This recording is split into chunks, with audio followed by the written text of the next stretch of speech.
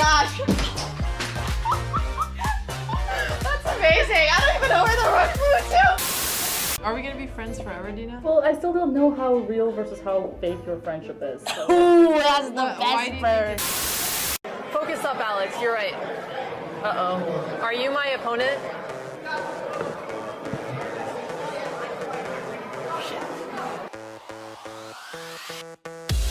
Talk tomorrow. It's okay. It's okay. Ow! Ow! Hey! You are. I don't know when I hit 21. What is this guy doing? Speeding. This is rigged. Hey, I'm just good. I'm trying to remember any line of prep I've ever done in my life. I don't remember any of it. They could have simplified that. Yeah. Do we need to do that?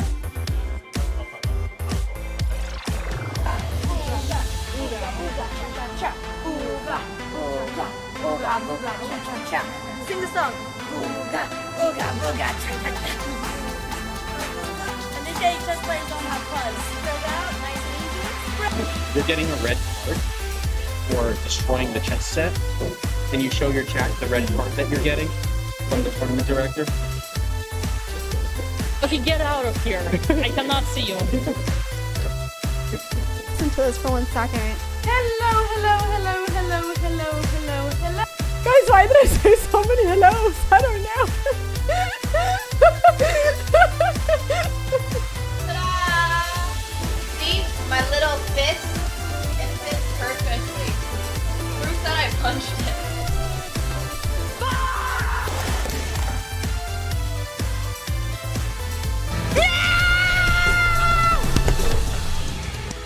What?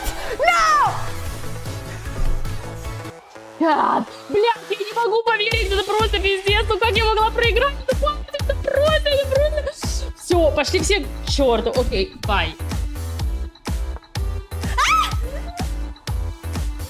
No, I blundered my queen.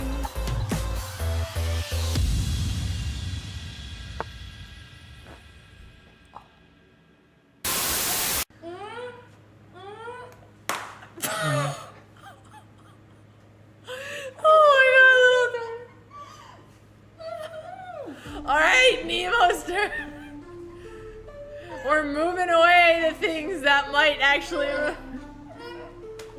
Alright, you guys keep the water in your mouths, please. 1, 2... I just want to apologize for how bad that game was. I don't even know what I was doing. I did it again. I hung a piece against her again on like move 5. And I was like, there's no way that I lose the US championship because I hang a bishop against Irina twice.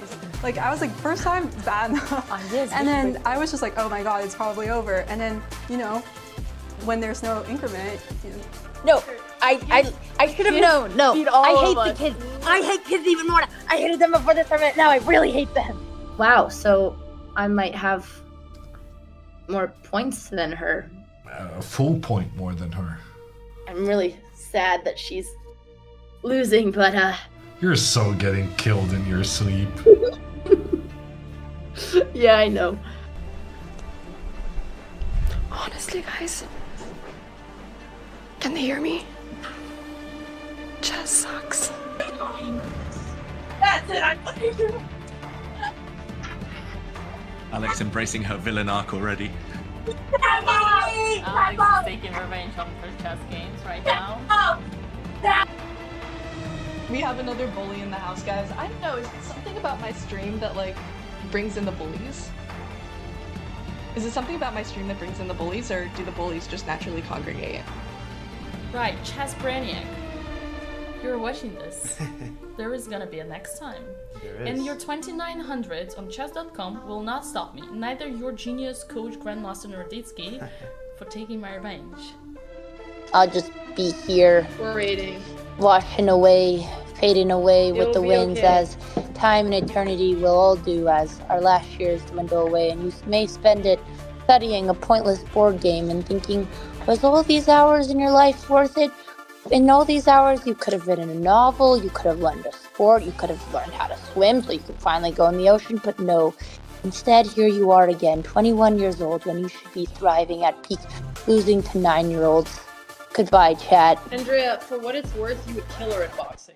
I don't want to, that's child abuse!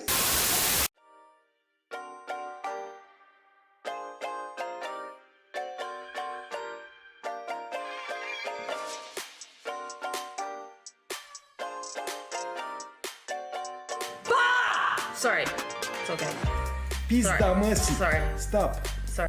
No photo chess. Sorry. I'm done. I'm sorry.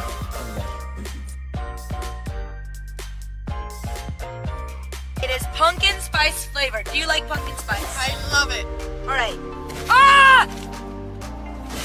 My Tesla. Distraction? There's no distractions going on here. I don't know what you're talking about. I'm not singing. I'm not singing. No! Yes.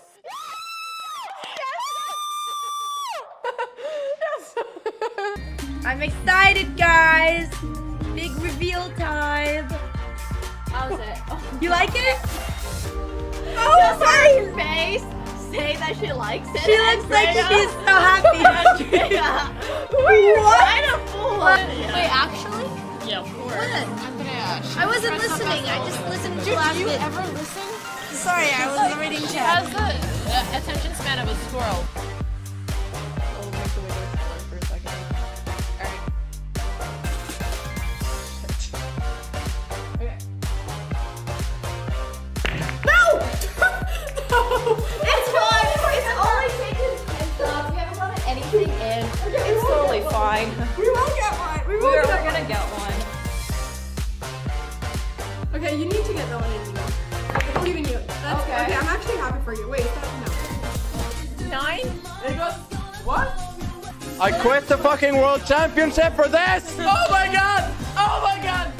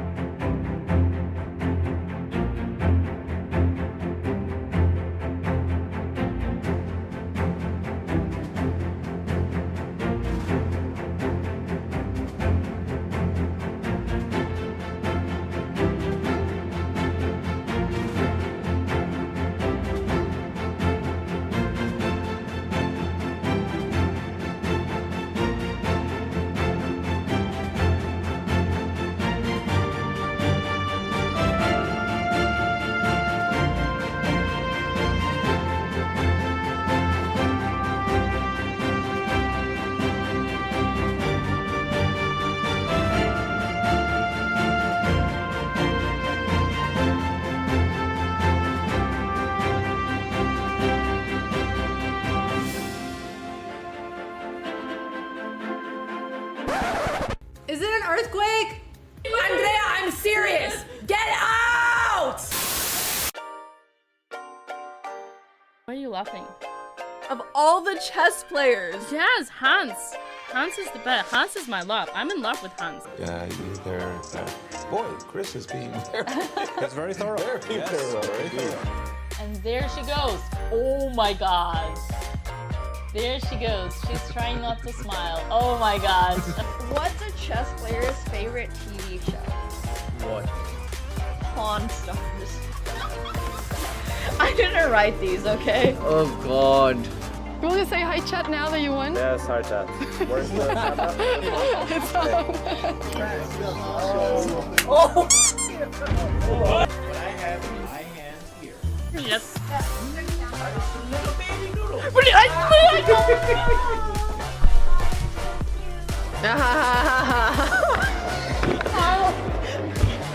What have I come down to? Yeah, I mean with the hair, you could just wear the top and the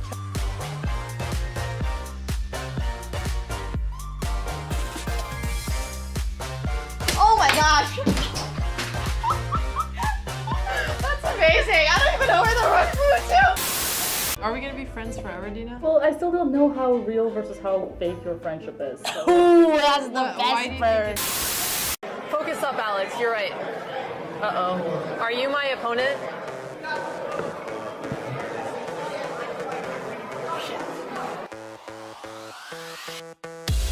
Back tomorrow. It's okay. It's okay.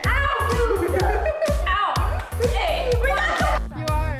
I don't know when I hit 21. What is this guy doing? Speeding. This is rigged. Hey, I'm just good. I'm trying to remember any line of prep I've ever done in my life. I don't remember any of it. They could have simplified that. Do we need to do that?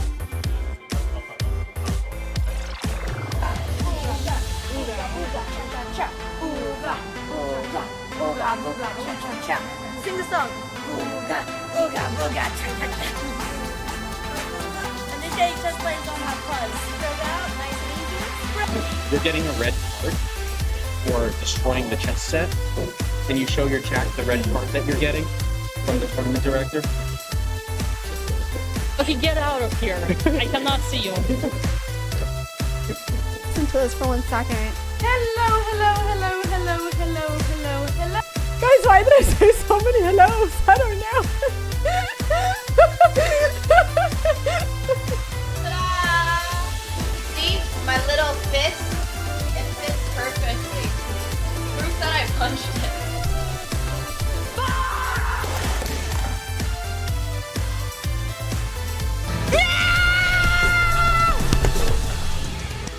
What? No!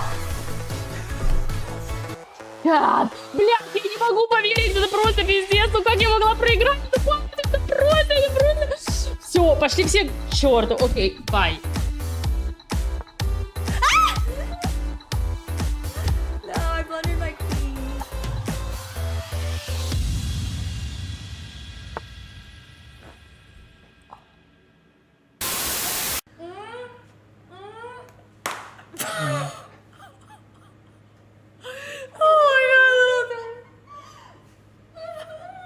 Alright, Nemo's turn.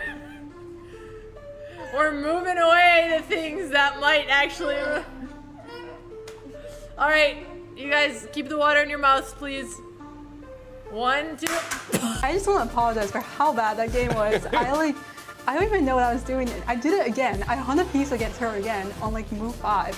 And I was like, there's no way that I lose the US championship because I hang a bishop against Irina twice. Like I was like, first time, bad enough. Yes, and then I was just like, oh my God, it's probably over. And then, you know, when there's no increment, you know. No, I should have known. No, I hate the kids. I hate kids even more. I hated them before this tournament. Now I really hate them. Wow, so I might have more points than her. A full point more than her. I'm really sad that she's losing, but You're so getting killed in your sleep. yeah, I know. Honestly, guys, can they hear me? Chess sucks.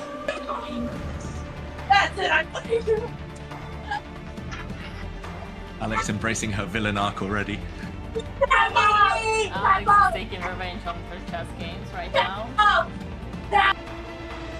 We have another bully in the house, guys. I don't know, is it something about my stream that like brings in the bullies? Is it something about my stream that brings in the bullies, or do the bullies just naturally congregate? Right, Chess Brainiac. You're watching this. There is gonna be a next time. And your 2900 on chess.com will not stop me, neither your genius coach Grandmaster Norditsky, for taking my revenge. I'll just be here, washing away, fading away with the winds, as time and eternity will all do as our last years dwindle away, and you may spend it studying a pointless board game and thinking, was all these hours in your life worth it? In all these hours, you could have written a novel, you could have learned a sport, you could have learned how to swim so you could finally go in the ocean, but no. Instead, here you are again, 21 years old, when you should be thriving at peak, losing to 9-year-olds. Goodbye, chat. Andrea, for what it's worth, you would kill her in boxing. I don't want to, that's child abuse!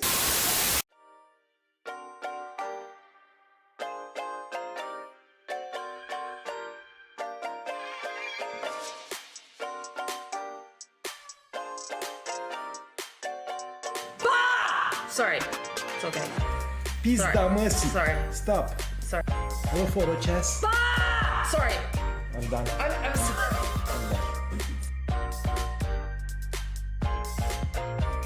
It is pumpkin spice flavored. Do you like pumpkin spice? I love it. All right. Ah! My Tesla. Distraction? There's no distractions going on here. I don't know what you're talking about. I'm not singing. I'm not singing. No! Yes.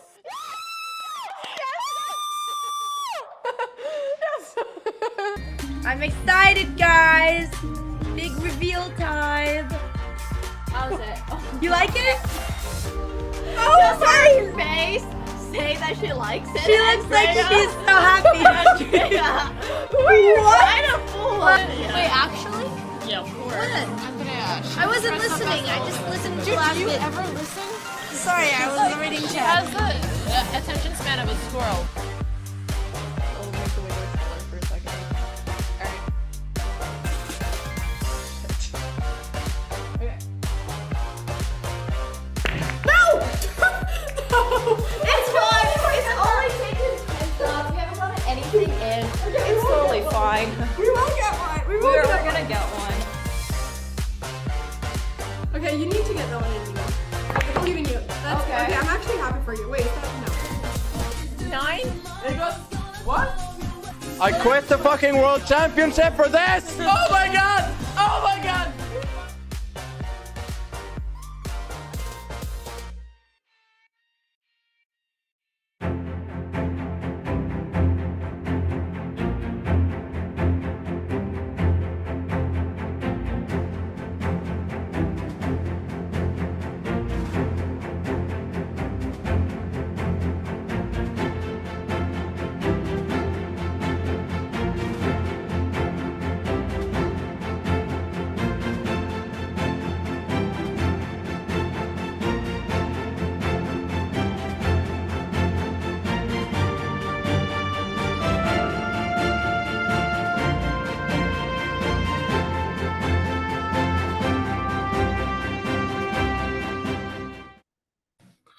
Hello, everyone. Good evening, Europe, and good morning, Los Angeles.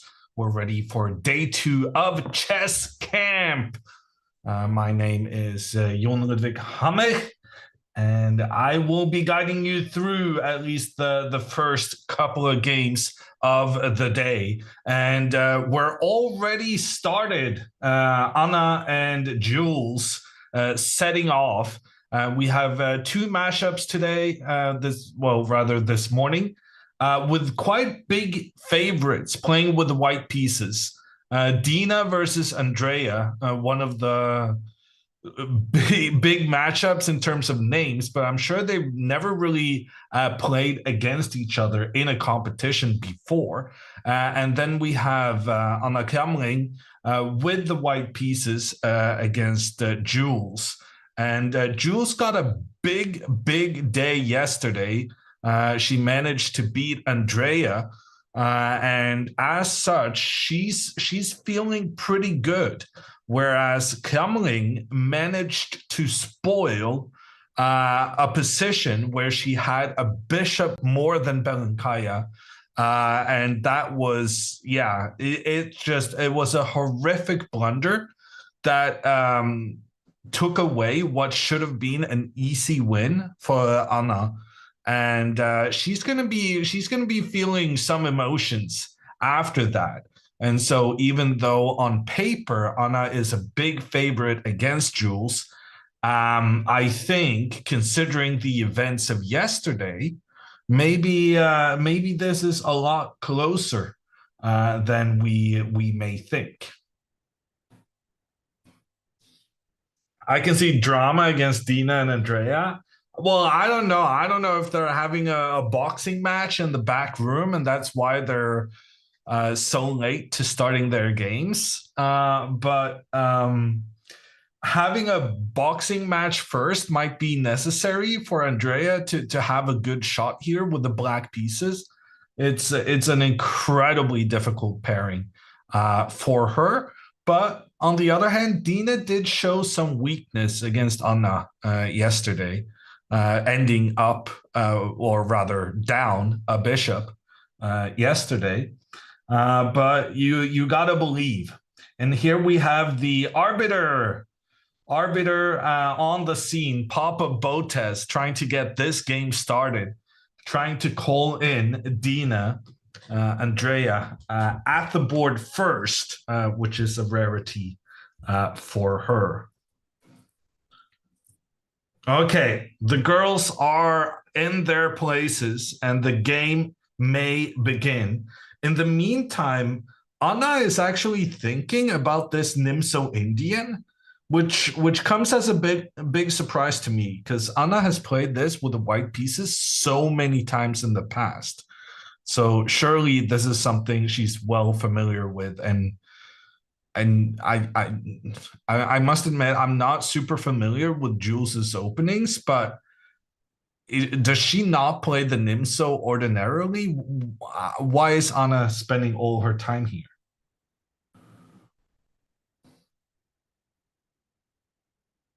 Russian School of Handshakes. Unfortunately, the cameras are on a closed circuit, so I don't have them in the live feed for this week. But I guess I'll have to look at the stream delay together with you guys. We're second rate, not getting it live, 2 seconds delay all the time. C'est la vie.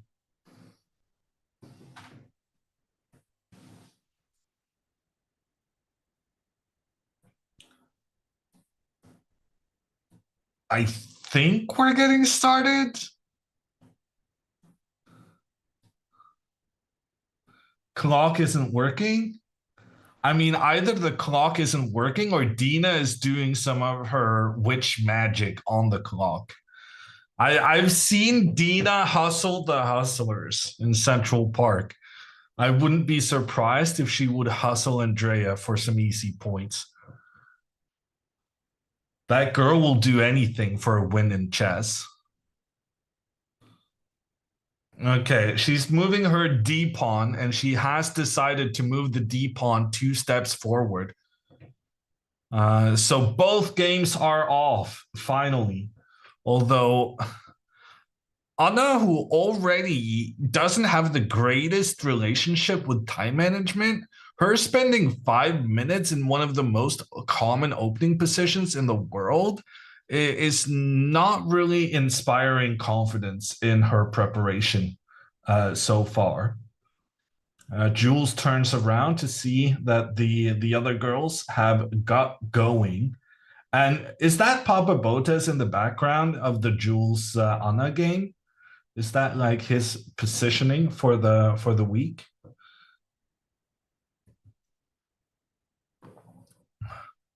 Hey, Alexandra, how's your preparation going? Alexandra today is playing with the black pieces against Jennifer, which is arguably the most difficult pairing in the entire tournament. But she got a win yesterday, so I guess she might be feeling good. Okay, pawn to g6. Andrea is going for her King's Indian, and Dina is letting her. When you're the lower rated player in a game, it's often a good idea to try and get some really complicated, difficult to understand opening. Because if you don't put pressure on your opponent, they're going to grind you down. Like if they're just a much better player than you, they're going to grind you down eventually. So you may want to create some chaos. And the King's Indian, Andrea's choice for this game, is the sort of chaos that could be needed. Okay, pawn to e4. Dina goes super aggressive with the pawns in the center.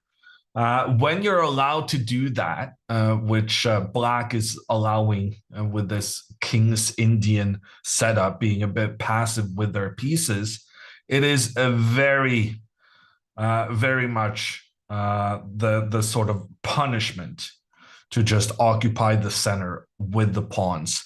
However, black's whole idea for the King's Indian is that white's pawns become too aggressive and that you leave behind weaknesses that can be exploited in the future.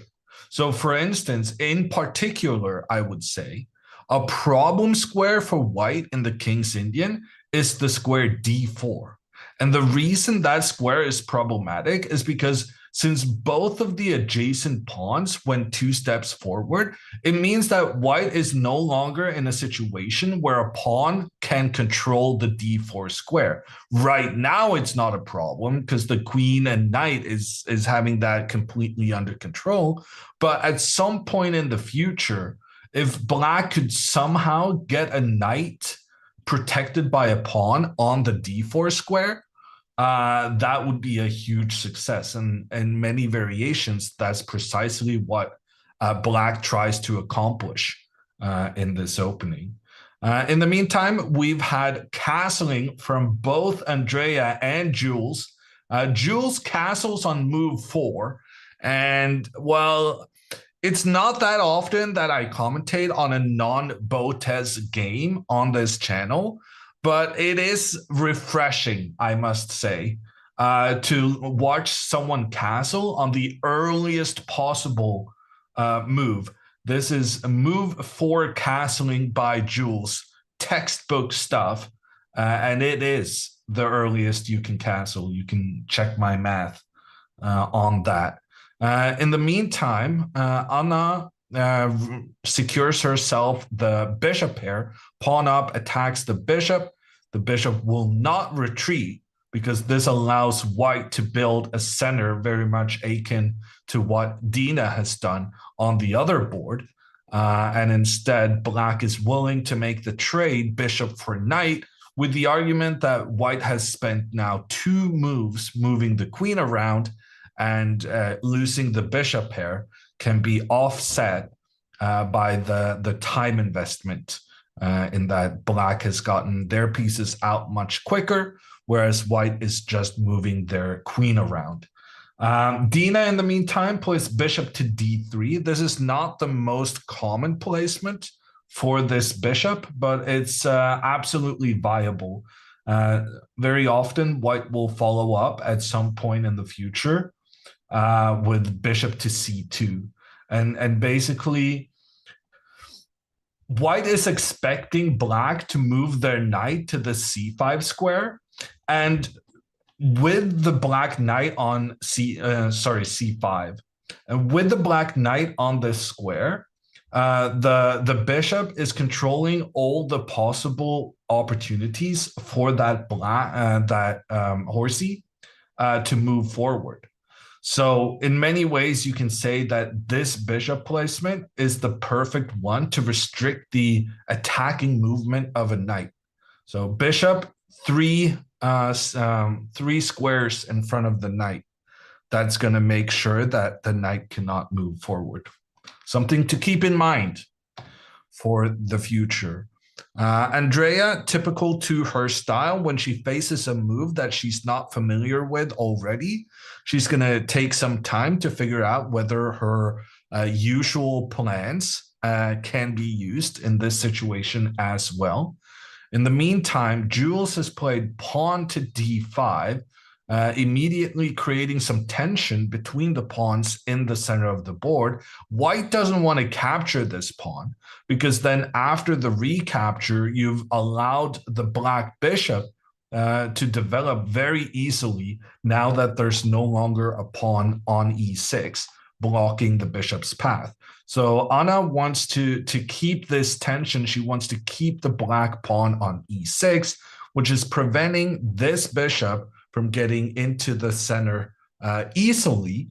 And as such, this bishop will have to find another way to get into the game. And that's precisely what Jules should be doing right now. She should look for ways to get the bishop into the game, and pawn to b6, I would say, is the correct move here. Trying to get the bishop and preferably trying to make a trade of the 2 bishops against each other, seeing as how white has the bishop pair, the power of the 2 bishops, while black does not. So you're going to want to trade the bishops whenever your opponents have 2 of them and you only have 1. Okay. I've been ignoring chat to kind of feel like I've caught up with the games in order to keep keep up with the blistering pace of the opening. But I gotta say, the pace has been all other than, and yeah, we're slowly getting into the first couple of moves.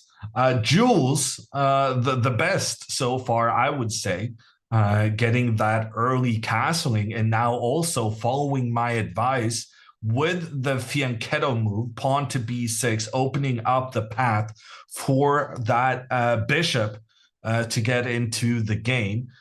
Dina also has not been wasting time with her moves, but she did waste time with starting the clock and the handshake and all of that stuff. So, so far, Jules with the best start.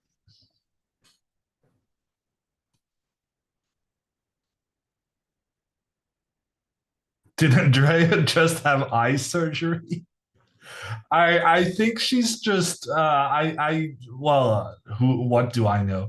I think she's just trying to play mind games with Dina. But the Botez, is that a Botez sunglasses? Does it say Botez on? Maybe it's part mind games, part swagger. That's Dolce and Gabbana. Of course, I should know that. My bad. Fashion brands, of course, one of my specialties. Although now that I mention it, they should get Botez sunglasses, surely.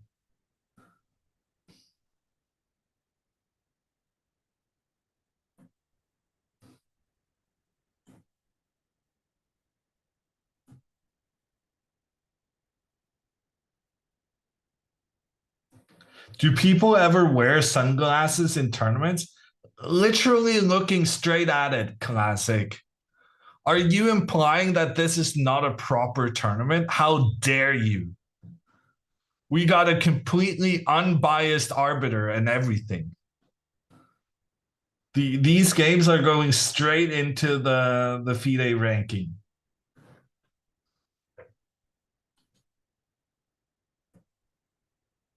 There was a problem yesterday with direct sunlight at Andrea's table. Wow. That is some smart prep in that case. Hammer aims for a royalty cut on the sunglasses. I mean, I'm still so devastated. I don't think you understand how upset I am that the video idea chat came up with under my supervision of having Alexandra do sandcastles on the beach to practice her castling. Like, it is the best video idea I've ever been involved with. And the fact that it hasn't happened is devastating to this day.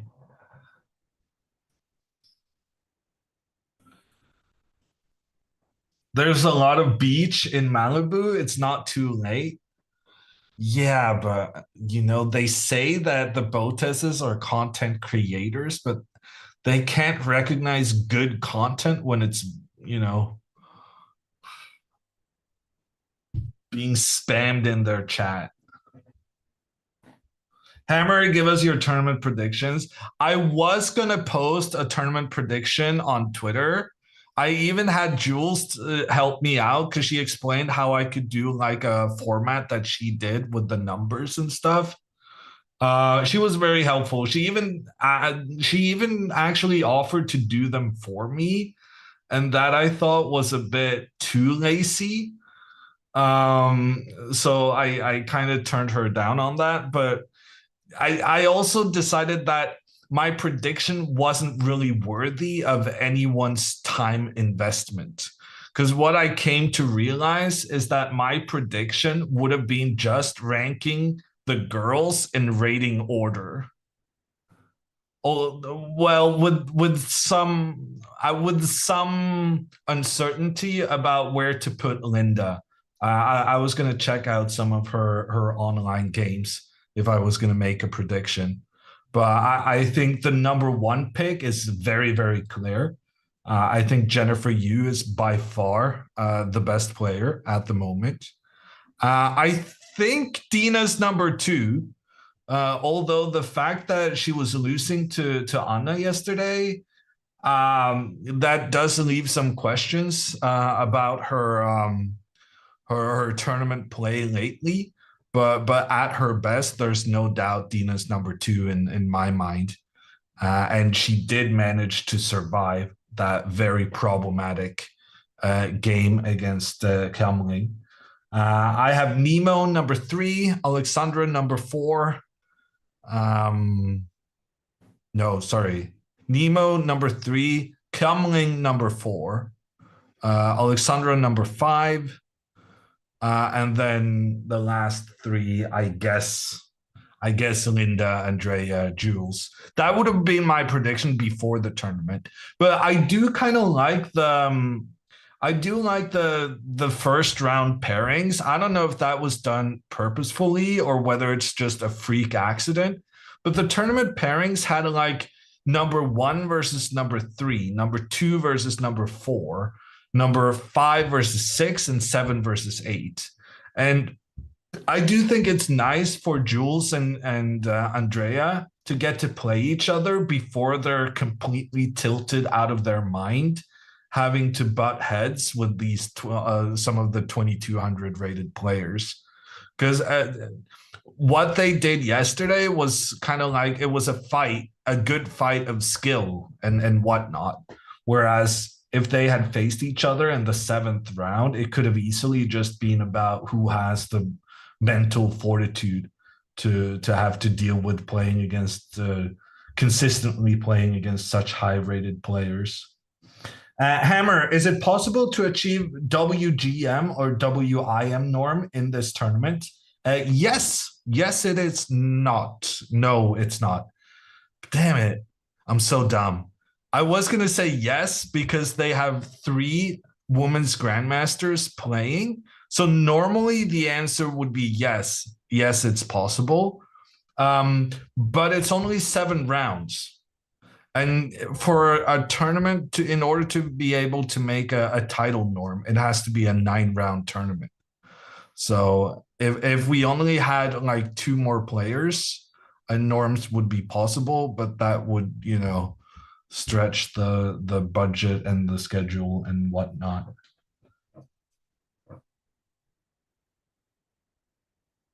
So if one of the non-WGMs does very well, it's going to be a real pity that norms cannot be scored. Do you think Alexandra is going to beat Andrea on Saturday? 3rd time's the charm to solidify the drama? What do you mean 3rd time? It's only the 2nd time they're playing against each other, right? Have I been missing out on a Botez versus Botez game?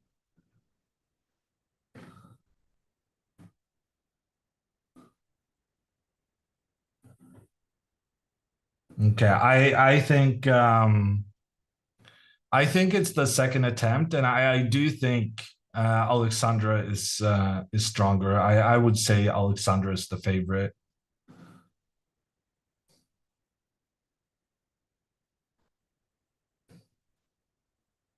It's the 2nd time, but 3rd time's the charm. Yeah, let's get back to Andrea for the 3rd time. But as for the 2nd matchup, I definitely think Alexandra has a leg up on her. Although Alexandra was really nervous for the last one between them. She really, really, really wanted to beat her sister.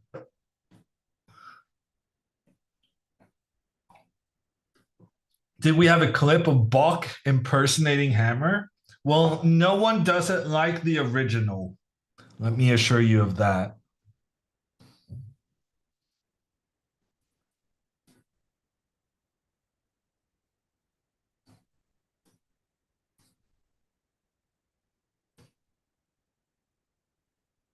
Wow, fly you fools.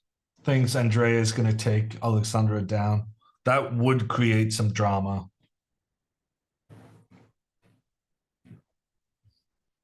Dina painted a heart. Did she really?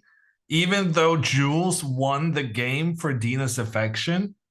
That's kind of rude.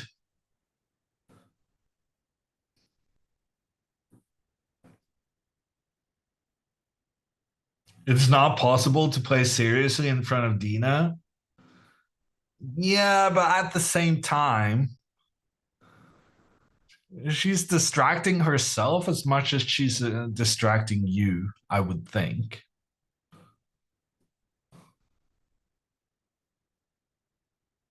Why isn't Benjamin Bach playing this tournament? I don't know. I guess they thought he would just cruise through, beat everyone. Must be the reason.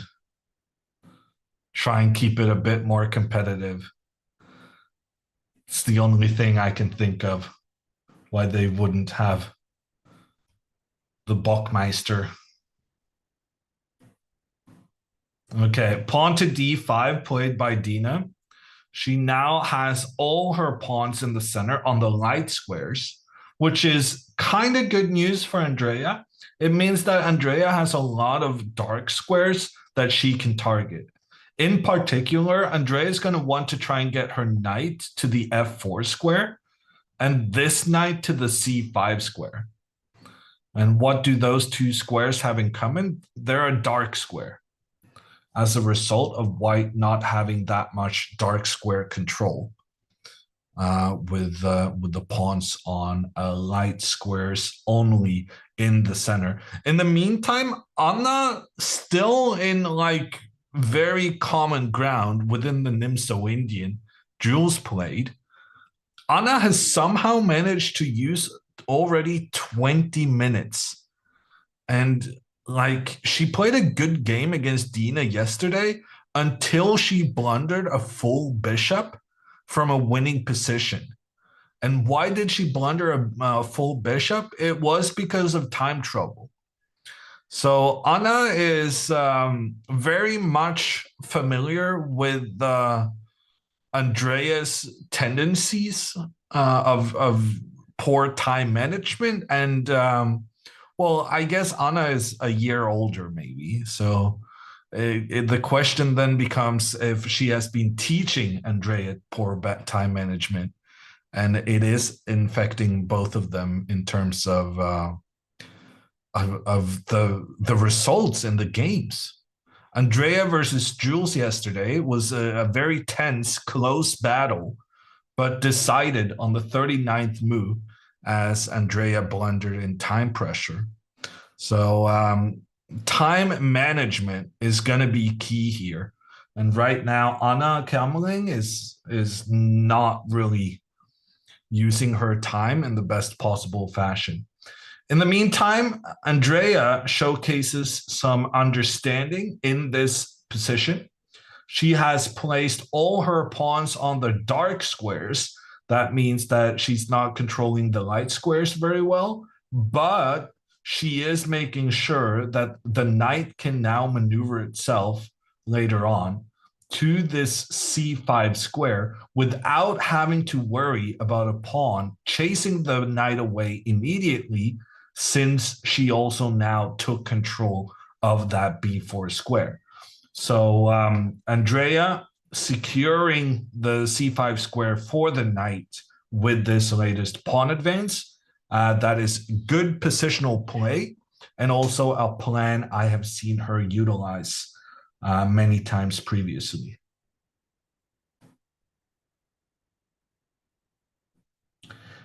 Is the room uncomfortable or something? Seems unusual. Everyone leaves the table so much.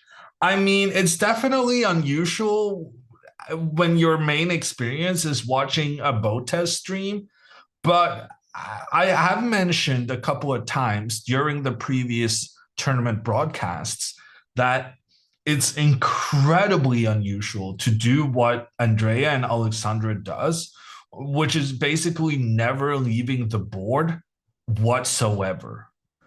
And in fact, I'm not even sure it's a good thing. I feel like Alexandra in particular, she's very like almost sitting at the board for 4 or 5 hours straight. And I don't think it's optimizing for performance. Yeah, you get to spend a little less time maybe because you're calculating on your opponent's move, but you're tiring yourself out so much more. And when you make calculations while your opponent is thinking, it's only like a 30-40% chance that you're calculating the move that your opponent is going to make. And so that means it's a 70-60% chance that all the energy spent is going to be wasted.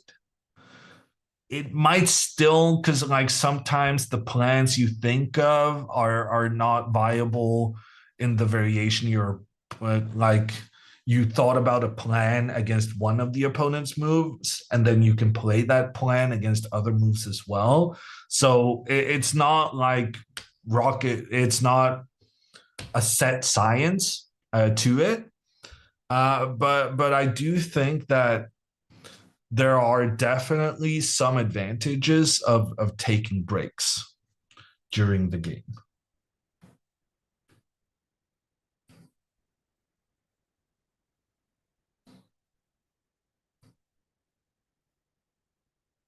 What measures have been done to prevent cheating in this chess camp?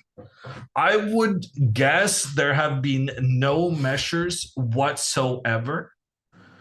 In fact, one of the measures that has been taken is hiring the dad of two of the participants as the referee to decide what is wrongdoing and what is not. Very sus.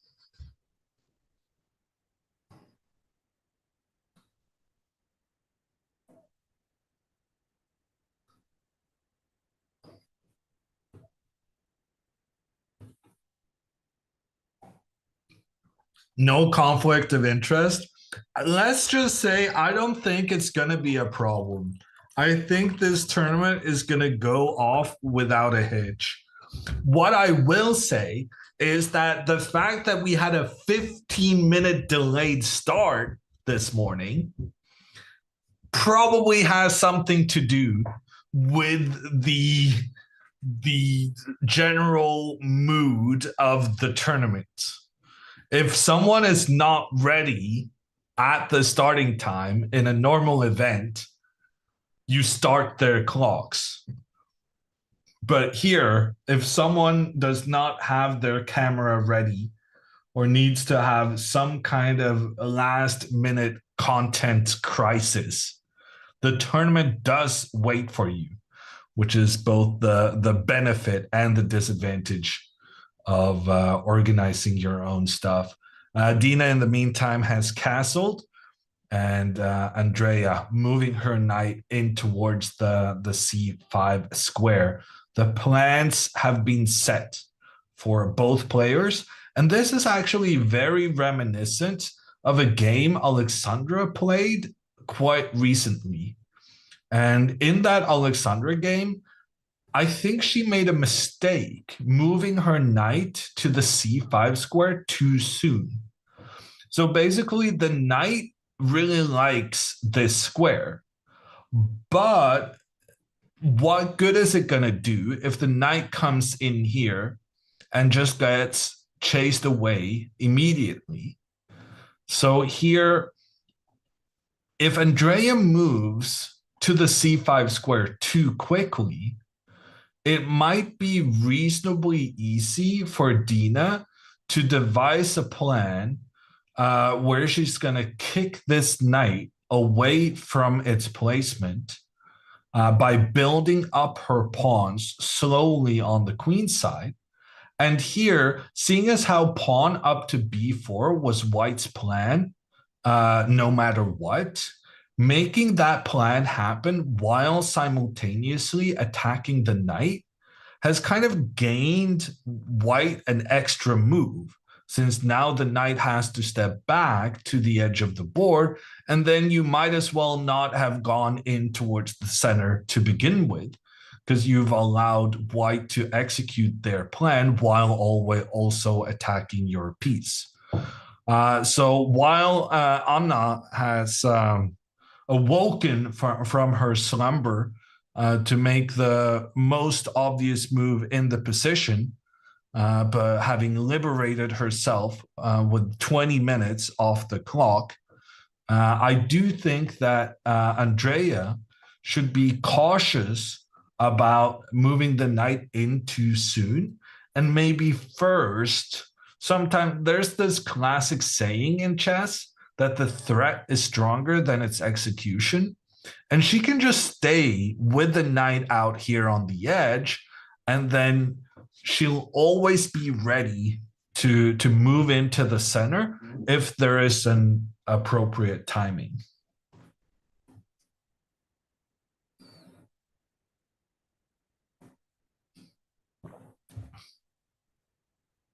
Hammer, are you scared of getting bold? And then the response is, this guy has the best hair. No way he becomes bold anytime soon. I don't know. I am definitely scared of being bold.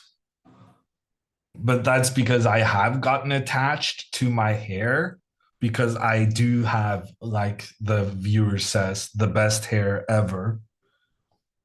My dad is, and my granddad is reasonably bold at a somewhat early age. But I've heard that hair is, you get that from your mother's side.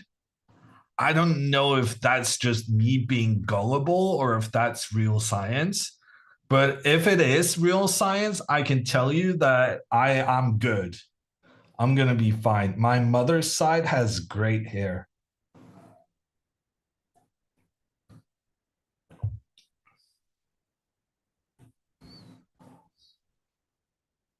Big if true. I mean, I'm sure it's true, because otherwise it wouldn't be like a thing people said, right?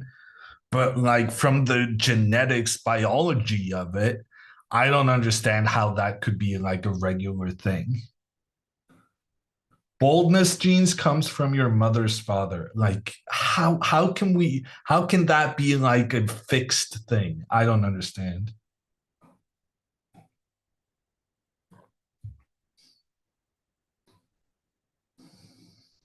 Bold hammer would enhance your personality. Yes, this is true. I would have something more interesting about myself if I was bold. I've thought about that myself. I completely concur.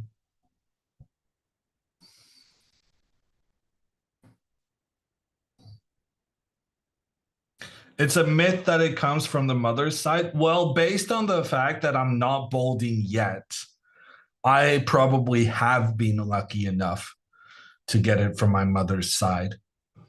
But it being a myth, I find very easy to believe.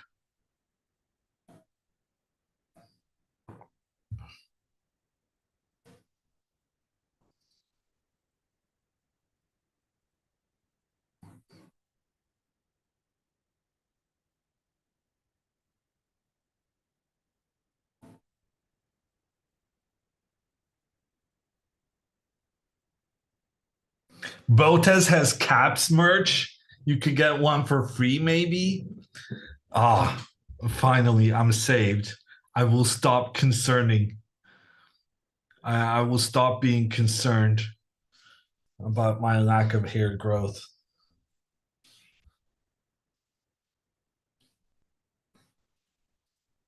Are watches and bracelets and glasses and other gizmos allowed during chess tournament? The World Chess Federation has started banning clocks, even analog ones. Why, I do not understand.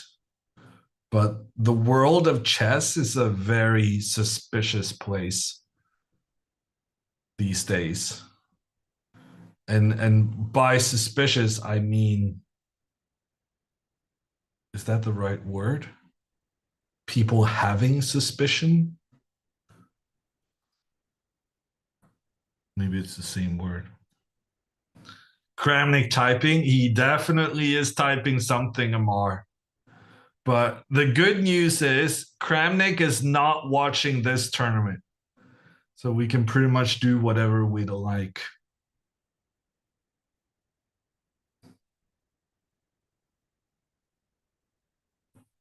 A lot of kids these days can't even read an analog clock correctly. Is that true, or is that just old people saying that everything was better before? I can say that I have generally found myself having some biases towards young people, which I think is a sign of, yeah, jealousy of youth. Stuckfish gifting 5 subs. Thank you.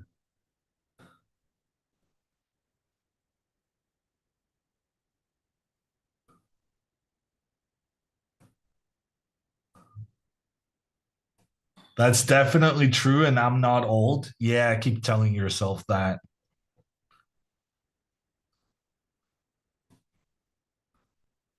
It's not jealousy, they are worse. I mean, I think they're worse than me, but not worse than my generation. But that might be my ego talking.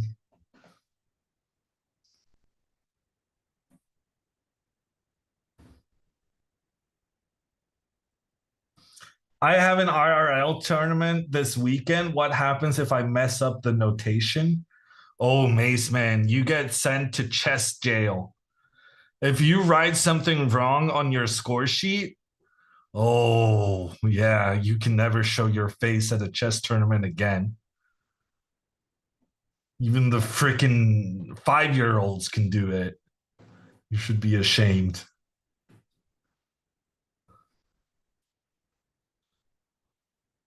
Yeah, no, the thing is about chess notation, I've played against people who I swear to God have perfected the art of just doing some scribbles that can halfway look like it's a letter of some sort and maybe a number. But it's completely unreadable. And you have no idea what it says. You suspect they have no idea what it says either.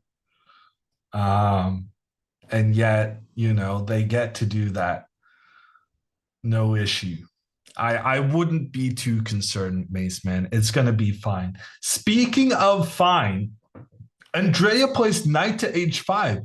I'm very happy with this for 2 reasons.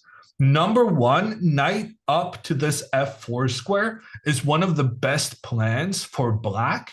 And number two, Andrea has realized that putting the knight on the c5 square too early may just result in the knight getting kicked back again later on. So the fact that she prioritizes the maneuvering of the knight on the king side means that she has understood to keep the other knight back for the time being.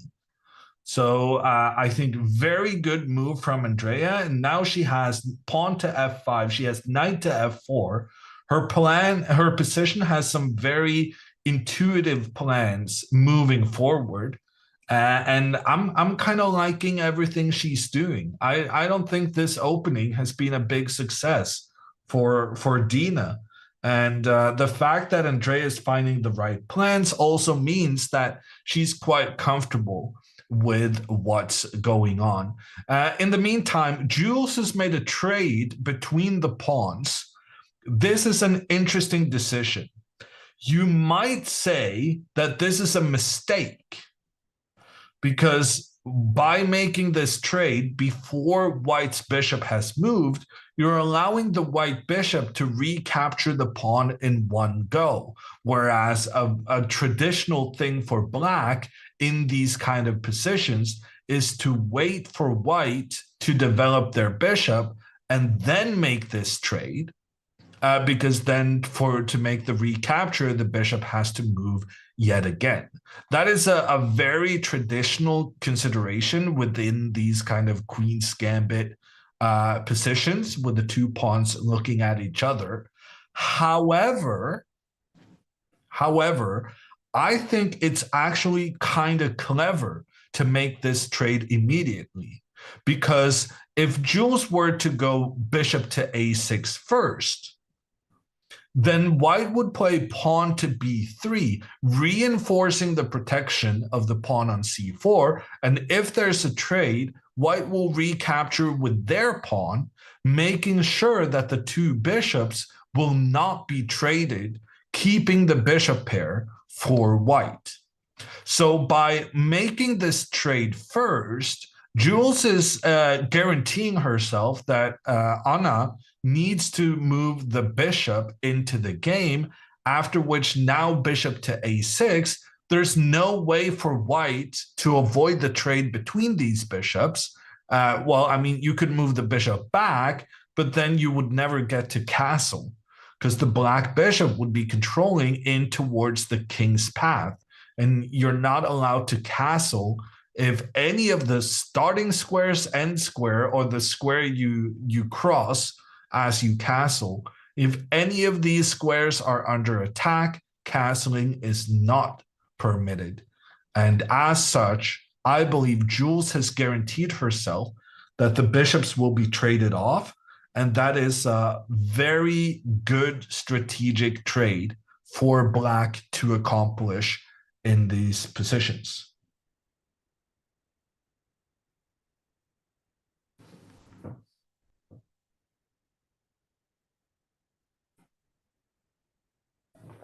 Hammer, how many players in this tournament are not representing the country where they were born? Wow, Papa Botez with the quizzes. Okay, so Alexandra was born in Texas, so that's one. She's representing Canada. Anna Kemling was born in Spain, but she's representing Sweden. That's two. NEMO was born in China, then lived in Finland. So we actually knew her in Norway because she competed in the youth championships together with Aryan when they were like 9-10 years old. And then her family moved to Canada.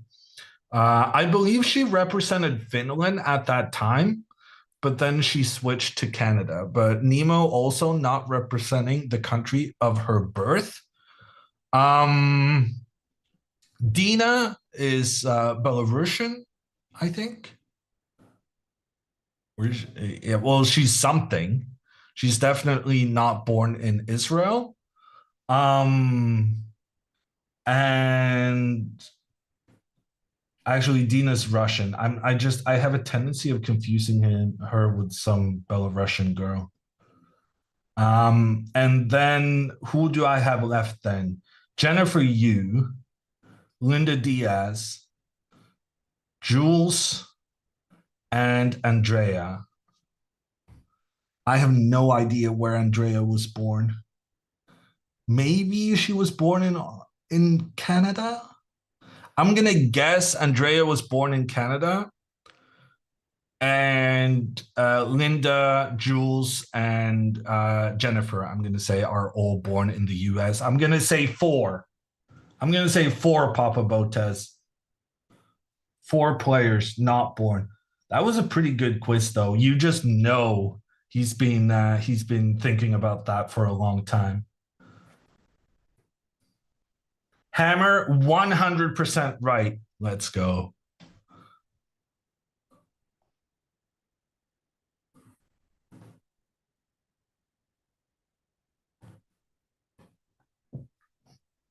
I'm quite happy with that. Give this man a raise. I don't need a raise. I just need the recognition. I'm a very happy man right now. A trade has happened. A trade has happened between the bishops in Anna's game. Why are we voluntarily allowing the Black Knight to get into the game in a better position?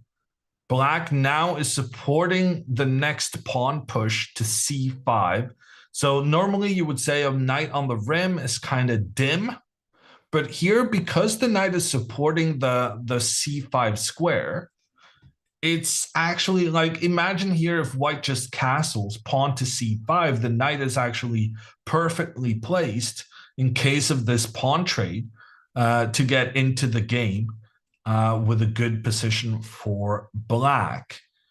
So I'm gonna, yeah, I'm not sure why the computer is being so objecting to this bishop trade. I feel like Jules executed this really well. The only thing I can think of that I'm maybe very slightly concerned about is the move pawn to e4. Because after pawn to e4, that pawn cannot be captured due to the queen then attacking both the knight in the center and the knight on the edge of the board. Or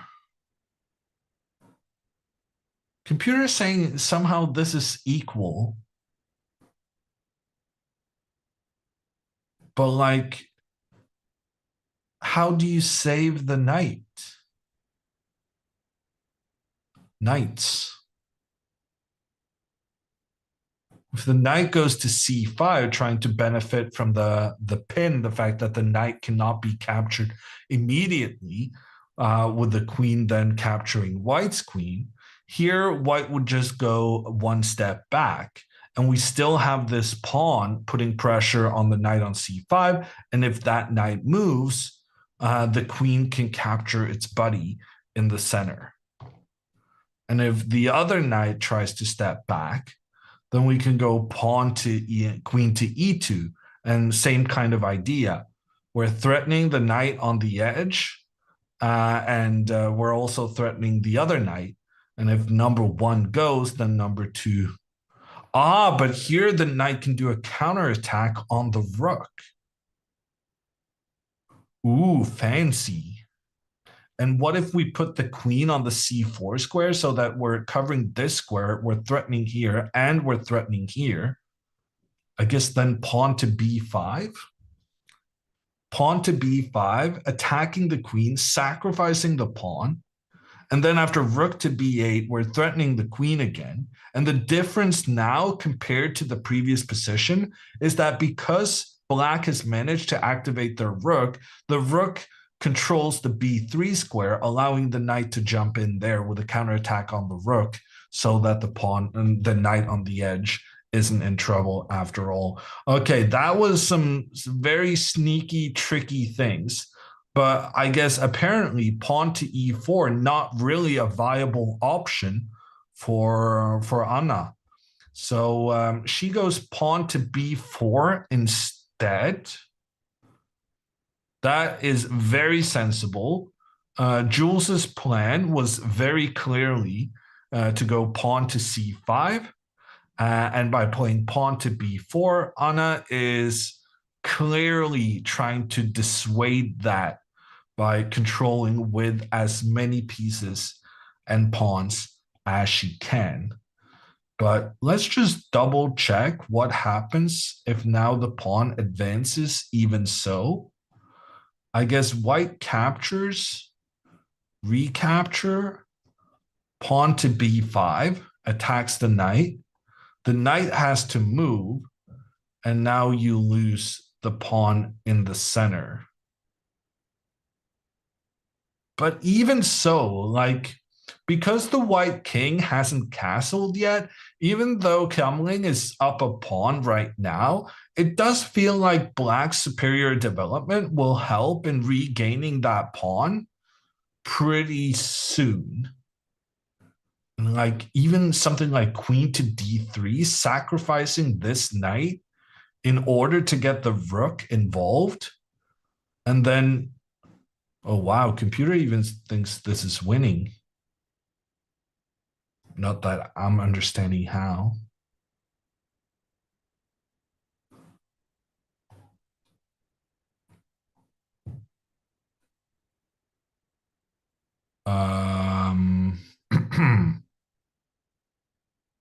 Maybe just rook here?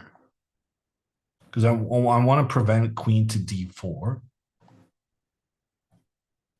Oh yeah, yeah. So apparently I found the right variation. And even though white is up a pawn and a bishop, white is just being completely overwhelmed by the power of development and the fact that black got their pieces into the game so much quicker than what white did. So I think what's very important for Jules in this moment is that if she starts backing down to Anna's threats, then Anna is just gonna have some potential of steamrolling her because white does have the most aggressive pawn placements in the game right now. So Jules needs to strike while the iron is hot.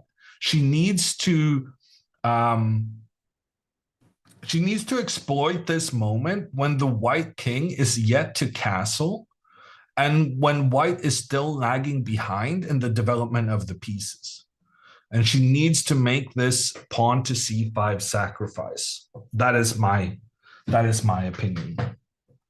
Dina's time management seems off again. Well, the thing is, she's playing Andrea, so I feel like even if Dina spends a ton of time, she's never really gonna, she's gonna be in time trouble, but she's never gonna have less time than her opponent. That being said, Andrea, having found the best plan in the position, not rushing in with the knight on the right side, and also getting her knight on the king side into its perfect positioning, and then pawn to f5 afterwards. Andrea has really showcased her mastery of the plans available for black here. And I think that's the main cause of Dina's think right now. She's thinking because she's actually not that fond of her own position. She ends up playing bishop to d2, which just doesn't really do anything, does it? Yeah, I really don't know what the idea of this move is. And now Andrea is going to go knight to f4. She's going to attack the bishop. The bishop is going to step back.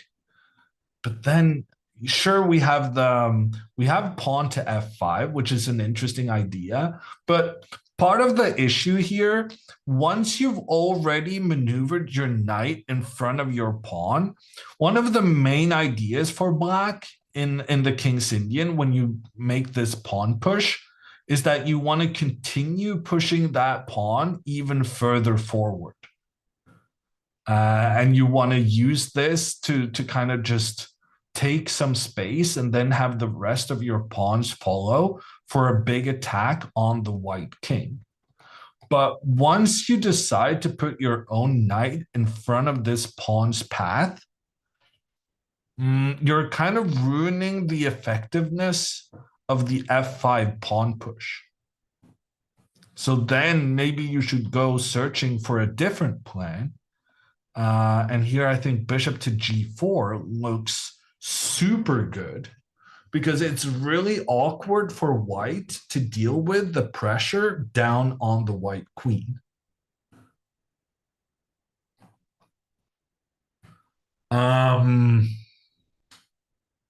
Because you can move the queen away, then you get the super ugly doubled pawns and you weaken your king position. And well, in this instance, it's immediate checkmate.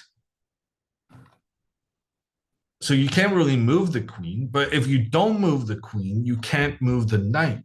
And so these pieces get all kind of stuck, dependent on each other. And if we count the value of the pieces that stuck, black is using a bishop on the mission, while white is struggling with both the queen and the knight. And so white's pieces that kind of get stuck in this whole diagonal are much more valuable than the black counterparts creating the problem, which in turn means that this is very good for black because you're using less resources than white has to keep that tension. h3 is taboo. Well, if you play pawn to h3, number one, I can just keep this bishop pointing at the queen. But number two, I would kind of be tempted to start sacrificing in front of the white king and relieve that king of some of the protections. And like here, if white tries to get me to take the rook, I would seriously consider not taking the rook and instead keeping that bishop pointing down on the white queen yet again, because of the value that pressure has. And maybe we can just move the bishop back and then sacrifice against one of these pawns in the future once we also manage to open up for our rook to get into the game. I'm very optimistic about Andrea's position. I think she's gotten a great situation out of the opening. And I feel like Dina having that 15 or maybe even 20-minute think on the previous move, it really showcases that Dina's not comfortable right here. And that's always a good sign. In the meantime, Jules centralized her queen. And yeah, that's kind of what I was talking about. I wanted her to seize the moment and start making pawn sacrifices and stuff while Anna's king was still in the center of the board. Spending one move on moving the queen up has enabled Anna to get her king to safety. And I guess now Jules is going to go pawn to c5. But now I'm more concerned about some of these pawn to b5 variations. Because previously, this didn't really work out for white because we were looking at some very cool variations where black sacrificed a knight to exploit that the white king got stuck in the center of the board. But now that the king has already castled, this becomes a lot more safe for white. And we can get into a situation here where black is left with two split pawns. We call them split because they're not adjacent to each other, and as such, they cannot defend each other. White's pawns, on the other hand, they can defend each other, and they do that. And in addition, bishop to ace3 coming up, it's going to be very easy for Anna to get that pressure onto the c5 pawn, which is the major weakness. So one bad thing is that this is a major weakness, but the real bad thing is how easy it is for white to put more pressure on the weakness in the position. So while I did like Jules's approach of getting the trade between the bishops, I do also feel that her follow-up was not decisive enough. And now she's caught herself in a bit of a problem because the move she wants to make will always be met by this maneuver, in which the pawn on c5 becomes a massive long-term weakness, and white also manages to start moving their pawns up the board on the queen side, and ultimately these pawns will try to become a new queen. In the meantime, Andrea has played knight to f4, so very important now for Andrea that she should not combine the plan knight to f4 with the plan pawn to f5. If she wanted to play pawn to f5, she should have done it here before the knight was blocking the pawn's ability to continue further forward. But knight to f4 is probably still the best move because we just go for a different plan. With bishop to g4, pointing that bishop down towards the white king.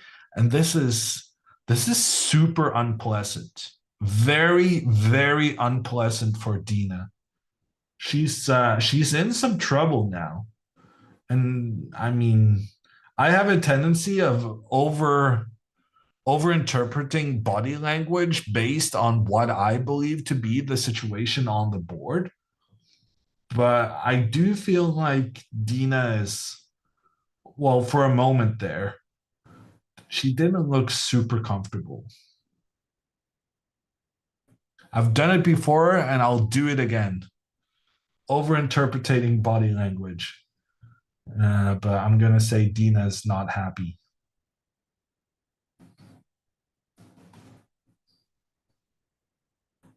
Would Andrea's outfit be allowed in a tournament? Jay, what are you saying? Do you think the majority of chess players can live with the tournament rules that dictate a certain way to dress? Chess players are not really known for their fashion sense. Dress rules that would destroy like over 50% of participants. We unironically like to wear Adidas pants and just a full sweat set. It's the closest the Botezes have been to normal chess attire.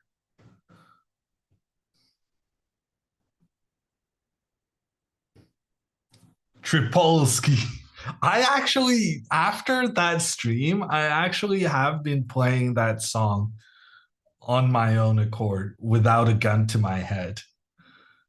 Which, yeah, it has, I have surprised even myself, but it's kind of catchy.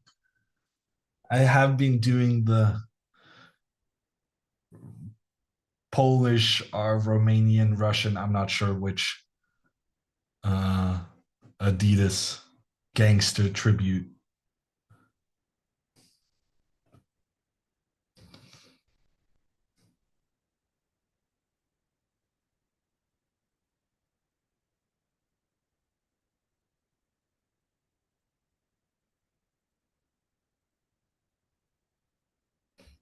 Dina played pretty quickly. She backed up with her bishop, but now this means that her bishop can no longer make it to the e2 square, which in turn means that the bishop cannot kind of deal with trouble on this diagonal, meaning that this is the optimal timing for Andrea to try and attack with her bishop. If white could just move her bishop back and try and neutralize black's bishop on the same diagonal, then this wouldn't be as effective. But by forcing the bishop to the right, to the queen side of the board first, and then coming in here with the pin, that is very good. In the meantime, Jules has played pawn to c5. But I do feel like she played it one move too late. She should have played it as a pawn sacrifice, and instead she got too attached to her pawns. She wanted to move her queen up to give extra defense, and that just the difference it makes for Anna already having gotten her king to safety is massive. And Kamling will now make that trade and push the pawn forward, leaving black with an isolated pawn, a pawn that cannot be protected by other pawns. And that is a massive long-term weakness.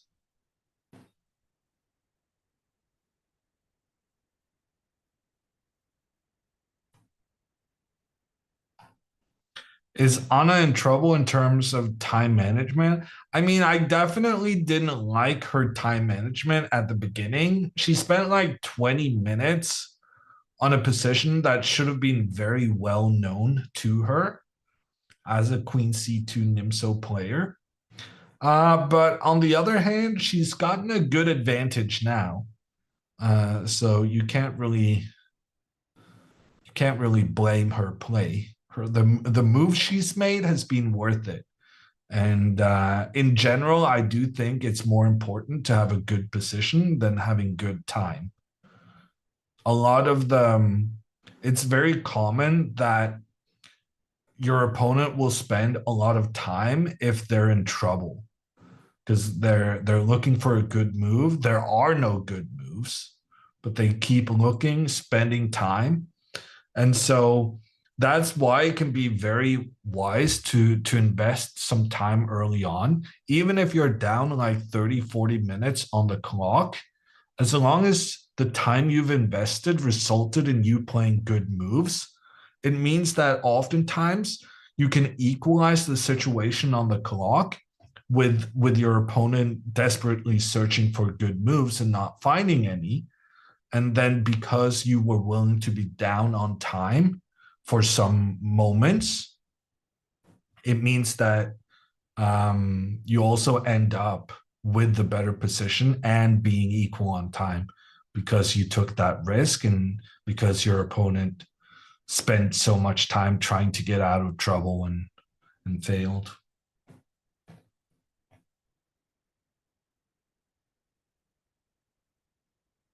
What plan should Black do? Well, I mean, she needed to go for this pawn to c5, which she did. She was one move too slow with it. And now it's just very, very bad. Very, very bad. This pawn is alone, but it's also super easy for white to target. So, yeah. Jules was obviously a big underdog for this matchup. Well, both girls with the black pieces were big underdogs, facing much higher rated opponents, but also facing opponents that frankly are better than what their number suggests. Dina being at 2,200 is kind of weird. She's supposed to be better than that. And her peak is, way, way, way above that. And then we have Anna, who also recently has lost quite a bit of rating, but definitely is good enough to boost a 2,100 rating, if not more.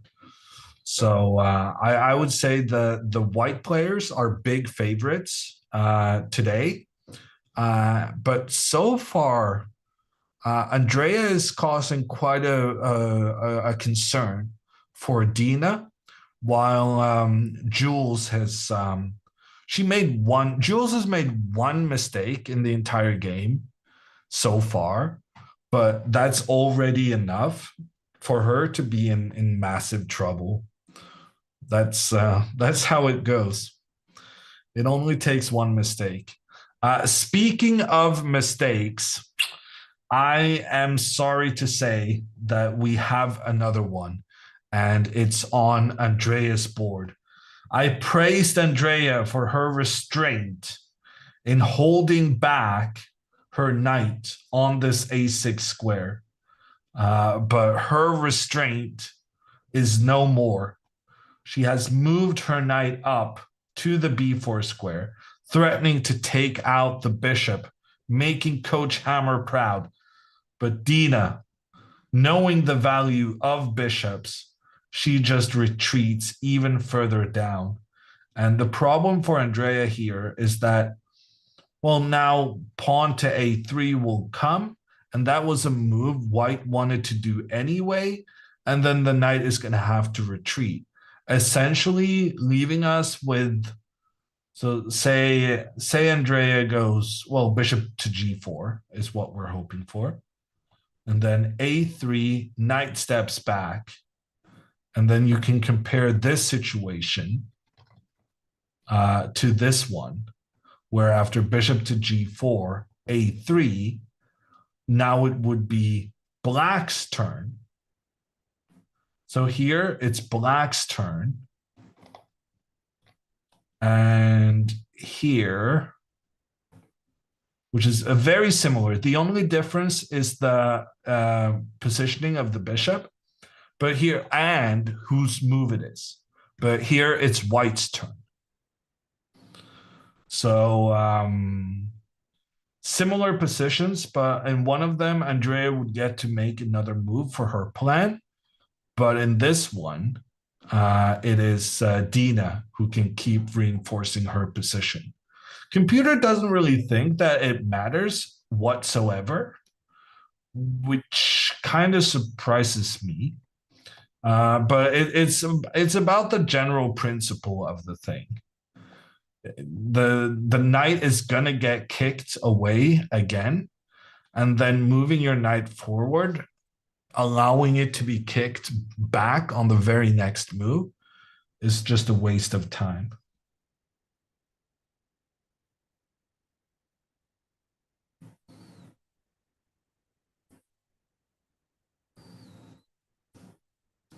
.4, massive trouble for Jules. Yeah, I mean, I think so, yeah. Keep in mind, I'm not only judging by what the computer is saying, but also, you know, human train of thought. But yeah, I think, I definitely think Jules is in big trouble.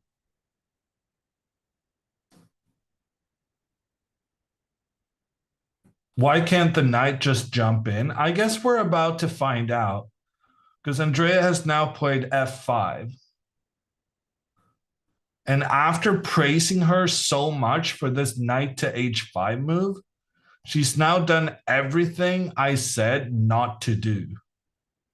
She moved the knight in too soon, or at least that's my theory. And then she played pawn to f5 after having played her knight to f4, so that you're not threatening to push the pawn further forward at this moment. And yet, despite Andrea doing everything I said would be wrong, the computer still thinks that Andrea has a quite a good position. I'm curious, if pawn to a3 attacking the knight, is Andrea going to move the knight forward? Is that her plan? Because if it is, computer is not happy. This knight doesn't really have a lot of support. So it could easily end up in quite a bit of trouble. Although, I guess bishop here, you can trade. If you move this knight, well, the knight doesn't have anywhere to move. And it's being attacked by both a bishop and a queen. I don't know. I just feel like if the knight moves further forward, I feel like it's just going to get trapped. It doesn't have the necessary support on those squares. I'm not a fan. I feel like it's better to go back. And then we have that situation I talked about where it didn't really give you anything to move forward if you had to go back on the next move anyway.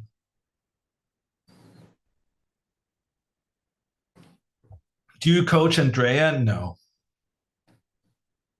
But I try and help Alexandra a little. With some success, I am happy to say, finally. Back-to-back tournament wins. Who saw that coming? It's been a while.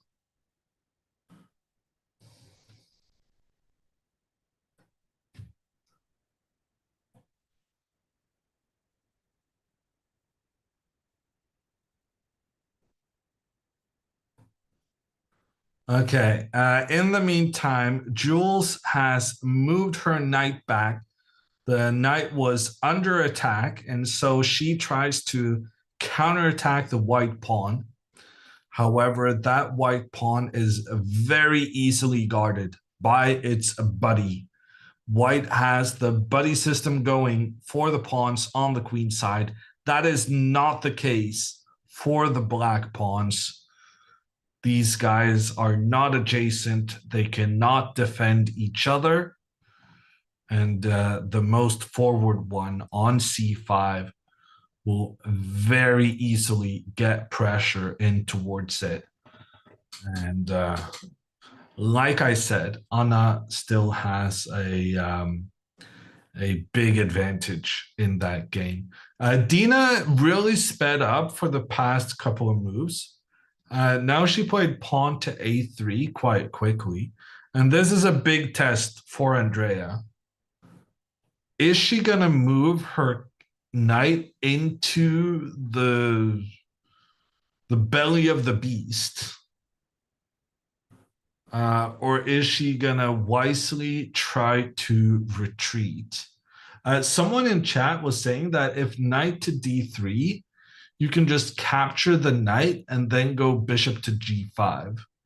Now, I don't like giving away bishops, but I do agree that when I can follow up the bishop trade with an attack both against my opponent's queen and the opponent's knight, that seems very convincing. In fact, it's so convincing, I have no idea why the computer is not saying that this is instantly winning. Oh my gosh! Oh my, you can move the queen, allow the knight to be captured, because then you trap the white bishop afterwards. And after pawn to f4, it turns out the bishop cannot get back. So even though black just lost a knight for nothing in behind the white pawns, you still kind of get away with it because you're about to trap the white bishop with your pawns on the opposite side. That is kind of cool. Completely unnecessary, but kind of cool. It also it's also like it's also so straightforward that I don't see Andrea moving her knight up when white has a bang-bang solution to that move.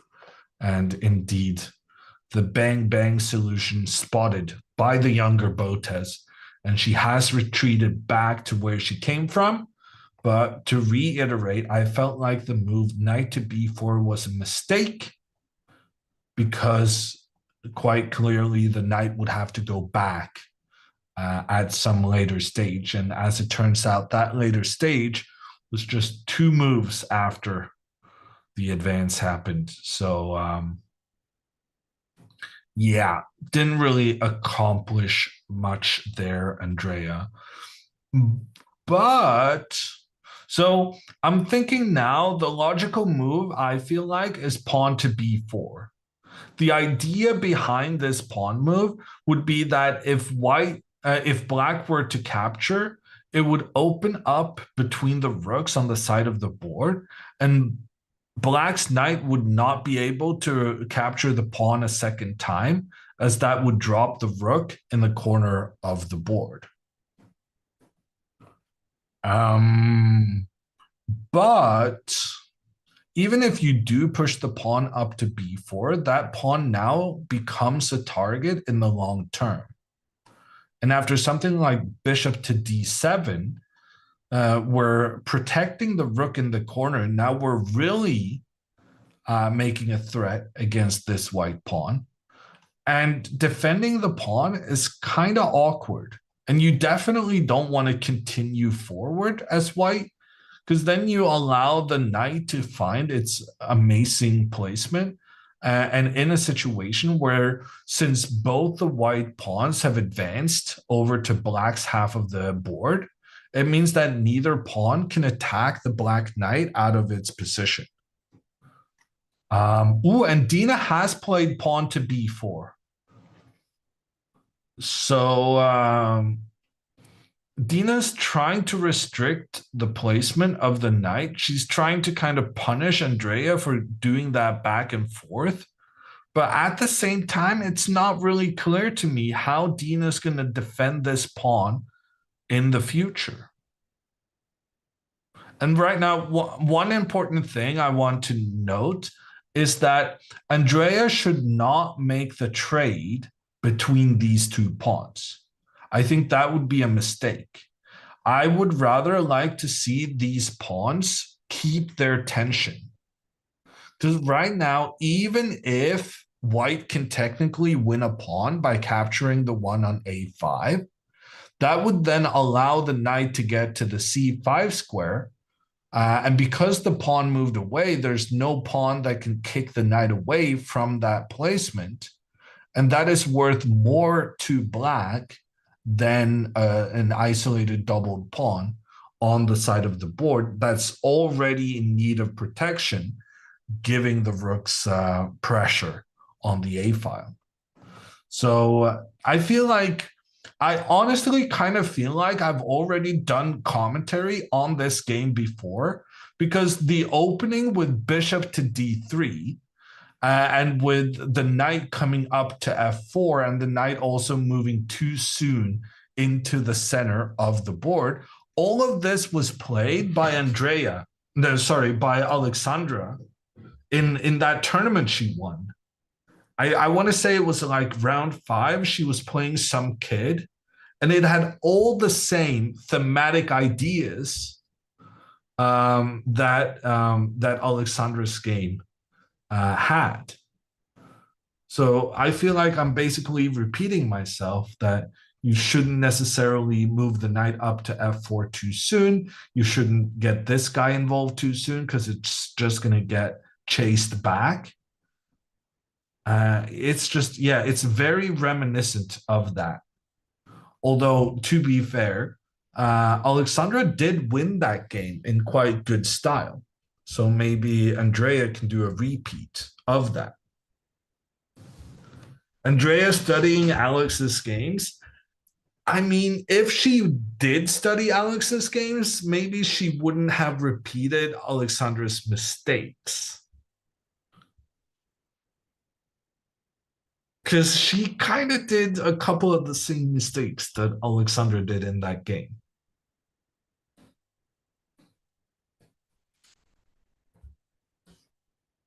But they are playing the same opening with the black pieces. So it's only natural that that they kind of, feel somewhat similar. Andrea trades on e4. This is an incredibly committal decision. I haven't decided whether I like it or not. This is one of those moves that's either good or horrendously bad. There's no middle ground. And the reason why it's such a divisive move is that after the trade happens, now white's bishop gets into the center of the board, and there are no black pawns that can get control of the e4 square anymore. Making this trade means that black's ability to put pressure into the square it moves to has been completely destroyed. And white gets this incredibly well-placed bishop in the center of the board. Computer feels like this is a non-event. Computer said it was equal before this decision and it's equal after. But let me tell you, that was not a non-move. That was a controversial decision. And the only reason the computer is saying it's equal is that computer thinks everything's equal. It has no emotions, no understanding, just coming in with moves for no explanation. The guy in the background is ruining the vibe. Wow, how dare you say that about Papa Botez? Do you want the arbiter, the referee, the judge to move? Controversial. It's not Papa Botez, is it not?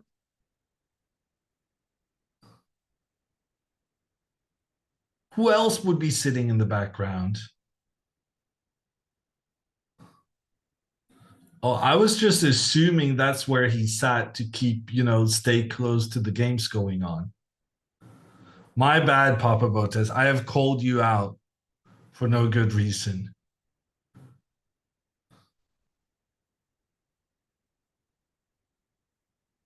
Chess.com media guy. If we don't know your first name, then yeah, maybe you are getting kicked out of your placement.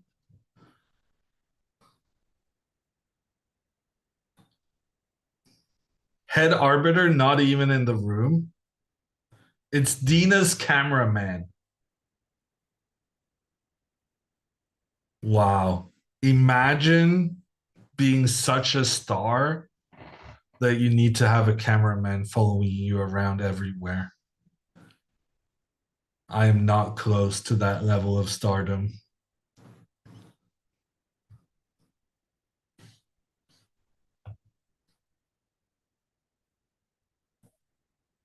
Why are we watching from Black's perspective? I actually know the answer to that. Because this channel is called Botezlive. And as the name suggests, it's slightly connected with Botez. And as you may see, one of the participants in the tournament is a certain Andrea Botez, and she's playing with the black pieces. So, yeah, the bias in the tournament is very strong. There's Botez's playing, plural. Botez's Botez arbiter. Everything is rigged for the Botez's. What are we going to do? I don't know how long I can do that same joke. It's probably going to wear thin by day one, but I didn't prepare any other snarky comments. Hopefully they'll come to me soon, just naturally.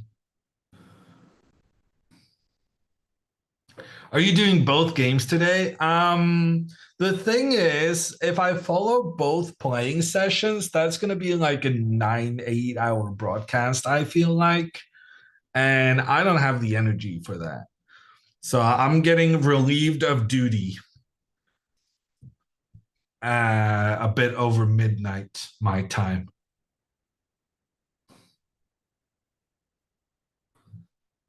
Is Botez's the plural, not Boti? That is Italian grammar, but I understand your confusion.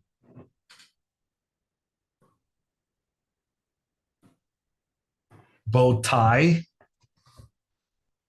also Italian, I think.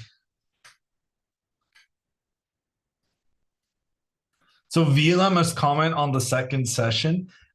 We have Anamaya and Benjamin Bock coming in to relieve me when I'm tired. Hammer, you're going to miss Alexandra's game. Well, but on the other hand, I told her what opening to play. So I feel like I already know, what's going to happen.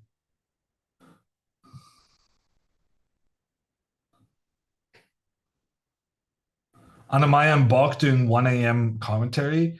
I'm pretty sure Bach moved to the US, but don't quote me on that. Queen to f4 from Jules. Ooh, computer really hated that.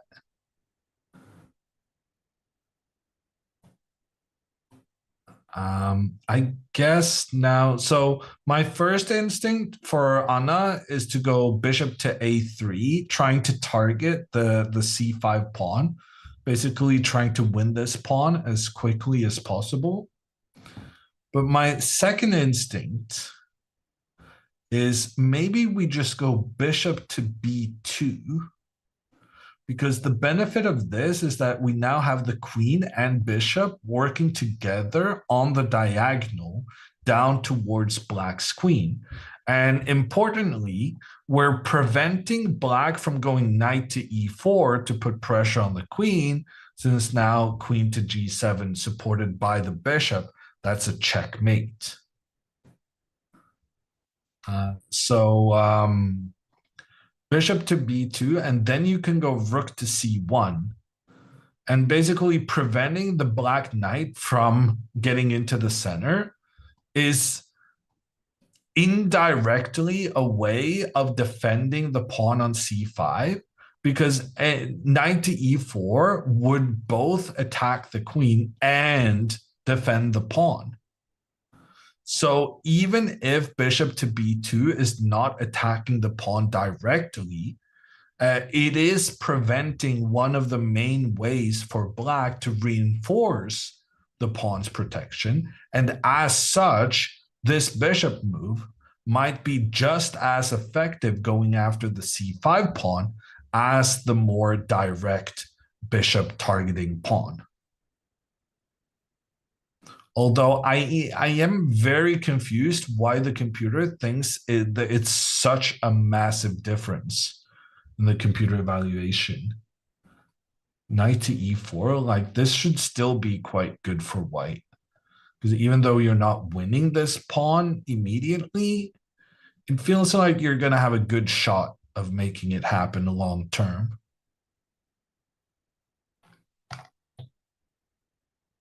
Do we have some kind of crazy pawn sacrifice? Why is the computer saying that black is, well, not okay, but not dead lost at least either? We'll figure it out. I guess both bishop moves are good. So Anna can't really get this one wrong, because either way, black's pawn on c5 is going to be in trouble. In the meantime, we have some decisions on Andrea's board. Andrea has gone bishop to g4. So that is the move we were looking for earlier. But note how I actually don't like this f5 move, because if we had gone bishop to g4 immediately, we would have this pressure against the knight without what has happened now, which is that right now, this pressure is less effective because Dina got her bishop to the e4 square so that the bishop can keep the knight defended. So Dina is definitely the one benefiting from the trade of pawns in the center, because that has enabled her to give protection to the knight, which is a real issue in white's position because of the black bishop pointing down on the queen. That is some serious threats. But Andrea has made it easier for Dina to handle having that bishop working defensively. That being said, it's not the end of the world. And now Andrea is threatening to capture the pawn on b4, since she has now started a protection for the rook along the back rank. Rook to b1 played by Dina. And here Andrea goes for the trade. Earlier I was making an argument that you shouldn't go for the trade, but I think it's okay to make that trade now, because now white no longer has the rook on this newly opened file, whereas black does. Andrea follows up with pawn to b6, and this I really don't like.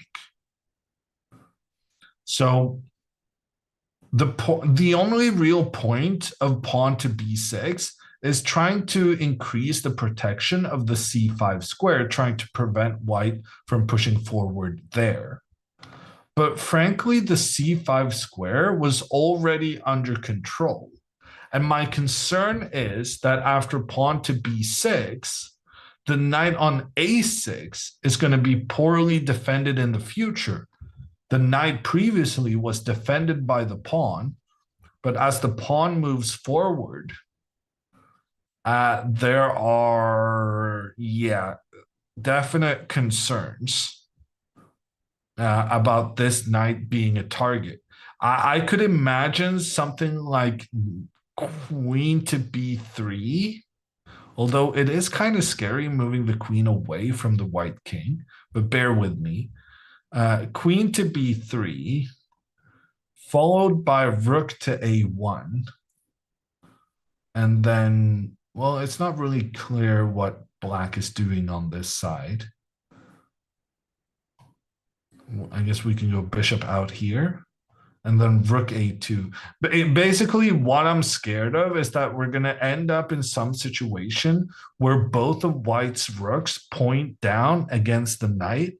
And then the fact that you don't have your pawn protecting the knight anymore is going to be a very, very big concern. Although now that I think about it, if queen to b3, how crazy would we be if we now played knight h3 check? The knight cannot be captured because then the pawn leaves the protection of the knight on f3, allowing white to just open up in front of black to open up in front of the white king. But on the other hand, if the king moves away, maybe we still do a little bam bam and we sacrifice our rook for white's bishop to destroy the coordination between the white pawns and then try and get our queen involved. The problem here is that the white queen is able to help along the third rank very easily. So even though the queen moved out of away from the king's side, it still has the ability to help defend over there. Maybe I got a bit overzealous there with the sacrifices. How about this? How about we make the trade bishop for knight immediately, and then we jump in with our knight, attacking the pawn on b4, and in addition, considering making this rook for bishop sacrifice. No, but even this doesn't work because then the knight takes over the beautiful placement in the center, while also, since the knight moved away, the bishop is now defending the pawn. Yeah, I'm not really seeing it for Andrea. I guess I'm not super fond of this b6 move, but really the main thing I have a problem with is that we could have gone for this bishop pointing down on the white queen at a point where white would not have this defensive bishop on e4. The trade between the pawns in the center, it cost Andrea 2 moves to make that pawn trade happen. And in addition to spending 2 moves on that, it has enabled white to get a super good defensive bishop in the center of the board. Computer wasn't objecting to that trade when it happened, but I think strategically it was very, very bad for Andrea.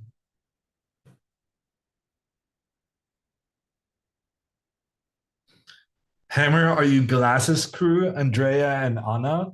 I don't know. I guess I'm kind of supporting Andrea and Jules today because I feel like they're facing so much stronger opponents that it's kind of sad if just the bottom seeds gets wiped off the board. And I'd rather see some interesting fights. And I'm cheering for the underdogs.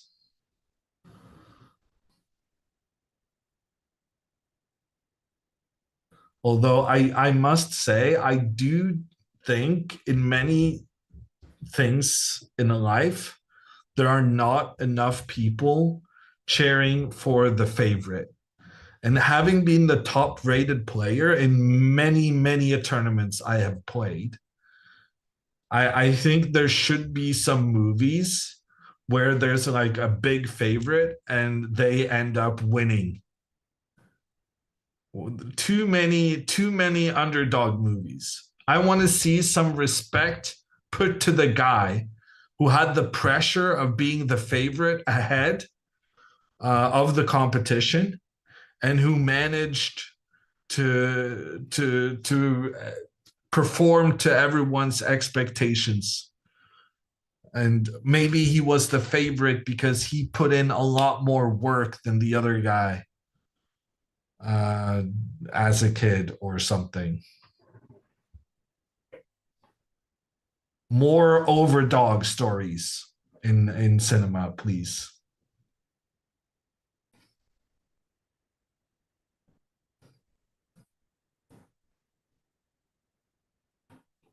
Hey, no spoilers, Drew.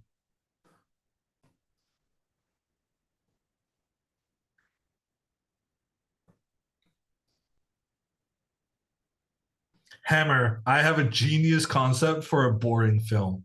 I mean, why would you think that's boring, though?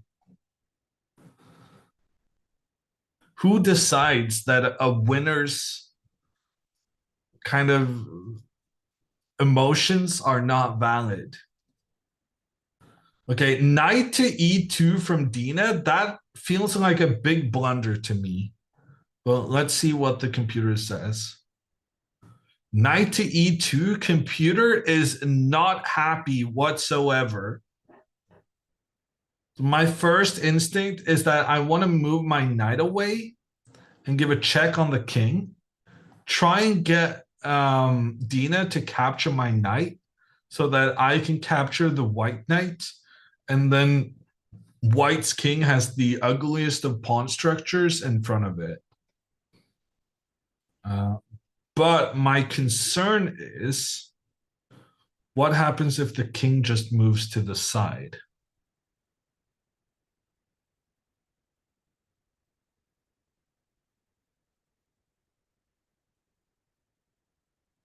Gosh, I have no idea. How crazy can we be?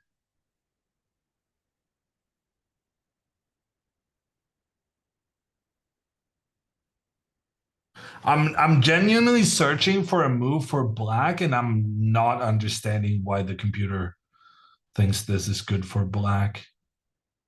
Maybe bishop takes knight and then recapture with the bishop. Ooh, then we have pawn to e4. Pawn to e4. Ooh, that's a big one. The pawn cannot be captured because then we open up for the knight and rook, both towards the f2 pawn. The knight comes in with an attack against the king and the queen, forcing the rook to sacrifice itself against the knight. But then Andrea is going to be up a rook in trade for a bishop. Ooh, that's a big one. And this is a very bang-bang situation. Andrea does like those.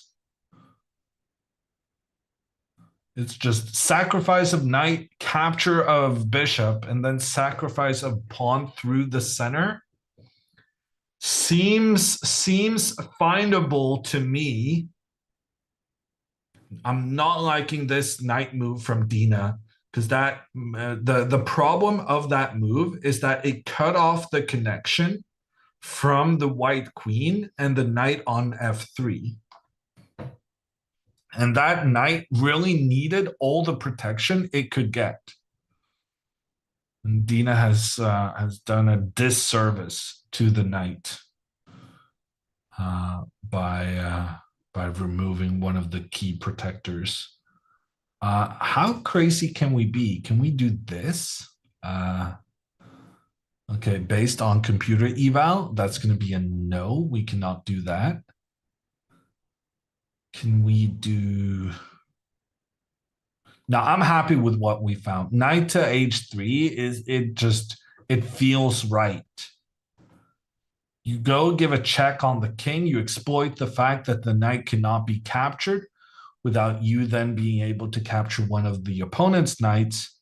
And then the key to all of this is that when the king moves, we can make a trade, allowing our pawn to have a clear path forward. And sacrificing that pawn puts the white bishop out of position, and with that pressure against the f2 pawn. Yeah, no, I'm liking this for Andrea. The opening was a success. She has then made a couple of strategic errors, in my opinion. But now this is not about strategy anymore. Because now the checks and captures are making their entrance. Knight sack, capture, pawn sack. These are the kind of moves that we can expect from Andrea. So I'm feeling cautiously optimistic on her behalf. I'm not feeling optimistic in any way, shape, or form for Jules, however, because Anna Kemling has shown great constraint in not going for the pawn immediately. Instead of trying to attack, Anna, being the nuanced player that she is with two grandmaster parents, she has prioritized her own kind of dopamine rush of capturing a pawn. Instead of that, she has prioritized preventing the opponent's plans. And by having this powerful diagonal with the queen and bishop in towards the black king, you are preventing the black knight from moving up into the center. Why is this important? Well, the knight would both attack the queen and protect the major weakness in black's position. But that is not a problem anymore. The queen, supported by the bishop, means that the knight has to stay put for the time being. And that means also that the knight is unable to offer defense to that c5 pawn we're so concerned about. Jules, in the meantime, has played rook to c8. She has identified the c5 pawn as a source of problems. The question then becomes, is she going to be able to offer sufficient protection to that pawn?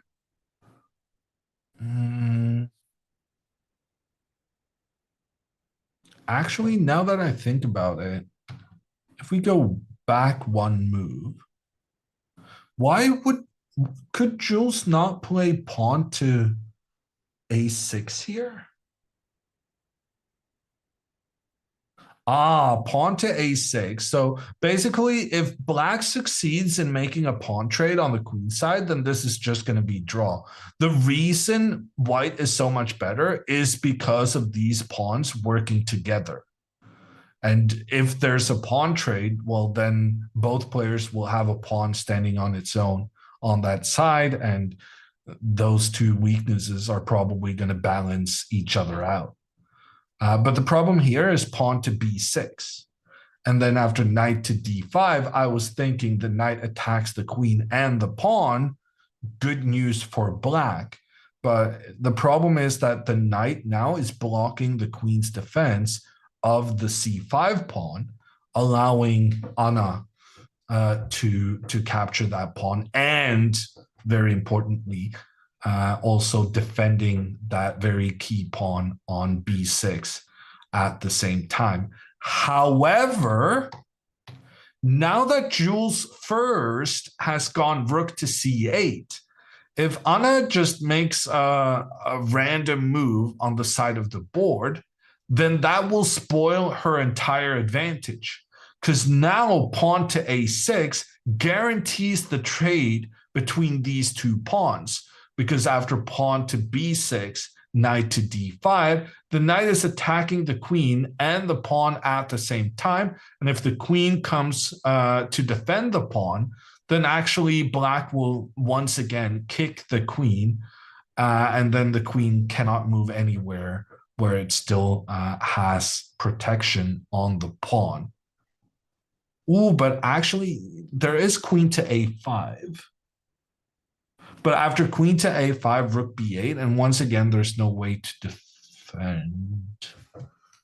Maybe there is a hidden way to defend that I'm not seeing.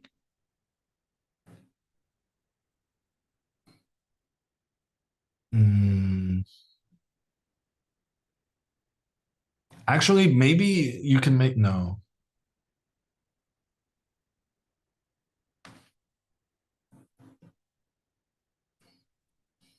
Why is the computer saying this is winning for white?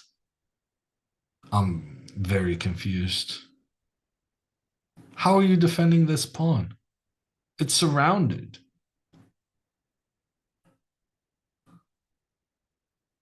You just take the A pawn? Well, if you take the A pawn, then knight takes the B pawn. And with just one pawn remaining on both sides, this is just going to be a draw. Ah, bishop to E5.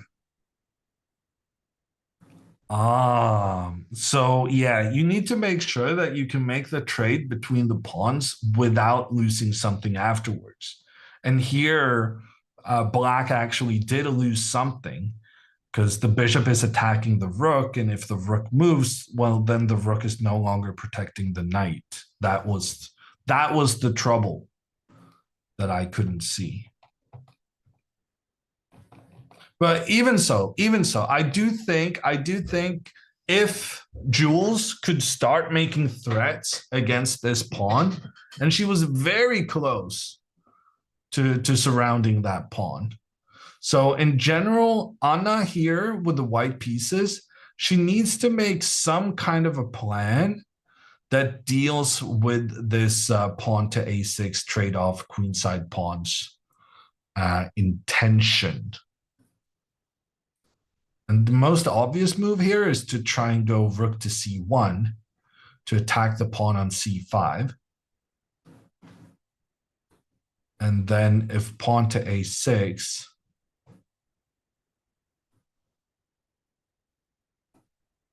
and then, no, this is the difference, right? Because now you can go queen to B3. And earlier I said that wasn't possible because of pawn to C4, attacking the queen and pushing it out of its position. But because the rook has come in to reinforce, that is no longer a viable strategy for black. And we end up in a situation where the queen is attacking both the rook and the knight. And you can't keep both of them defended, kind of similarly to what we saw in the other variation. I'm starting to think Anna's position is not as brilliant as the computer evaluation makes us think initially. There's definitely some plans here for black to try and equalize white's momentum.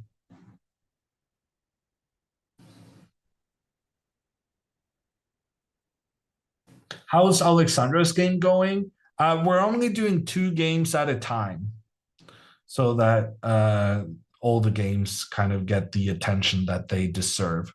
Alexandra's game is starting in 2 hours.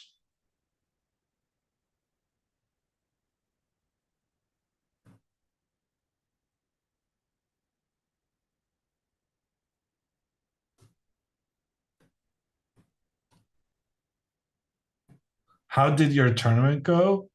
Did I talk about my tournament last time? It went horribly. It went, worse than my wildest dreams. It was, terrible.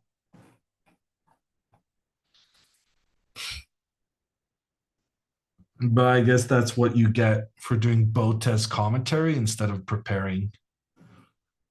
Not gonna make that mistake again. It was just bad luck. There's some limits to how much you can attribute luck to anything chess related. It was mostly bad play, and then we can discuss why I'm playing poorly. But doesn't commentary help with prep? No. I don't see why it would. Prep, you need to sit down and look at opening variations, look at what the top players have been doing the last couple of years, months, however long you've been inactive. Find some ideas that you're excited to try and get in one of your games, that kind of thing. Should have played the Jababa London. Honestly, I had a bit of a disappointing start with the white games. I managed to in my first 5 games, I had 3 whites, and I managed to sit with 1.5 point out of 5. 3 draws and 2 losses. I genuinely think if I had played Andreas Jabava, I would have done better. But to be fair, I also think anything I did differently would have been better.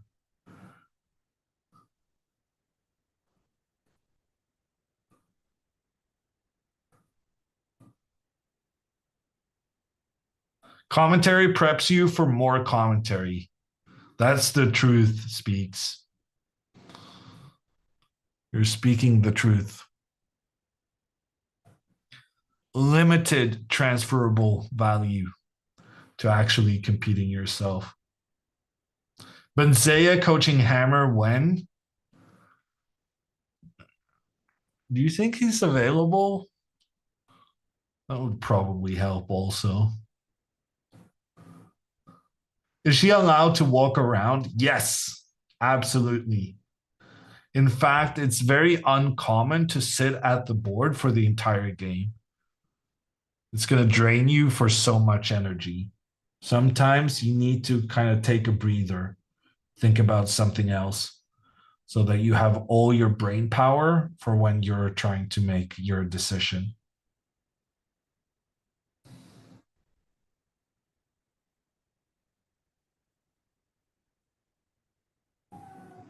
I wonder how often a GM has been coached from lower titles. I mean, Nakamura's coach doesn't even have a title. To be fair, he's ridiculously good at what he does. But coaching does involve some different abilities than just the chess playing ones.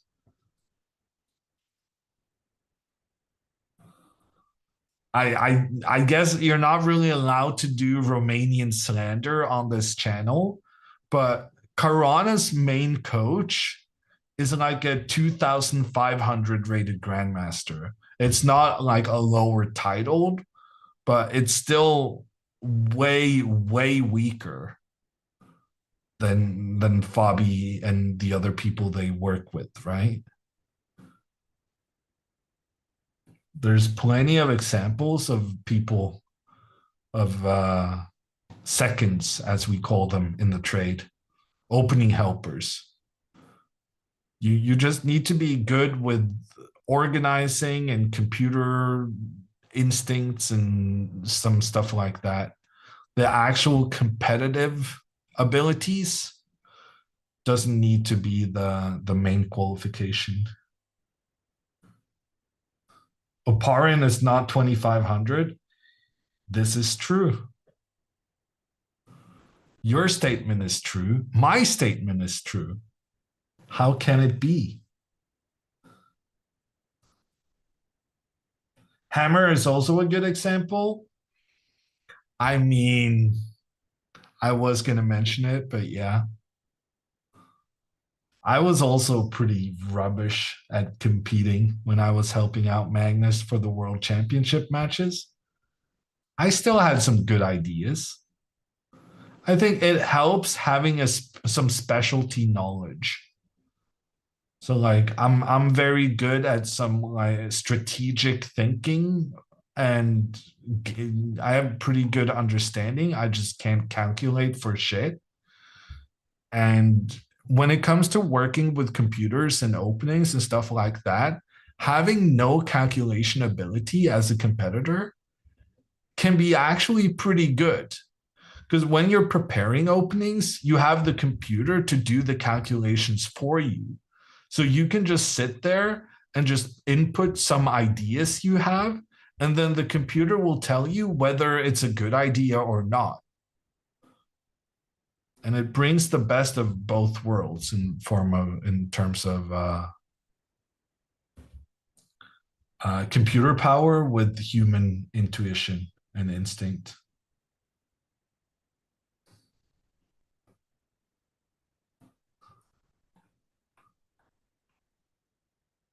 Andrea has played queen to f6. Very bad news. Oh, she had a big opportunity here to seize the initiative against Dina. Instead, after queen to f6, she is trying to increase the pressure in towards the white knight. But the problem with this move is that now Dina can just make a trade. And then this pawn will block Andrea's queen and rook from having any influence towards the f3 knight. Although, now that I'm inputting it, this trade would also get rid of what is often considered one of the worst pieces, or rather, should I say, pawns, for black in the King's Indian. This pawn is often a big problem because it's blocking the influence of black's bishop. And now I'm advocating for Dina to make the trade between the knights so that this pawn is blocking the queen and rook up the f file.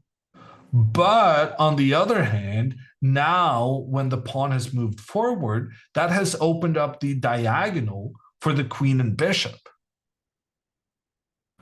Ooh, maybe this is not so bad after all. I may have spoken too soon. Andrea is kind of, because I was so focused on having all this pressure towards the f3 knight. So I was like super disappointed when I saw that all that pressure was going to just be ruined by the knight trade. But Andrea has seen that, okay, I'm going to switch from attacking to now instead exploiting the diagonal. I'm still not a big fan, though. Because also, like, now the bishop doesn't even have to stay here. Now something like bishop to d3. Like, I don't even think white has to be too concerned about this trade. Because now with the black pawn standing in the path of the f file, I'm not sure the doubled f pawns here is that big of an issue. Because it's very difficult for Andrea to get more pieces attacking in towards the king side. And a lot of this stuff is just easily protected. Here, I feel like Andrea really has an issue with that she's not controlling any of the light squares in the position. And she has to do something with this knight. Ooh, but maybe we can just move the knight back. Maybe the knight can just maneuver itself back into the middle of the game. Ooh, yeah, because here, when the knight suddenly makes its appearance, it's going to completely destroy white's coordination. Ooh, it's a very difficult position to judge. But yeah, actually playing through this, I've come to another realization. Not only is this pawn standing in the way of the bishop, oftentimes it's also good to get this pawn moved away because a piece may take over its position. And here, the e5 square is absolutely perfect for the black knight. And I've been so upset about having this knight here on the edge of the board, it didn't really dawn on me until now that the knight could very easily maneuver itself back into the middle as long as we kind of accept the reality of having to move the knight back to its starting position. The knight is doing nothing here on the edge of the board. It should be a priority to get it in. And it's going to be so good here in the middle. Okay, Dina has, I think maybe this was a really good decision by Dina. She's avoided making the trade between the knights, potentially realizing how much of an asset the black knight would then be if it got to the e5 square. And Dina has instead played rook to b3, offering extra protection to the knight on f3. And now I think it's very important. Andrea goes knight b8. This knight is doing nothing here. It's time to realize that, move the knight back so that the knight may come forward through the center of the board afterwards. And as a benefit, moving the knight away is also allowing the rook to come up afterwards. And like the rook could get some very interesting pressure along the second rank. The more I'm looking at this, the more I'm feeling knight to b8 is super important for Andrea here.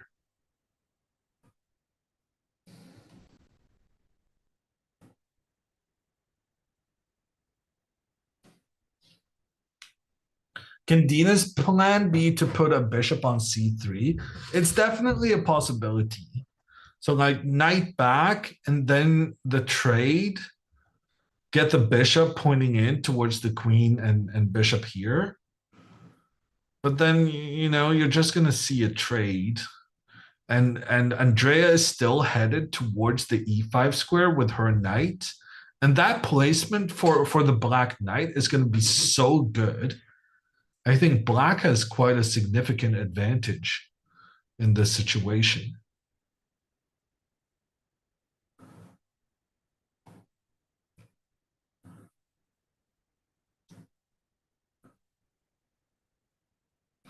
Yeah, no, I'm partial to Andrea's position. I think actually Andrea's got some real stuff going on right now. But she is down 25 minutes on the clock. So time could become an issue. They're only on move 19 so far. So Andrea still has to make another 22 moves before she gets additional time. The time scramble was the thing that ended her in the last game. Here's hoping it's not going to be what ruins this one as well.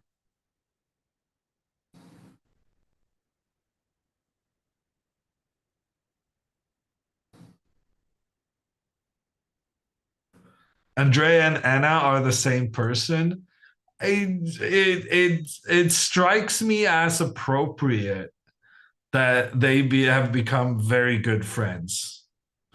They're surely sharing a lot of the same attributes, as definitely as far as time management goes.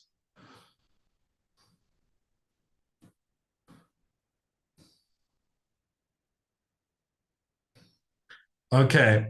Anna played knight to e5 earlier. The only thing I kind of just want to check in on is whether Jules could go pawn to a6, try and trade off here without anything bad happening. Based on the computer's valuation, I would say something bad is going to happen here. Knight comes up, attacks the queen, attacks the pawn.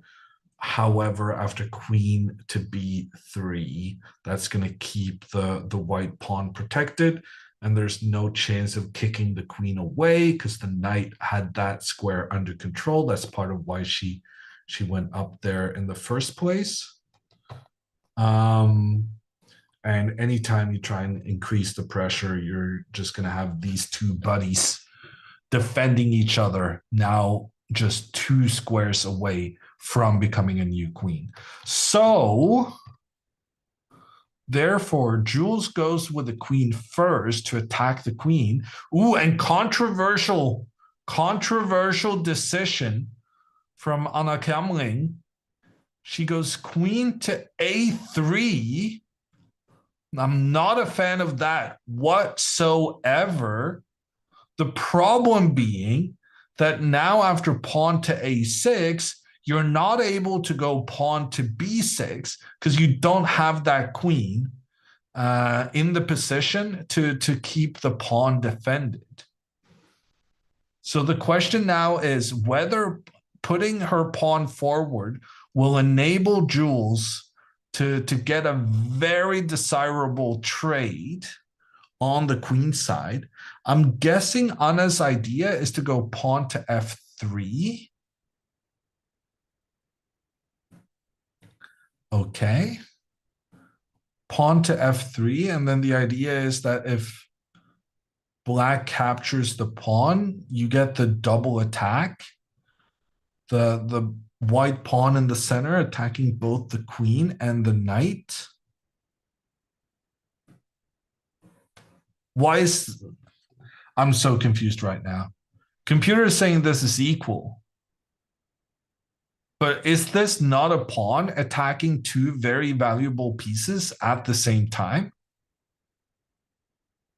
How can the computer think this is okay?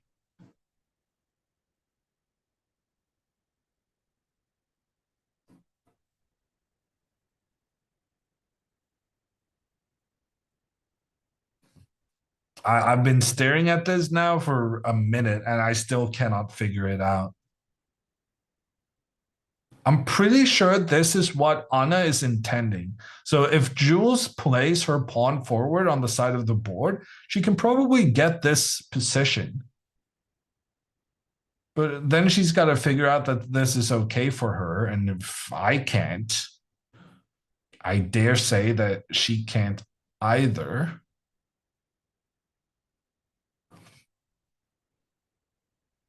I'm genuinely so confused. Do we take it? No. Do we counterattack the queen? No. Do we counterattack? No. I feel like I tried almost every move at this point. We just move away? Wow. Move away and then what? Advantage for black? Take here? No. Attack here? No.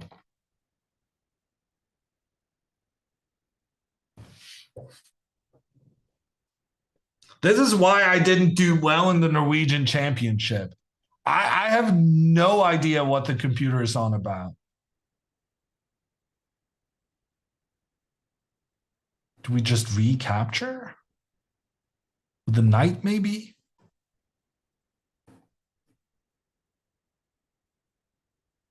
One, two.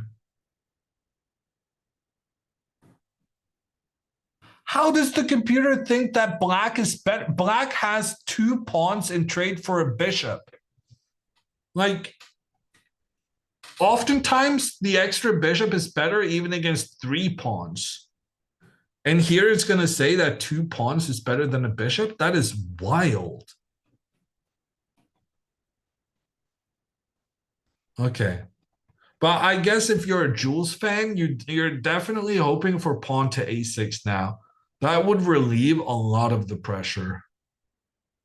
Maybe Anna just needs to make the trade and then go f3. Pretty sure f3 and attacking these two pieces at the same time is the plan. But computer keeps hating on it.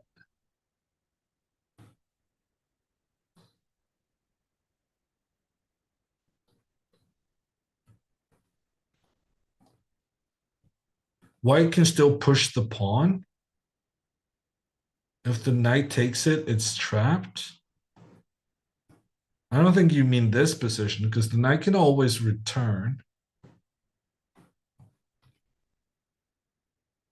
This game is a lot more complicated than what I gave it credit for initially. I thought Anna just had like a very comfortable advantage with white having these two, having 2 against 1 on the queen side and having that easy pressure down the c file. But yeah, this is definitely somewhat more complicated than that.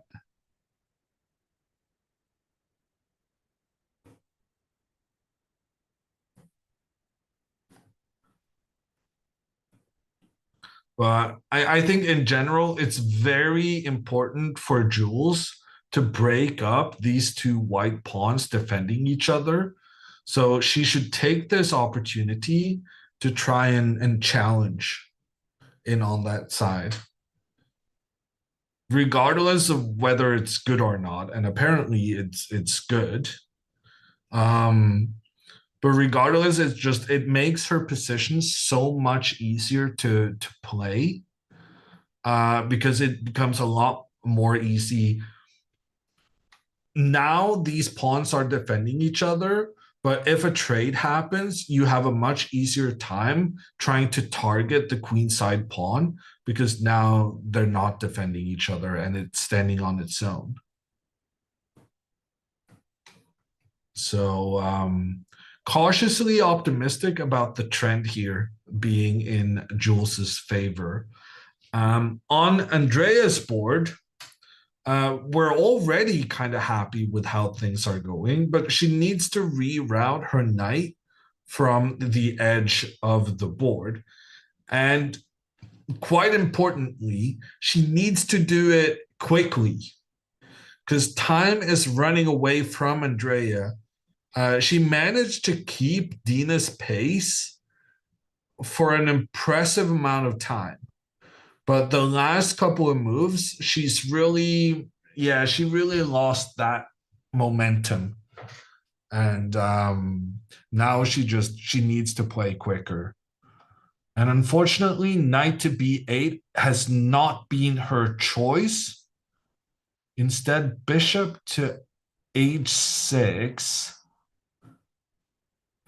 What are we thinking about this move? Well, one thing I will say is that now if the knights are traded, we can no longer recapture with a pawn, because then the fact that we left our bishop out on the side, notice how this black pawn is suddenly standing in the path of both the bishop and the queen and the rook. So that's just like a massive unfortunate come together of pieces standing, or rather the pawn blocking all the other pieces on the board. So if the trade happens, Andrea is going to have to recapture with her bishop. Generally, a trade between the dark squared bishops are favorable for Andrea, because she has all her other pawns on dark squares, and normally you don't want the bishop that stands on the same colored square as your pawns. That's often the bishop you want to be trading off. But Dina might just not want to make that trade. Apparently, that's a huge mistake. And I'm not understanding why. I am understanding why. Ooh, if bishop moves away, Andrea has a very nice trick. Bishop takes pawn. And if the knight recaptures, well, then you lose your queen. Can't have that happening. And if the king recaptures instead, the queen comes in, check on the king, and threat on the bishop at the same time. King has to move, bishop gets taken out. There's pressure here, here, here, here. It's GG's, and Andrea wins the game. Ooh, so that's kind of sweet. Okay, I think this move is fine. If we get the trade between the bishops, that is generally advantageous for Andrea. So I'm liking that potential trade. In the meantime, Jules has gone for the one movers. Cannot say I respect it. But that's because I fall for so many one movers in Internet Blitz. This is a classical game, though. And in classical games, you probably prefer having ideas that have more than a one move intention. Jules is planning to go knight to c2, which if Anna moves on the king side, that would be very effective, attacking both the rook and the queen. However, Anna sees the threat and goes rook to c1 instead. Now there's no fork on the king and queen, and knight to c2 is kind of just like a punch in the air, not really accomplishing anything whatsoever. So I'm not super happy with this knight to b4 move. And one of the main reasons I'm unhappy is that now if Jules reverts back to the plan I was advocating all the time with pawn to a6, trying to get a trade between the pawns, well, now since the knight is no longer controlling the b6 square, that pawn can just continue forward. And if the pawn gets attacked, you have these two pawns protecting each other deep into enemy territory. While if you try to be clever and go a5, saying that I'm going to cut your pawn off away from its buddy so that its buddy cannot come forward to protect, the idea is decent, but the execution is poor, because the pawn just continues forward, attacking both rooks at the same time, winning a rook and with it, the game. So no more chance for Jules to get rid of these two pawns working so well together. Do chess players have tells? I don't know about tells, but I definitely try to give my opponent false information about my feelings during the game. So sometimes I will act very surprised about a move. And then I'm doing that because I want my opponent to think that he made a mistake and that there's something he doesn't understand about the position. And then sometimes I will pretend that I think I made a mistake. Like I will make a move and then I will kind of like hesitate as I'm writing down the move. And I will like put my hand to my forehand and then kind of just run away from the board as if I'm pretending to try and quell my emotions about having made this mistake. And then in reality, I set a little trap. Some things like that. I didn't go to drama school, but you know, I do like I do like the little acting class here and there. Giving off false tells, that's done in poker too. Yeah, I'm better at it in chess though. Give this man an Oscar? I'm not sure it has worked though so far, but I'll keep attempting it. Suddenly we're having rapid moves on two boards. Dina goes rook to a3. Honestly, that's a great move, unfortunately. Very good move from Dina, because now we wanted to maneuver this knight back into the center. This knight has no square to go to other than the b8 square. The problem is now knight to b8 will always be met by just the white rook capturing blacks. So frankly, I have no freaking idea how we're going to save this now, because this knight is in big trouble. It cannot move anywhere, and Dina's kind of about to just increase the pressure, after which the knight will just be lost. So can we somehow make a crazy sacrifice?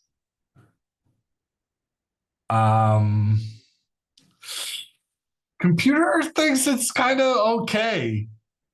Computer is saying crazy sacrifice should be considered. But you know when you're making crazy sacrifices that the situation is quite dire. What opening was in Andrea Dina game? It was the opening you played against the kid in one of your tournaments. It was well, you played many kids, but it was a kid against a kid with bishop to d3, where you went with a knight to f4 pawn sack. It was very reminiscent of that.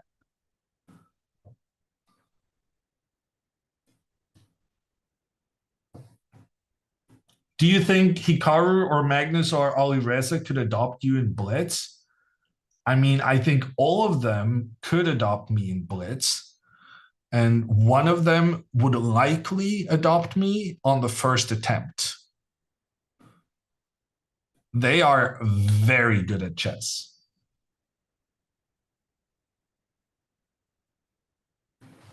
Poor Andrea was prepping wrong line as usual.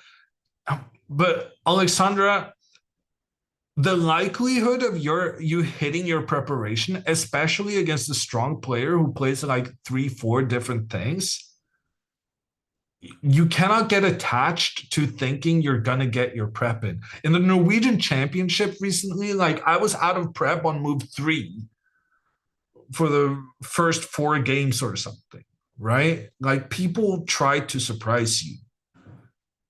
And it's not poor Andrea, because Andrea got a really good opening. Just because you don't hit prep doesn't mean that you got a bad opening. Like she had a great opening. Dina was in big trouble.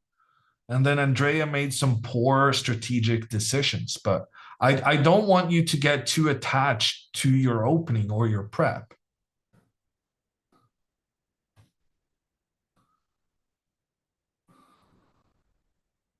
Andrea loves her theory.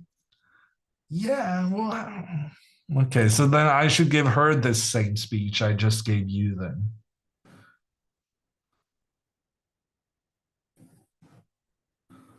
What is the point of prep at Grandmaster level? You don't know what the other person is going to play. And you're both so good anyway, what does it matter? Well, I mean, both players are trying to predict the opponent, right?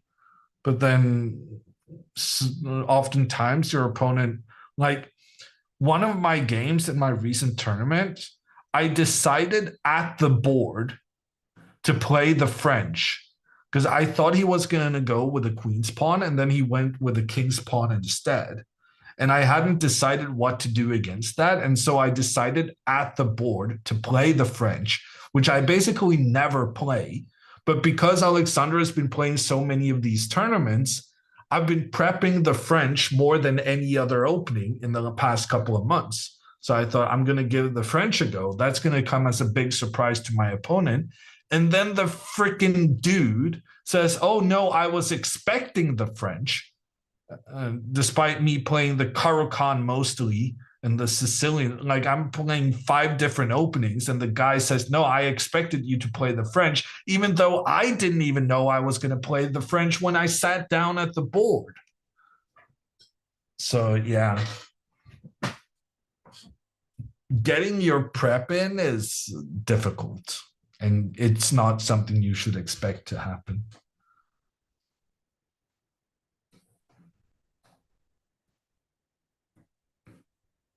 He follows your commentary? Yeah, maybe.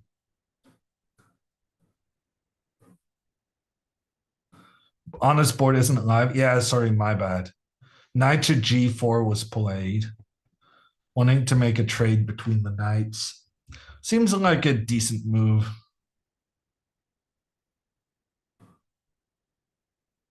I don't really see what's wrong with it, but computer's very happy on his behalf.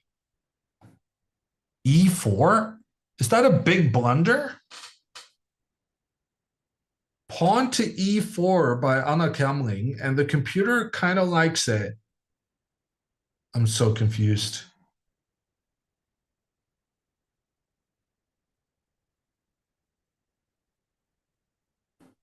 That is brilliant from Anna. I just don't understand why right now. Why can I not just take this? Oh, if takes, then rook to c4. I'm so dumb. Ooh, you cannot take the pawn because of rook to c4. I was so stuck looking at rook attacks queen and pawn tries to fork. But if pawn tries to fork, then the queen can get out with a check and also threatening the white queen, and the trade happens, but that the knight gets away. And if rook comes in, the queen can just retreat. But yeah, of course, you cannot take the pawn because of rook c4. Good spot from Anna. And that means Jules is going to have to go queen f4. And now trade, not trade? Do we just keep kicking the queen?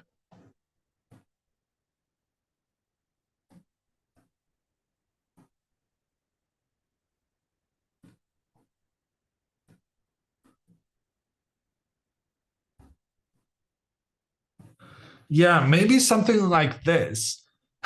Ironically, the players have the same amount of pawns. Material is equal. But the thing is, white's pieces are just so much better placed on the board that the computer estimates white's advantage to be equivalent of 3 pawns.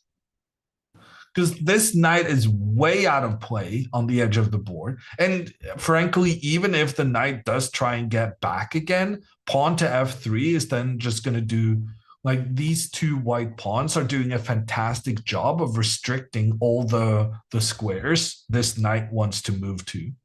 And you still have the long-term issue of the pawn on c5.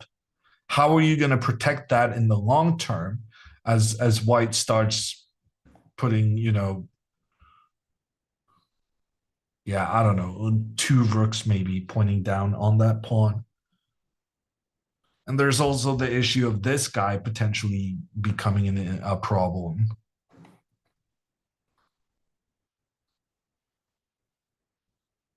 So I guess Anna can just go for a potential queen trade. Although, yeah, no, Jules can go queen h5. And then she's both threatening checkmate and threatening the knight in the center. And especially the fact that she's threatening checkmate means that this whole idea of moving the queen over to point down on the knight and queen no longer works. So after queen to h5, Anna has nothing better than to make the trade. But then she's still happy to have made that advance with a pawn in the center of the board, because Anna has her bishop on the dark squares. And very often, if you only have one bishop remaining, you want your pawns to be on the opposite color of your remaining bishop. And this position very well illustrates why that is. Because look at how all of these pawns are controlling light squares. And then the bishop is controlling a lot of dark squares. And having your pieces working together, controlling both the light squares and the dark squares, that is the optimal strategy. Making sure that you don't have a particular weakness in one of the areas, that you're just good in everything. How many moves until move 40? Andrea's down to 5 minutes. Andrea needs to make another 21 moves. It's not optimal.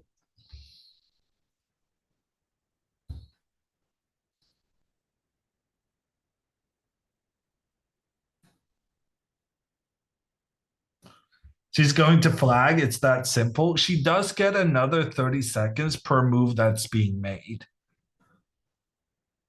But yeah, she needs to make some decisions. But right now, making decisions has become very unpleasant for her, because the rook is pointing down on the knight, and the knight is massively struggling getting back into the game.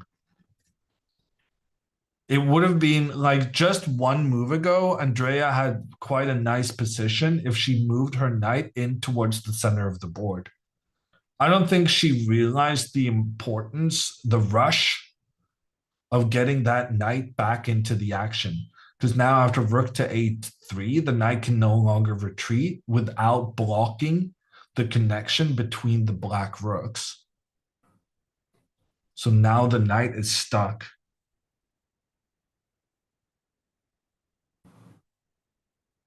Just play pawn to c5 and there's no problem. Sir, let me tell you about a move that may have escaped your attention, but you are right there. Pawn to c5 would be fine because it enables the knight to go to the c7 square. It would be fine if not for one move. And you're about to get a big surprise, dude. This is gonna be a shocker. He doesn't know. But let me see what happens if I move one of these pawns to an empty square. Boom! Black's pawn completely disappeared. The en passant has claimed another victim. So you are right. If en passant was not a thing, then pawn to c5 would save everything. But the problem here is that you're not allowed to use the special effect of the pawn moving twice on its first move without an adjacent opponent pawn getting the option of capturing. So you can't kind of get past your opponent's pawn without them having the option to capture during. So en passant, you capture the pawn as if it had only moved once when it does its special two square move. And that is the problem. Is this kind of move played often in Grandmaster games? I can't tell anymore who's baiting or not, but on this occasion, I will take the bait. This special move was once made by yours truly against the then reigning World Blitz Championship, Magnus Carlsen. And what was special about my execution of this move is that I played en passant and gave a checkmate. En passant checkmate against the world champion. My greatest achievement in chess ever.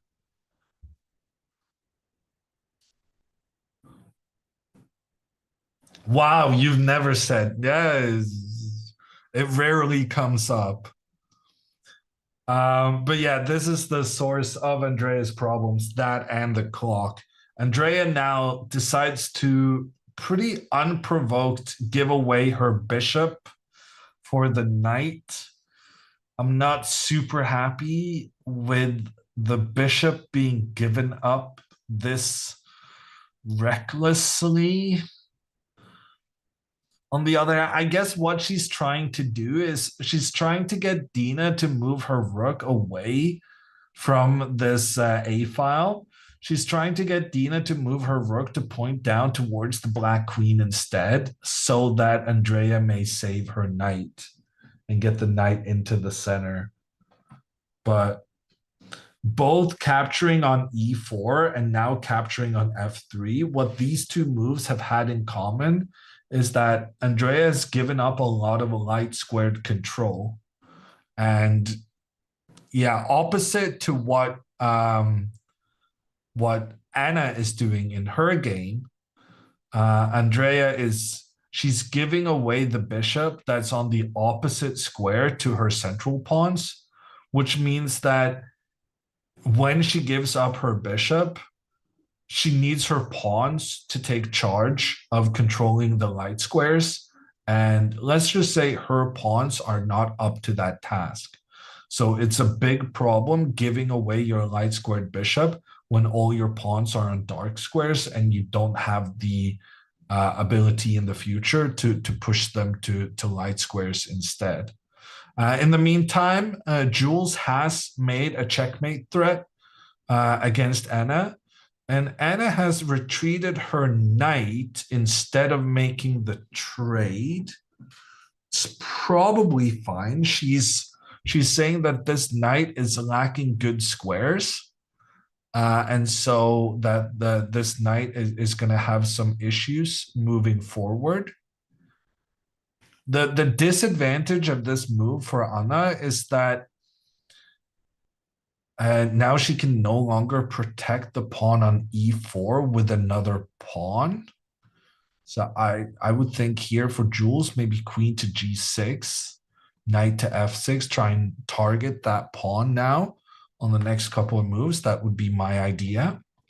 In the meantime, Dina has captured the black bishop with her bishop, and Andrea then very quickly pushes forward with her pawn in the center. Very interesting pawn sacrifice from Andrea, but right now she has to play quickly. She's down to just 1 minute 38 seconds on the clock. If Dina captures this pawn once again, that will allow Andrea to get her rook off the edge of the board and into the center. Apparently that's not the move, but it's very interesting that the computer says taking the pawn now is a big mistake. Ooh, if bishop takes pawn, then Andrea can go trade between the knights and go queen to b2. The queen then pointing in towards the queen and the bishop in the center, as well as pointing against the rook on the edge of the board. Ooh, this is very interesting for Andrea. Andrea has spent a lot of time cooking up some nastiness, but she's definitely causing some problems for Dina in this situation.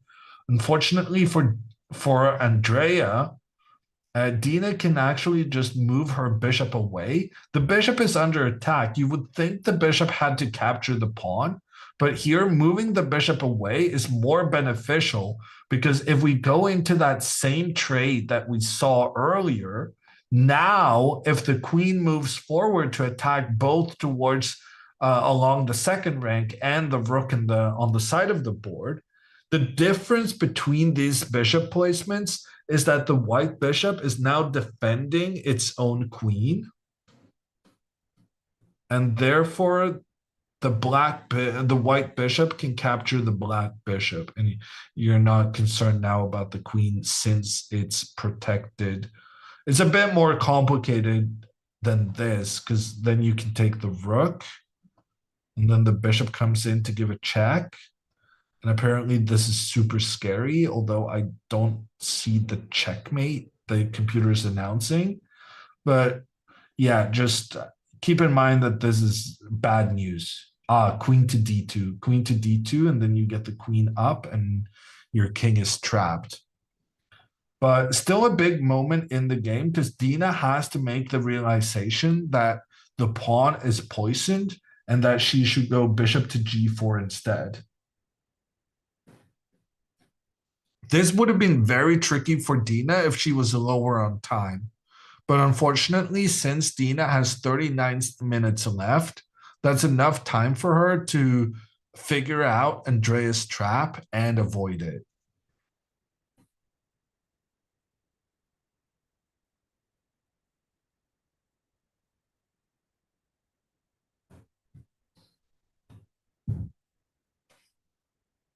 Okay, rook to d8, played by Jules. Ooh, Jules. Oh, she's a sneaky one, isn't she? Jules now is threatening winning the game. Her idea is that if Anna does a nothing move, the rook will come in, attack the queen, but also attack towards the knight. The rook can try to interject, but then rook sacrifices itself against the knight, and that knight was the only protector against the checkmate threat. The queen and knight working together, and a checkmate on the white king. However, it is Anna's move first, and Anna, while she did make a horrendous blunder against Dina yesterday, What are the odds of lightning striking twice? Anna is going to play pawn to h3, very wisely chasing away the attacking knight, and then you can continue. In fact, after the knight moves back, maybe there's... It's actually, now that I think about it, it's somewhat problematic for Anna that knight takes e4 is being threatened, as well as knight to d3. And you don't really have any moves that can address both of these threats. Unless you start doing something freaky. Can you trade the bishop for the knight and then try to intercept the protection along the fifth rank? Can you do something like pawn to e5? No. Okay, that's bad, apparently. Ooh, then the rook can come up and maybe sacrifice again. Maybe here queen to e3 and you just increase the pressure. Jules is on 17 minutes and Anna is on 13.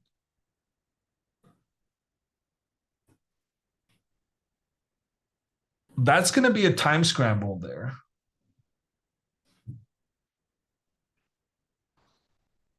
Okay, while you guys are having fun with the copy pastas, I'm going to go take a bathroom break. You chased me away.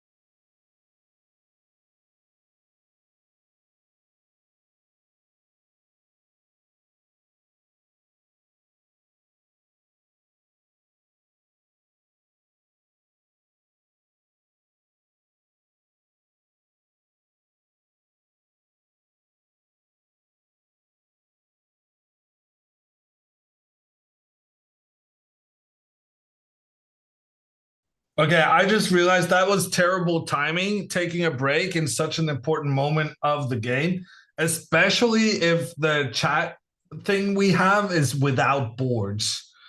That was not great. We also lost a camera. Okay, the camera is back. Thank God.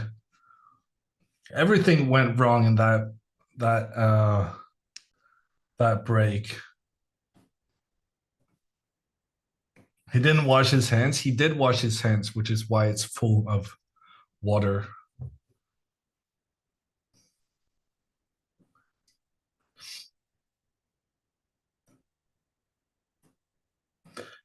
Big moment still. Dina's thinking about it.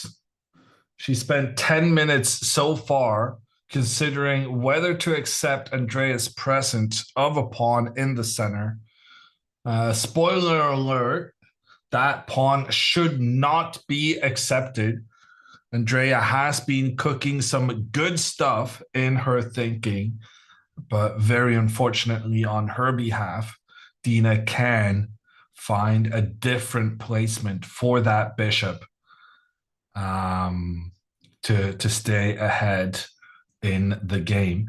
Actually, also here on the g4 square, the bishop can potentially get an attack in towards the black king in the future, and that is concerning.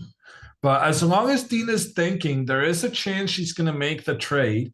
And just to reiterate that, if the trade happens, Andrea can make a trade between the knights and then come in with her queen, the queen attacking a lot of white pieces at the same time. Also, the bishop is helping out. And there are, my bad, very big concerns along the second rank. In the meantime, Anna has played h3, putting pressure on the knight, and the knight doesn't really have a lot of places to go. So I'm expecting the knight to retreat with the counterattack in the center very soon.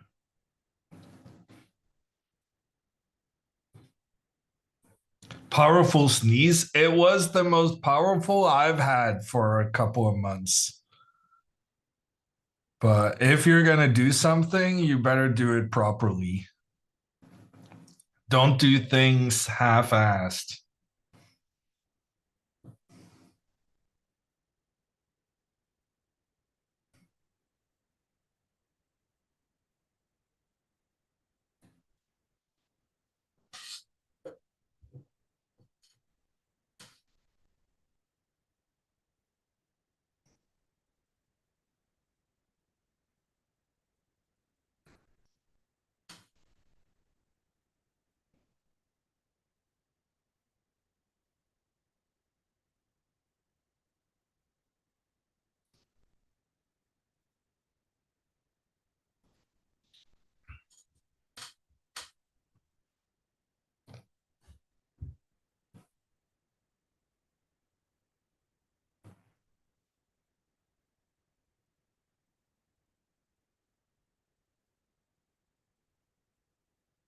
What move are we on?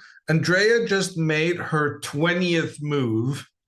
She has 1 minute and 30 seconds remaining and needs to make another 20 moves before she gets an extra half hour. It's not optimal. But the good news is that for every move Andrea makes, she gets another 30 seconds.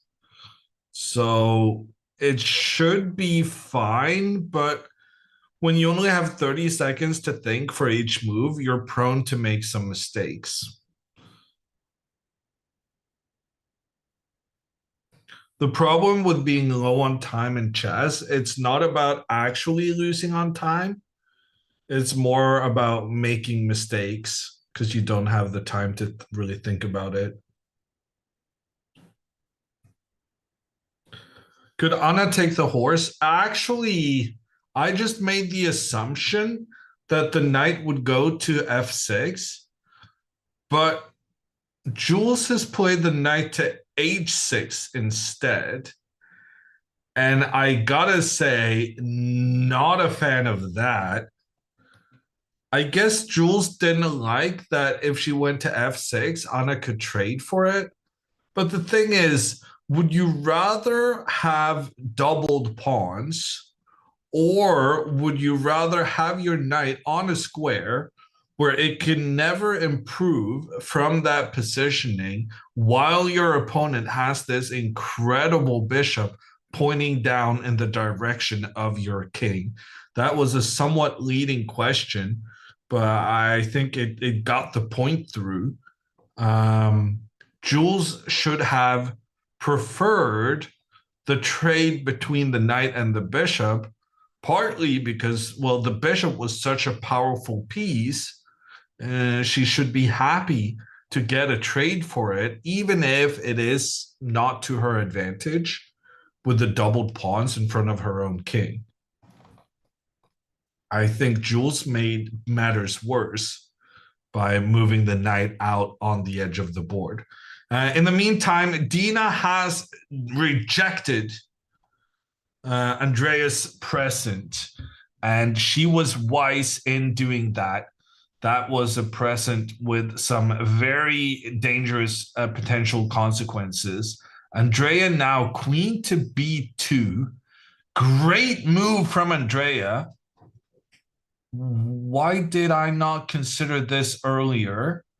Queen to b2 sees the queen, putting pressure along the second rank and against the rook, just like we talked about on the previous move. We had studied knight takes knight, queen takes knight, and then queen to b2. But this had an issue with the two bishops now up against each other. And white's bishop being able to capture black's because the queen is protected by the white bishop.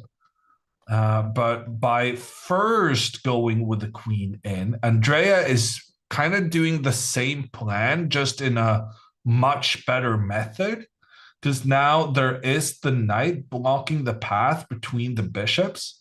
There is the attack against the rook, and if the rook moves, then Andrea wins the game, as after knight takes e2, that's a check on the king, while also opening up for the bishop, which in conjunction with the queen will win a piece. So Dina still has to navigate some very trappy waters here. Off the top of my head, my first instinct was bishop takes knight. That's going to save the bishop. And when Andrea recaptures, now you can save the rook. But like, this doesn't seem all that bad for Andrea. She has well centralized pieces. She's still massively struggling with the knight on the rim, but at least now there's no longer a rook pointing down towards it. And Andrea is doing a good job of creating some difficult decisions for Dina. In the meantime, Anna has jumped forward with her knight in the center. The knight now takes control of the d3 square, making it unavailable for black's rook or knight. Jules very quickly plays pawn to f6, trying to kick the knight away. And if the knight now moves, then black is doing very well, as black infiltrates using this d3 square to activate their pieces and maybe even making some sacrifices close to the white king. There's also some ideas now of this knight getting back into the game and also into an attacking position. So the only way Anna's previous move makes sense is if her main idea was that this knight is now blocking the influence of the queen along the fifth rank. And I think Anna is now going to capture the pawn on c5, giving up her own knight, but with the idea that this pawn capture also eliminated the defender of the black knight on the queen side. And in this sequence of captures, Anna will have won a pawn and in addition has a very easy target on the e5 square thereafter. So Anna is about to decide this game, I think. I think rook takes c5. That's what she's prepared, and it's going to be a killer. The only concern she has is that she's down to 4 minutes and 30 seconds on the clock. She's executed the game very well so far, but that time pressure is what made her winning position against Dina yesterday only end up in a draw. And we could, well, once again, Kamling has created for herself a winning situation, but it remains to be seen whether she spoils it like yesterday or whether she can finish it to get her first win of the tournament and also have her be, I guess, one of the candidates for a great performance here, maybe even potentially win the tournament, seeing as how she's outplaying all of her opponents so far. That being said, it has to be mentioned that Anna has had white in both of her first 2 games. So she's going to get more black games as the tournament progresses.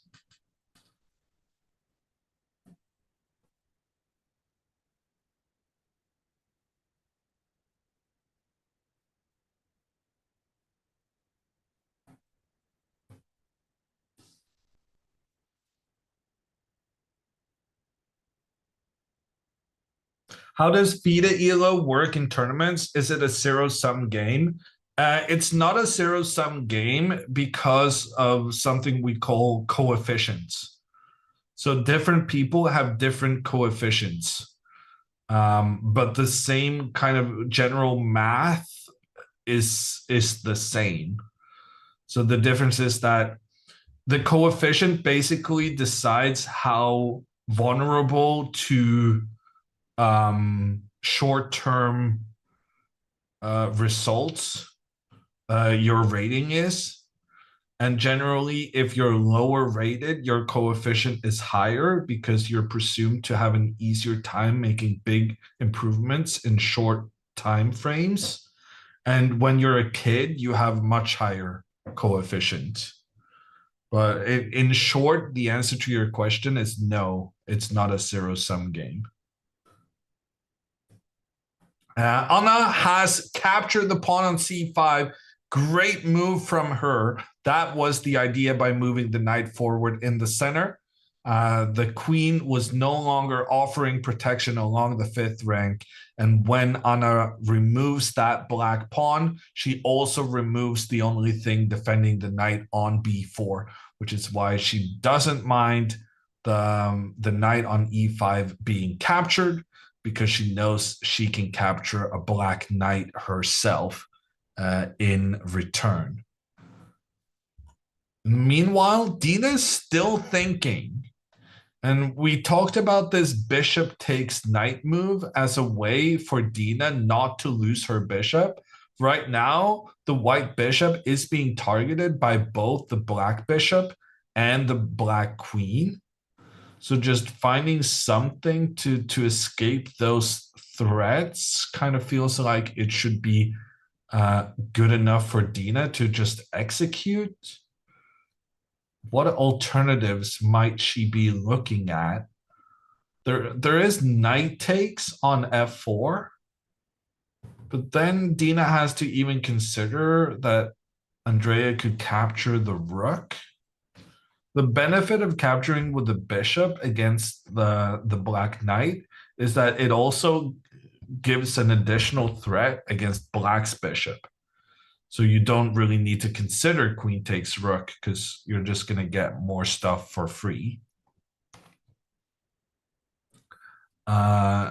So to Andrea's credit, she has gotten Dina to have to go into the tank 2 moves in a row now. But unfortunately, the computer says if Dina finds all the right moves, white just has a winning position. And right now, it has everything to do with this knight on a6. That has been the problem piece now for some time already. And previously, we talked about how this knight could potentially make its way back into the center of the board. But the bishop on g4 is actually really well placed to deal with that plan. The bishop having control of the d7 square means that even if Andrea manages to chase this white rook away from the a file, which I do believe Andrea is about to make happen, but that's not going to be a major accomplishment in itself, because even then getting the knight over here to the middle of the board is going to be a very difficult task. as traversing the d7 square is going to be highly problematic.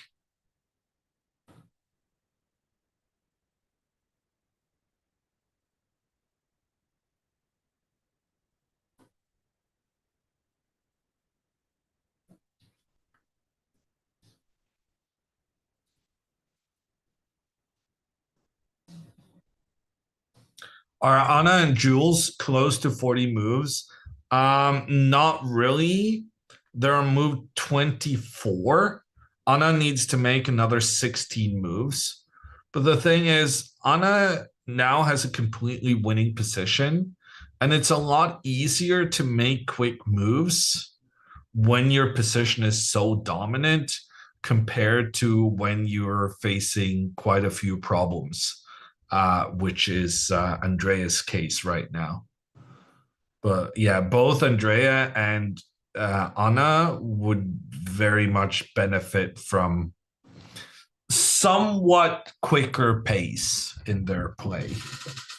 I think that's a fair assessment.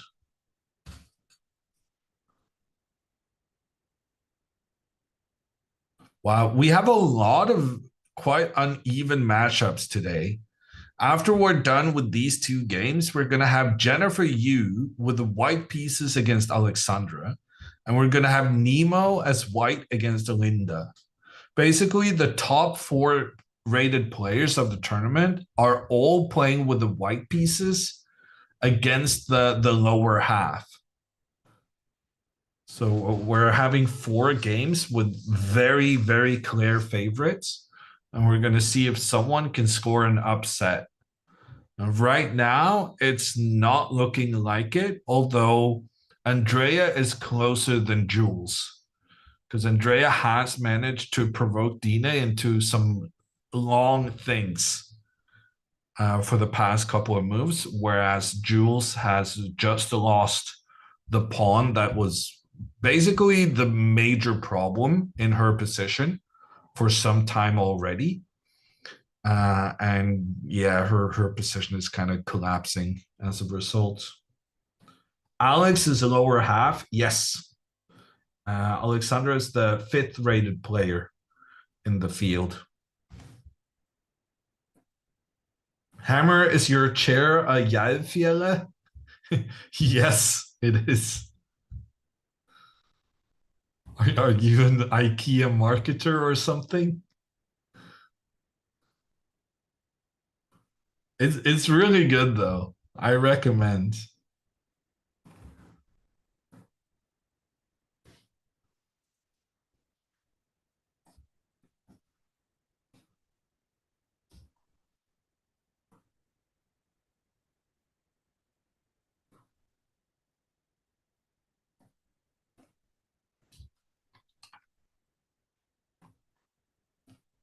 Hammer sponsored by IKEA? I wish.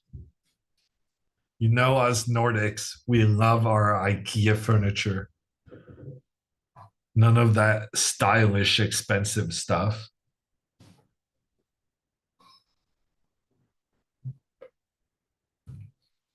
Okay, pawn takes knight has been played. Jules then is going to see her queenside knight disappearing off the board. Unfortunately.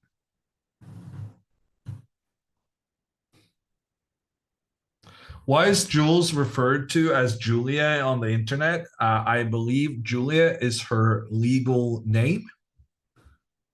Wasn't super complicated, but there it is.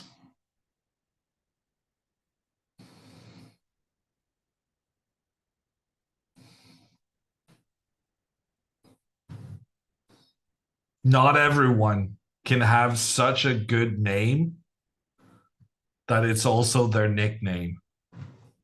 I am one of the few.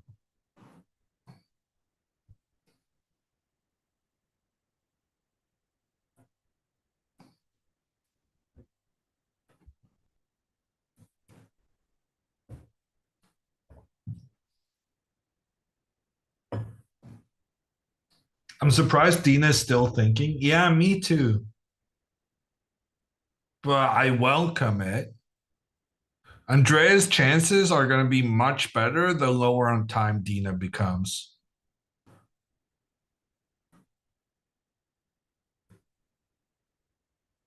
And Dina's thinks are really, they should be motivating Andrea a little bit. Andrea understands that Dina is insecure about something.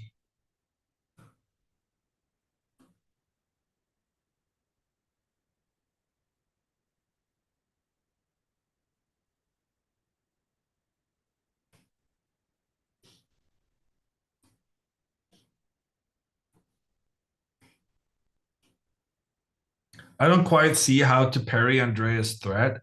The bishop takes f4 is the move we've been considering, because the queen is attacking both towards the rook and towards the bishop.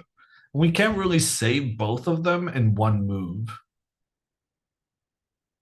And that's why we have to look for moves where we can make counter threats. And bishop takes f4 is one of those, because not only does the bishop capture a knight, it also attacks further to the h6 bishop, so that you don't have to be concerned about queen takes rook, because then you'll just keep capturing.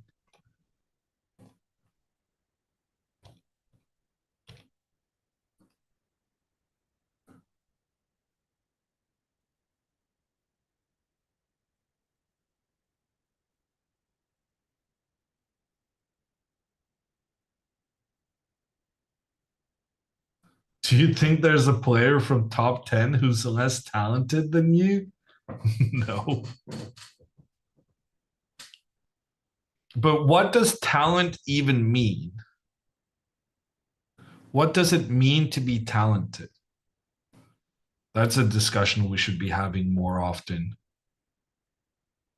In many ways, talent is just having the ability to put in the work. But that's not like what most people would think about.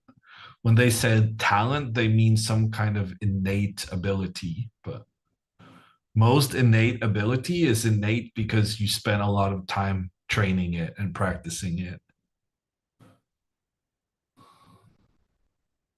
Like Tyler, well, let's just say Tyler practiced quite a bit, I would say.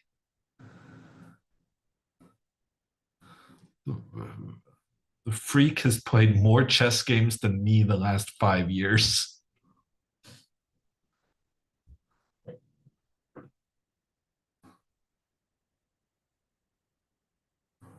Talent equals success with less effort than normal person would. Honestly, that's pretty good. I like that. Talent is kind of like, because some people will understand something when you explain it to them, and other people will just not understand anything, even with a good explanation.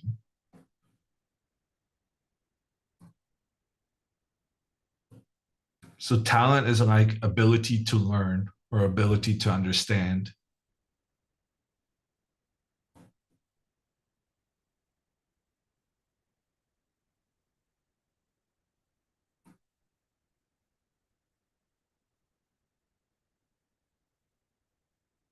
A talented person needs to bring less effort. Yeah, but like less effort because you understand something when instructed, right? It doesn't have to be that you're lazy. It could be that you're just better at something saying click in your head.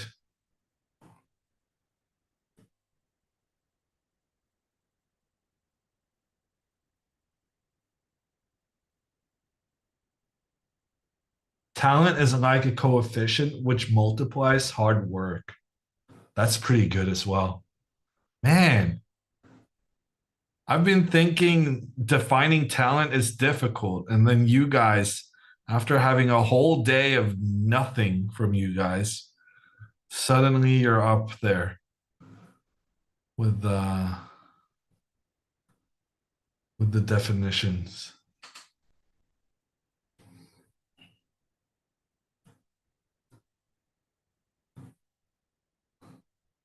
Chat big brain today.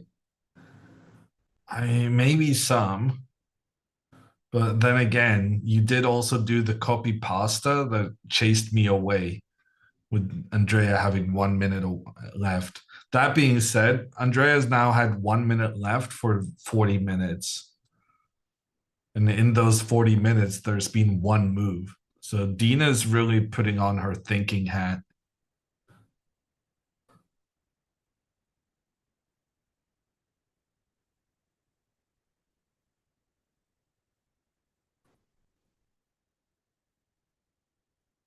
Okay, Jules retreating her queen, protecting the pawn that was under attack. Anna has less than 1 minute remaining. But I can't see her squandering this. Ooh, and there she takes another pawn. Didn't even realize that pawn was under attack. I should have been aware. 2 pawns more now for Anna.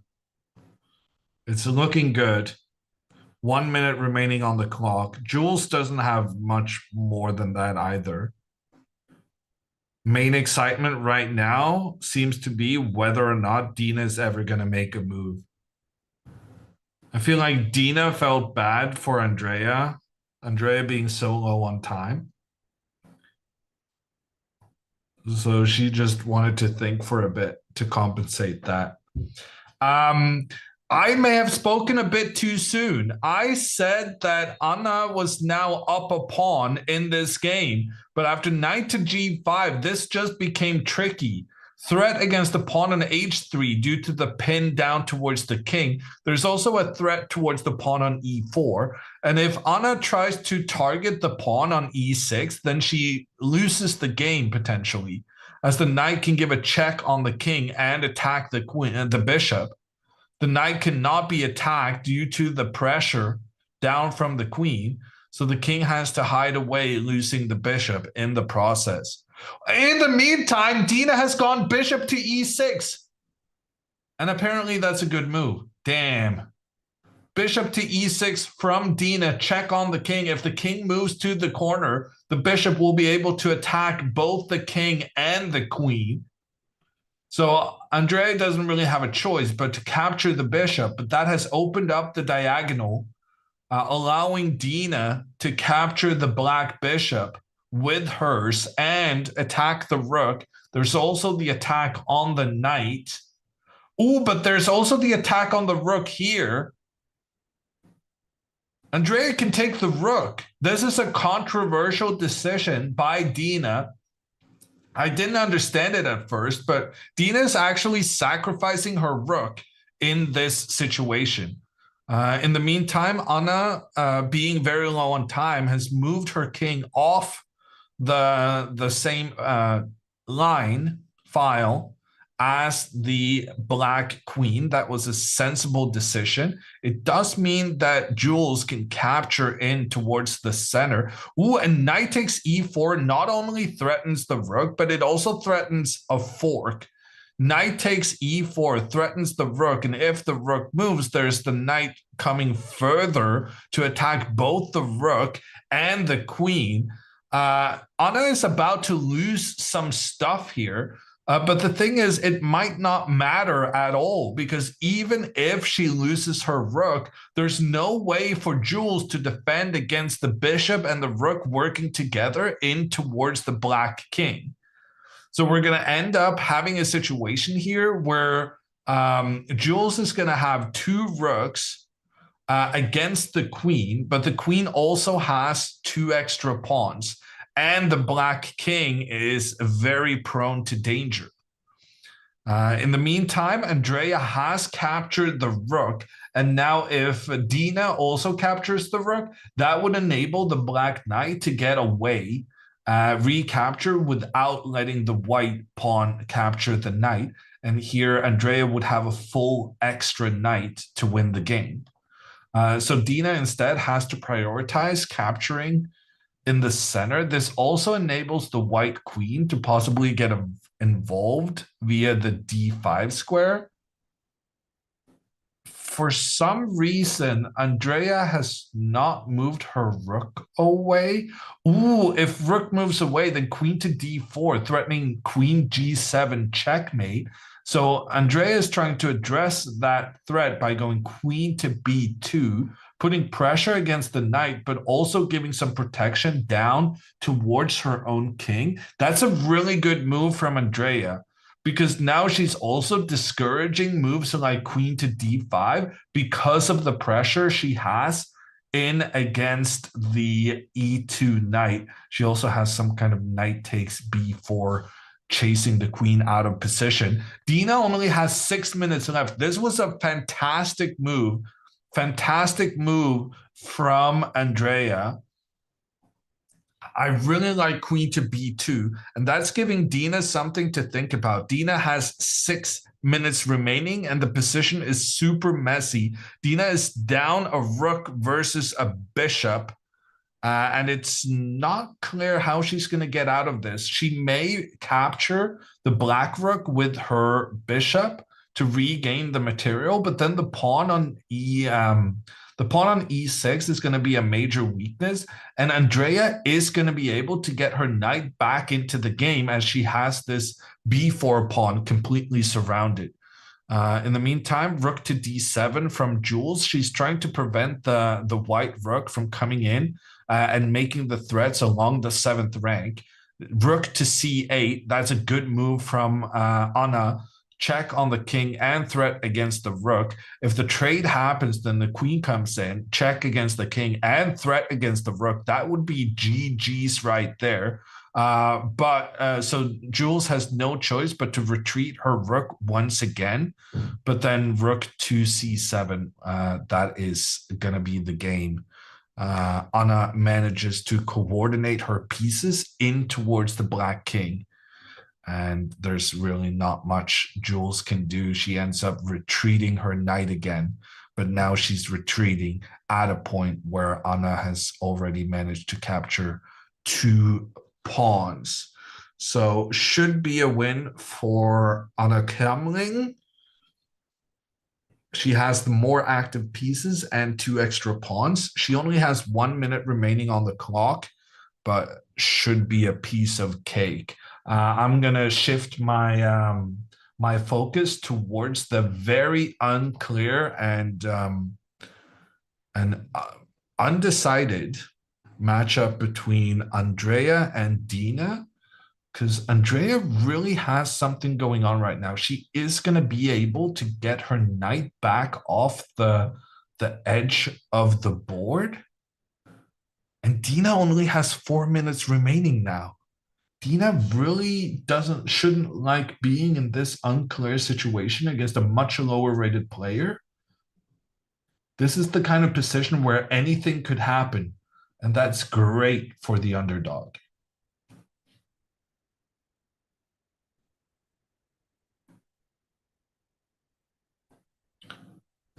Jules with her queen out on the edge.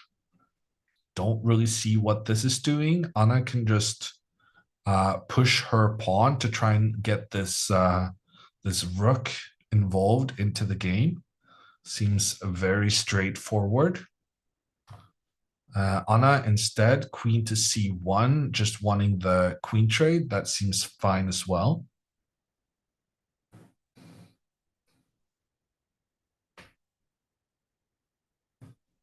Sunglasses buff is strong. We'll see. We'll see. It's not over yet. Dina does decide capturing the black rook.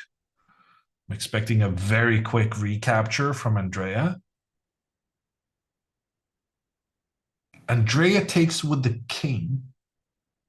Why? Why would you do that?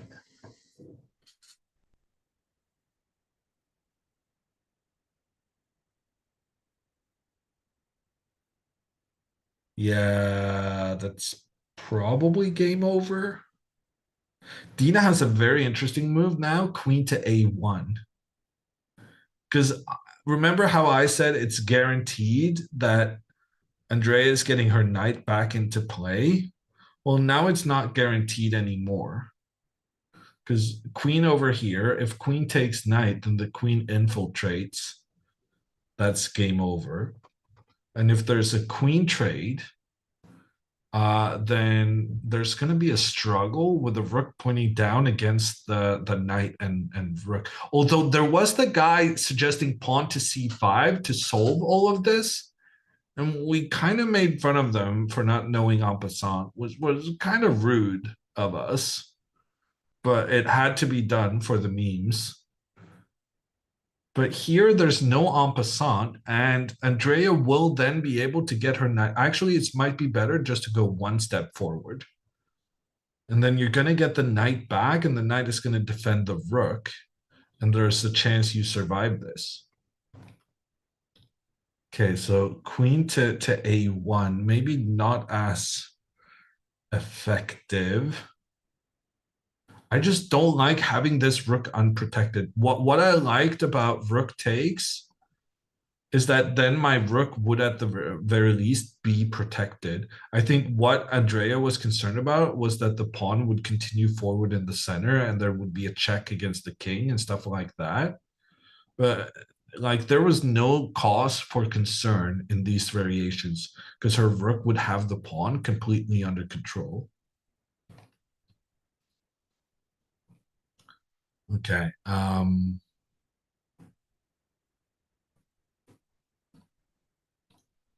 So after we had the trade and king takes,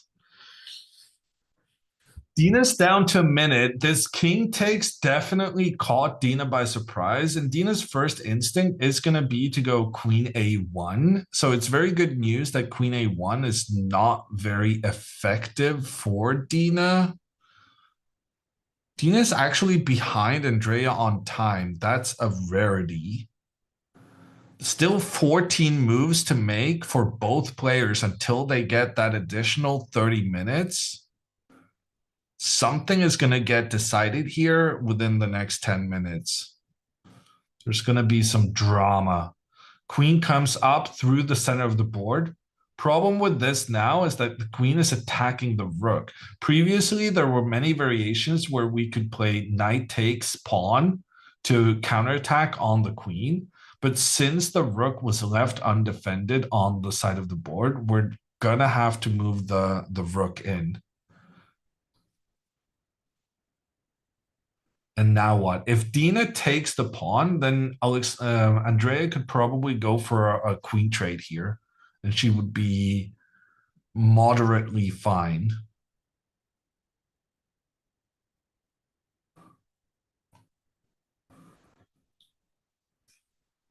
Getting the queen trade here would do a lot to help the king's safety. Instead, Dina goes knight to d4, cutting off the queen from being able to contribute in defense. That's very annoying. Yeah, we're going to struggle when the black queen is unable to get back. That's a very good move from Dina. A very, very good move from Dina. Yeah, I think that's game over. The black queen is unable to come back to help protect the king. The king is in some massive trouble right now.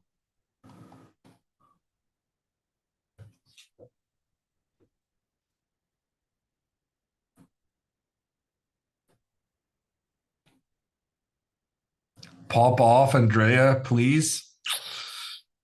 This is not the kind of situation where you can just decide to pop off, though. You don't have enough pieces close to your king to survive. Knight takes pawn, attacks the queen, but the queen captures in the center. This would be completely fine if the queen could just jump over the black knight, but the fact of the white knight. But the queen cannot get past here, and this means the queen is now threatening to make attacks down towards the black king. I guess we can go king g7. This king is going to have to move at some point anyway, so we might as well move it ahead of time. And then if the queen tries to get to the f7 square, we can counterattack on the queen. That seems pretty effective. Do we have other concerns? Is it like rook to b1 going to be a problem? attacking the queen and putting pressure on the knight? Computer says no.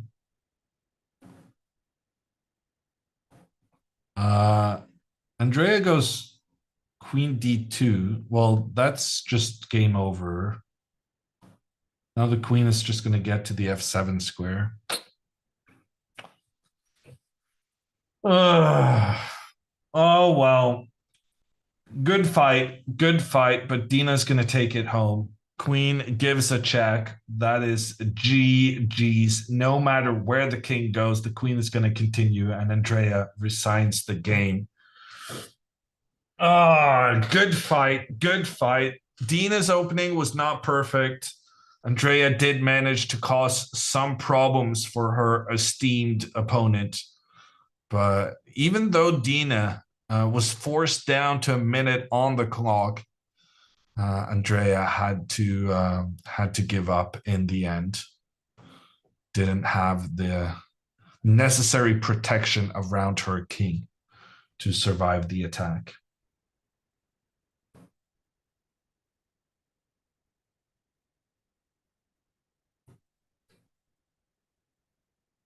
King to e2. If the king moves up, queen comes in, check. And even though you're keeping your rook safe, the problem is that the queen comes in for the checkmate.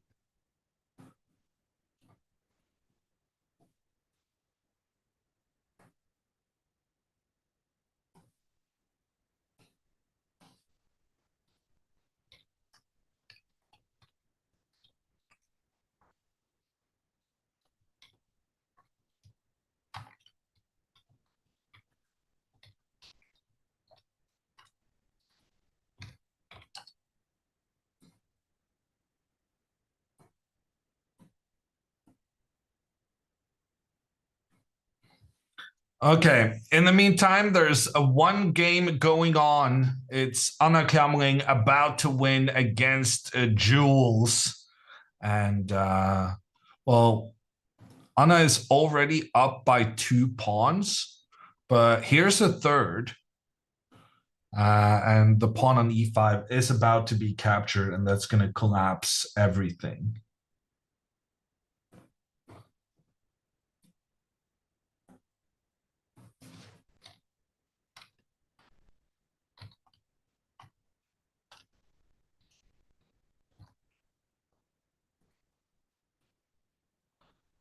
Bishop takes, pawn is on the board.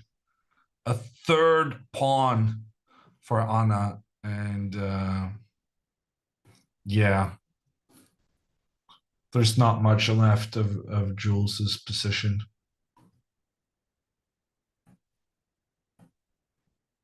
What do the 2 kings in the middle of the board mean on Dina and Andrea's board? So this is kind of like how the software with the automated that knows where the pieces move work. So at the end of the game, if one king is on white and one king is on black, then the game has ended in a draw. And if both kings are on the light squares, then white won. And if both kings are on dark squares, then black won. And here you can see both kings are on the light squares, and that indicates to the board that white has won the game.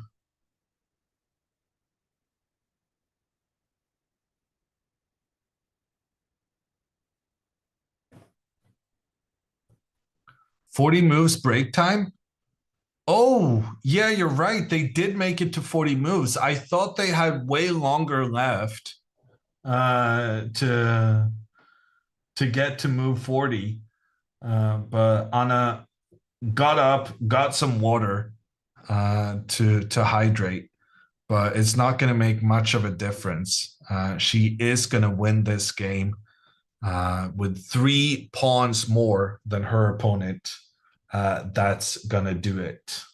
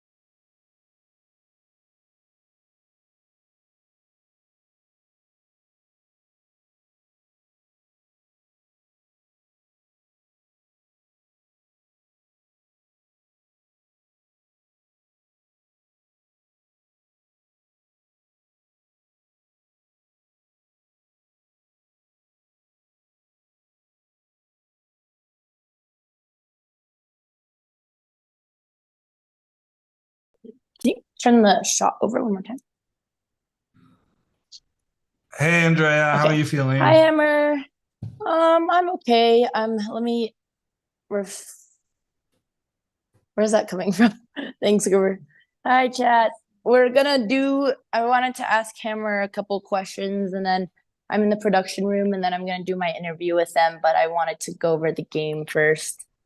Hi, guys. Sorry we didn't have a post-game interview yesterday, so we're trying to make them happen now.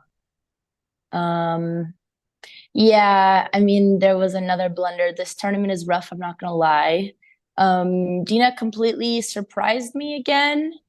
I'm not gonna lie, all of our prep for every game has been my coach saying, well, I don't really know what they'll play. We don't have enough games in your lines. So for Dina, all morning, I was preparing versus a ready and E4 and any G3, and then she just pushes D4 and trolls me. But the opening was good, so it wasn't a problem. Yeah, no, the opening was great. Like, yeah, the opening was don't solid. get attached to kind of like what they play and what you're expecting, right? Because at the end of the day, it's about you're doing this preparation work and it's going to benefit you. Even if it doesn't benefit you right now, it's going to benefit you in the future, the work you put in preparation for the game. And even if it didn't happen for this game, you probably learned something from it. Yeah, hang on. Let me record this call really quick. Request host to start. Vila, can you record the Zoom call while we're talking as well? It might just be cleaner for the YouTube video. I don't know, Vila, can you hear me? Let me just ping him really quick.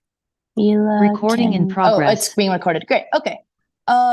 Yeah.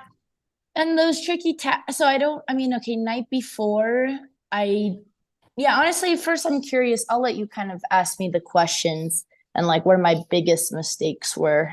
Well, so night before, I wasn't that big of a fan of because I feel like your knight is going to get kicked back pretty soon afterwards. And Alexandra actually had a game that reminded me very much of this. In one of her previous tournaments, like the one I won, she won, I think. And there, Alexandra went knight to c5 very early on, and I thought it was a mistake because it allowed her opponent to push her pawns forward and attack the knight in the process. So I was really praising you when you went knight to h5 because I thought you didn't make the same mistake Alexandra did by getting your knight into the center too early. Yeah. And then you kind of followed it up right afterwards with knight to b4, which was then kind of like the same type of mistake that you're moving the knight forward, but the knight is going to be chased back afterwards. Yeah, no, I made this thinking I had like knight d3 ideas, and then I realized, oh, she just takes, and then bishop g5, discovery, winning my knight. And I thought like, oh, she had enough weaknesses where like my knight's being super active. But yeah, obviously, but I mean, yeah. And then I realized, okay, this line doesn't work. So that was just like a miscalculation. But even after that, I was okay. No, one thing, so I'm just talking about the kind of strategic elements that we've discussed on stream. I think f5 is a mistake. Oh, interesting. Because you kind of committed to playing this plan with knight to f4. Very often in the King's Indian, the reason you play f5 is to go f4. I don't think knight to f4 and f5 combine very well. Computer thinks it's fine, but from a strategic standpoint, I think that by going f5 when you have the knight on f4, you're not forcing her to make the trade of pawns, because now she can just keep this tension between the pawns because you're not threatening to go further forward.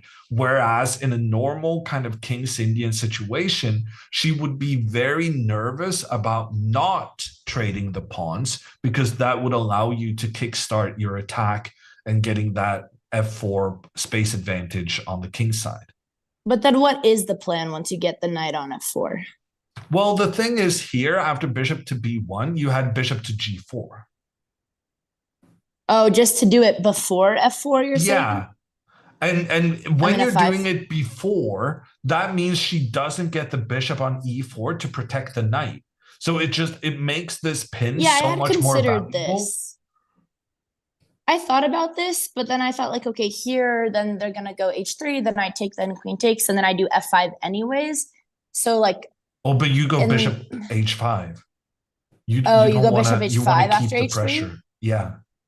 Oh yeah, because there's for some reason I don't think about bishop h5 in this position because of the g6 pawn. I think that you could trap your bishop, but that makes sense. Gotcha. Okay, good note. And then from here you have the f5 plan now. But the bishop's just then more you can active. play f5 afterwards, because what happened in the game is that when you play f5, now you have to make the trade in order to get the bishop on the other side. But making the trade is a huge positional concession. Yeah, because that then makes you're sense. creating a square for your opponent where you cannot chase this bishop away. And this bishop used to be like the worst piece in White's position. And suddenly after you make the trade, the bishop is fantastic.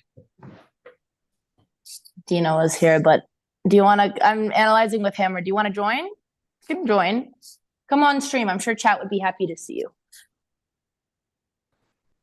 Hello, Dina. She was, you know, after all, you're still my best friend. I think I was more pissed at Alex when she beat me than at you. And to be honest, you didn't play that good, so I wasn't that impressed. Like, honestly, if I hadn't gotten time pressure, I kind of had it in the bag. So I kind of feel like you got lucky. So I don't really think you're good. I just think I'm bad. So, like, we're still friends. I thought your prep wasn't that good either.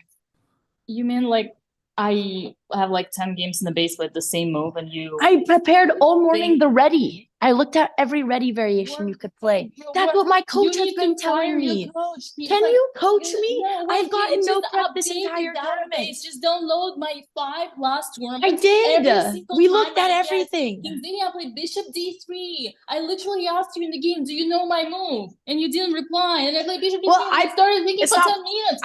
Hammer, how is this possible? Well, no, Hammer hasn't prepped me. No, I'm telling you. That I've been playing for the last 3 months. I have classical games. When I tell you, I spent all morning and all night preparing for you, and no one expected you were gonna go d4. So I don't. But it's not Hammer. Hammer's not my coach. Like, I can't blame Hammer. He wasn't the one who prepped me. But You want to, but you can't. Hammer can't be blamed. No, I literally have had the worst prep. But my coach said you were gonna play ready, and so we reviewed all ready and ready with e4. This is the most like the most stupid thing I've ever heard. Like Banzea, I don't know what to say. Honestly, he's an amazing player, and like he's writing chessable courses. This man doesn't. I don't know. He doesn't have a basic database. I don't know where your games were. We have to look. Like literally February, March, April, May, June, July. All my games are d4. In every tournament, I get at least 1 or 2 kings in, and I always play bishop d3. Like, how I don't know what to say, man. Like, this is such an embarrassment. Like, and you're thinking for 10 minutes. I mean, like, it's not like. I mean, 10 minutes wasn't, honestly, like, I still had a decent position. But yes, I felt stupid that the fact that I had spent all my hours preparing for something that wasn't even close. But anyways, we'll have a therapy call with my coach and Dina and ask some questions. But the opening was luckily fine. Hammer was giving me a good note. But I'm curious, Dina, like, what was your prep? Just e5? Was this what you were expecting? So this is like a setup that I've been playing against King Zindian, and I just had my plan. No. Yes. It will also, chat, can you tell Lula that I joined Andrea so that she can just watch party the like kind of us. So if you could tell that. Thank you. Tell her. No, it's chat, which I will say. Like, just tell chat. To watch Don't forget your deed. Okay. And so this is just a setup, and the plan is that whenever you push f5 and then we trade, it's hard for you to attack because I have this bishop on the other diagonal that kind of blocks your, like, stops you, like, you kind of weaken yourself sometimes. So it's not easy to push the g and the h pawns, and it's more about getting the position, the plan that I understand, and then also playing against your knight. So kind of like. And you're okay allowing knight f4? Oh yeah, I think like knight f4 is totally fine. Sometimes I have the idea, like for example, take on f5. If you take with a pawn, then I take on f4. Yeah, I saw that and then idea. like so yeah, knight f4 is also great because you don't have f4. So basically, like in That's that position, I don't see the way how black you're can supposed attack. to go. I was supposed to go bishop g4 first and then f5. Yeah, no, but then I still I I don't have I take on f4. f5. Yeah, So but I it's still like, like I was pretty. I guess it's like dead even, but I was comfortable in this. But I was yeah, curious if this it's was what not you like wanted. I'm not looking for any advantage here. Obviously, I'm getting a position where I consider that it's genuinely hard for black to do their usual plan, which is attack. And meanwhile, I play against the knight on a6. But you kind of need to put it on c5 fast. But if you don't, then I just kind of kill it and then play against this knight. Also, like I'm not sure about b6. So it was more kind of like getting the play that I like and that you don't like, and then like kind of. Honestly, like I think like the idea that she found is genius. Like I was really impressed, and I was so shocked that I couldn't find any advantage. That's why I burned all my time advantage, like 40 minutes. Yeah, but and that's why I was having like in the end. Apparently, it's a advantage, right? But because I had 1 minute on the clock and you had, I'm not sure I would have easily found the way how to win like after rook e7. Okay, Hammer, you can take it away now. Oh, it's so hard. Well, I mean, it's kind of difficult to follow Dina. She no, goes... you should. It's okay. She loves her. My favorite thing about Dina, if I learned, is she's very talented at improv. She never stops. Yeah, but it was good insight I for the agree chat. with But Dina you can show that us. B6 was quite a big mistake. In general, I'm not sure you should even trade the pawns on the queen side. Interesting. Because you're not really afraid of her capturing your pawn on a5, because then you can always go with the knight to c5. That was stupid. Yeah, I thought for some reason I was completely I thought I was completely blocking her attack by trading and pushing b6. And I thought like, oh, now I have the open file, and I just missed that you could go back, and then my knight's kind of stuck, which I saw even before rook a3, but I was hoping for tactics. But yeah, so I just shouldn't have touched those pawns. Yeah, and that's why your knight got in such big trouble, right? Because the pawns got traded off. So even though you temporarily get control of the a file, the dangerous thing is that sometimes white can regain that control, and that's what happened here, and your knight got into massive trouble. Thanks, Jules, for the raid. So then instead of b6, what was I supposed to do? Well, I mean, we were liking, I think, knight to b8. Yeah, I was also looking. I think that was my first. That was going to be my move. I think that was my first intuition. Knight b8. This was literally going to be my move. Because you want to go after the bishop on e4. Yep. No, I had seen this plan. Get rid of that bishop.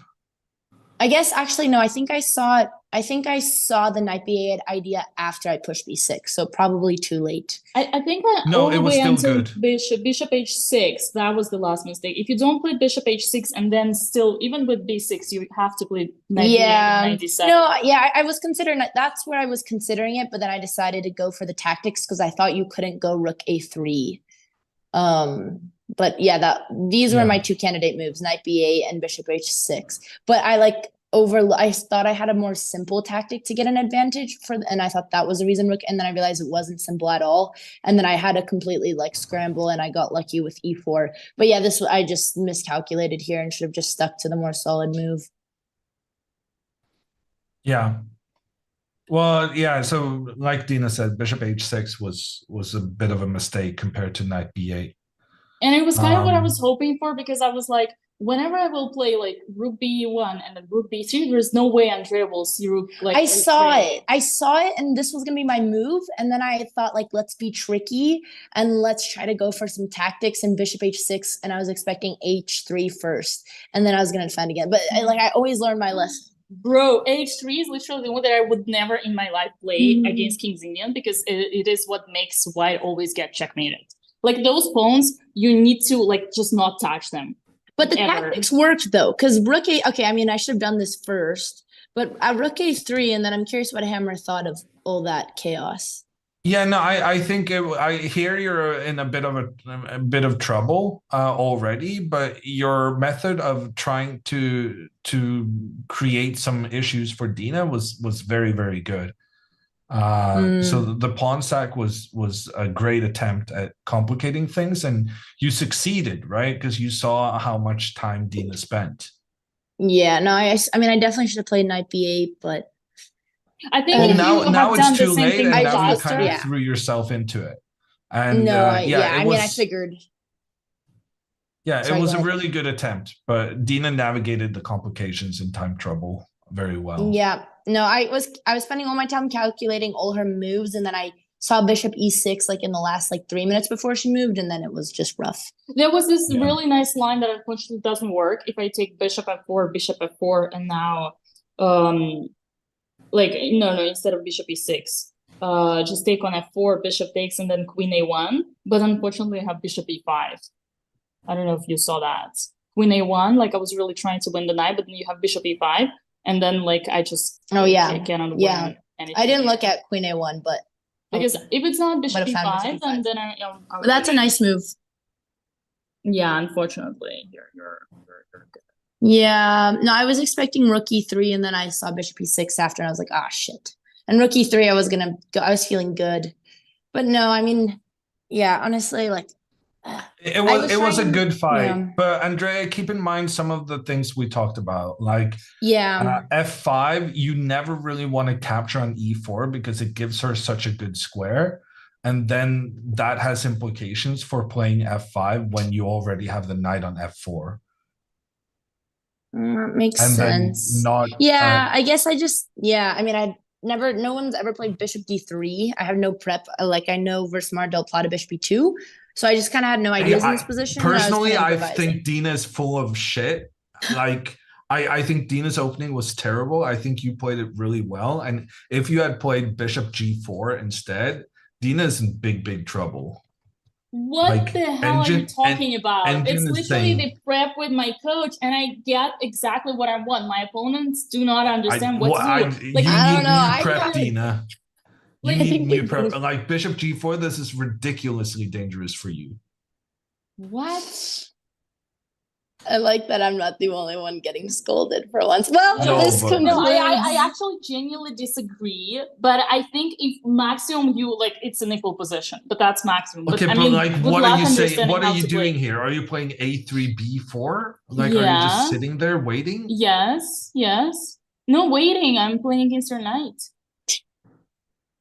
Like, what's the problem there? What are you doing? Rook B1? Like, yeah, Rook B1, B4, yes. Yeah, Rook B1. Computer says winning for black. How are you winning this? The plan that we said, Bishop G4, F5, which is just what I should have done, but starting with the bishop. I'm assuming I go Knight C5. No, I don't go Knight C5.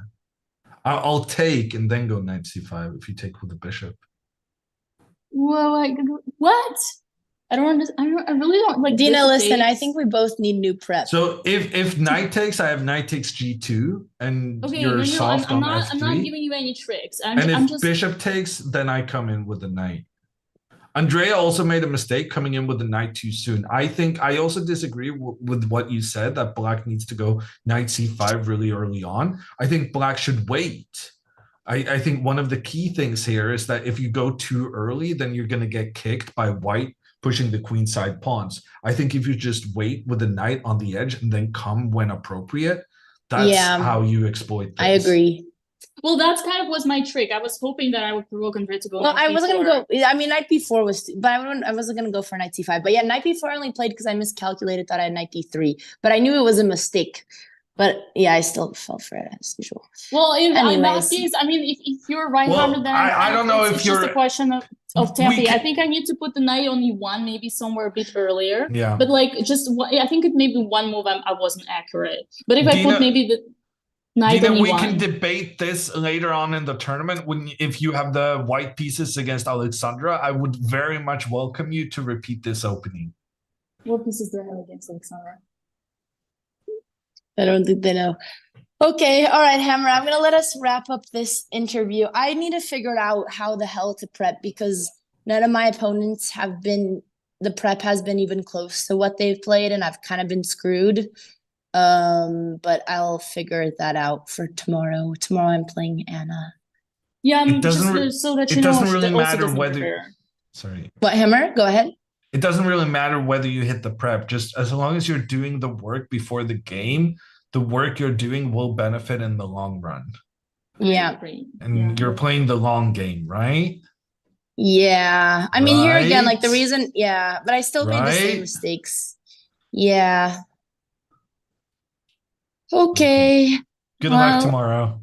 Thanks, Hammer. All right, chat. Talk to you guys later. Thank you, guys. Bye, chat. Bye, Hammer. See you guys tomorrow. Bye.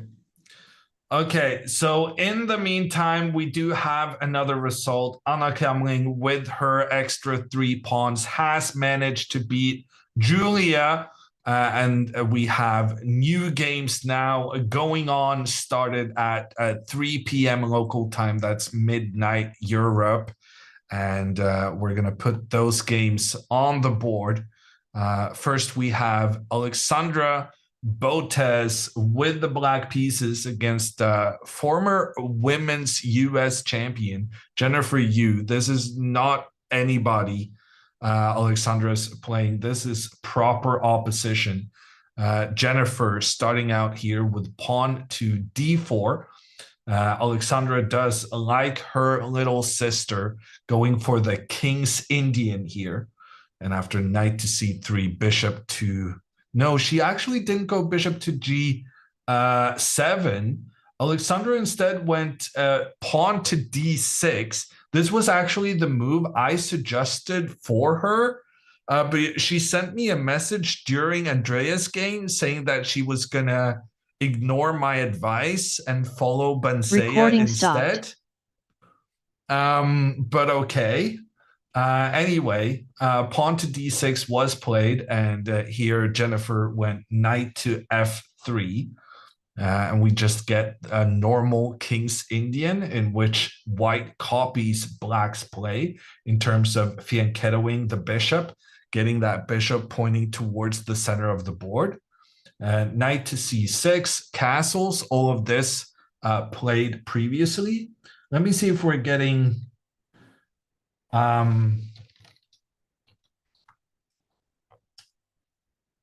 Let me just coordinate with my producer. Yeah, so knight to c6, all of this has been played thousands of times previously, and having some inside intel, I can tell you that this is part of Alexandra's preparation for this game. This g3 King's Indian setup Jennifer employed is something she has done regularly and was predictable in. Pawn to e5 from Alexandra, putting that classic King's Indian pressure towards the center of the board. The pawn moves forward, kicks back the knight, and the knight retreats to its starting placement. But the idea is that now that the pawn has advanced, the square c5 is available, and we're trying to reroute the knight in that direction.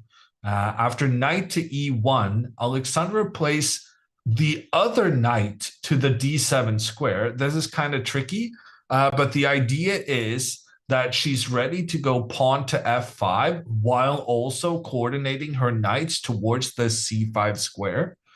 Jennifer plays pawn to e4.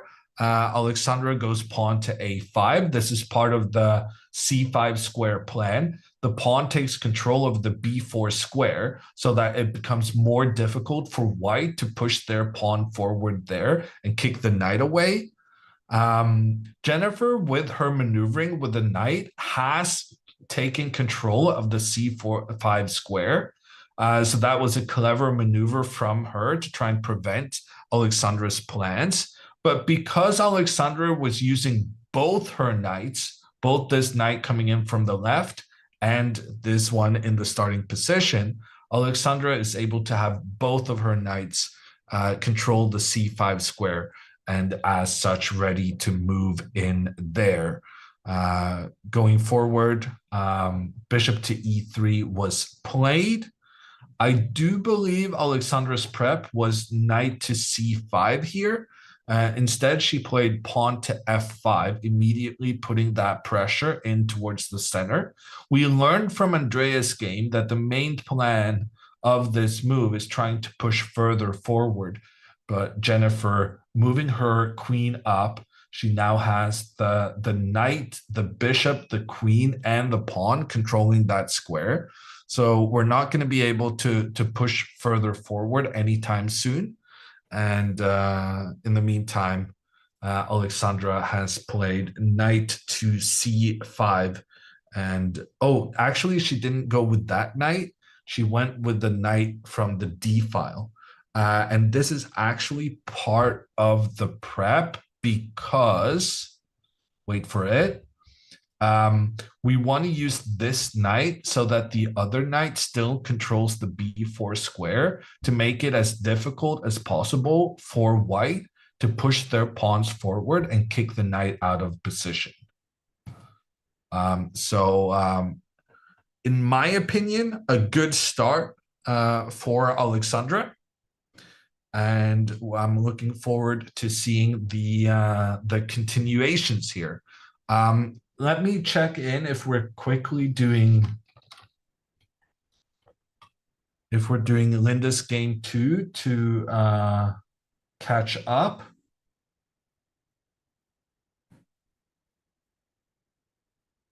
Linda is playing against NEMO, but we're gonna catch up with that after the break as we're getting a co-host in to help with the final 2 games of the day.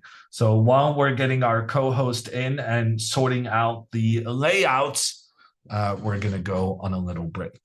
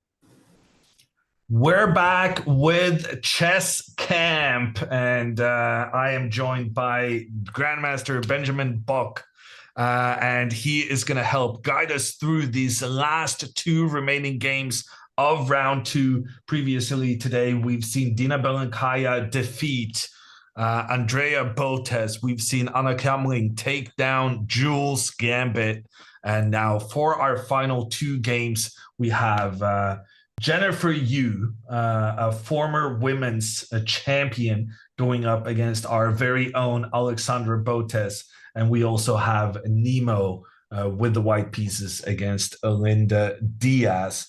And Benjamin, what are your expectations for today's games? Yeah, so Jennifer should definitely be the favorite against Alexandra. I mean, she's outrating her by 250 points.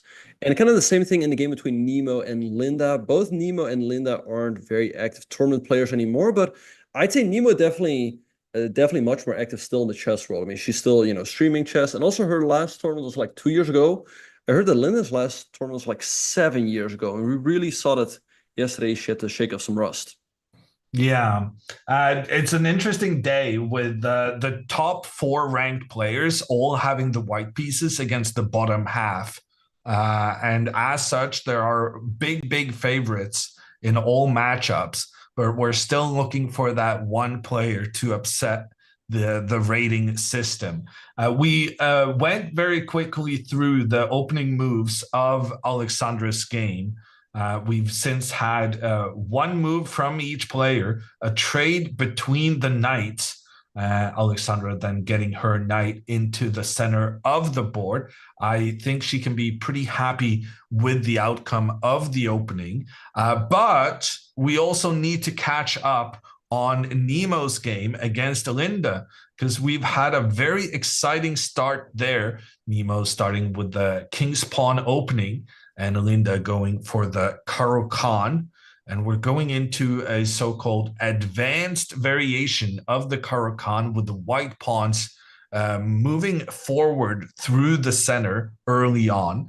The disadvantage of pushing forward this quickly is that you can be prone to counterattacks against these far advanced pawns, and that's precisely what Linda's trying to do here. She pushes another pawn forward, sacrifices that pawn, but relies on the white pawns becoming weaknesses as a result.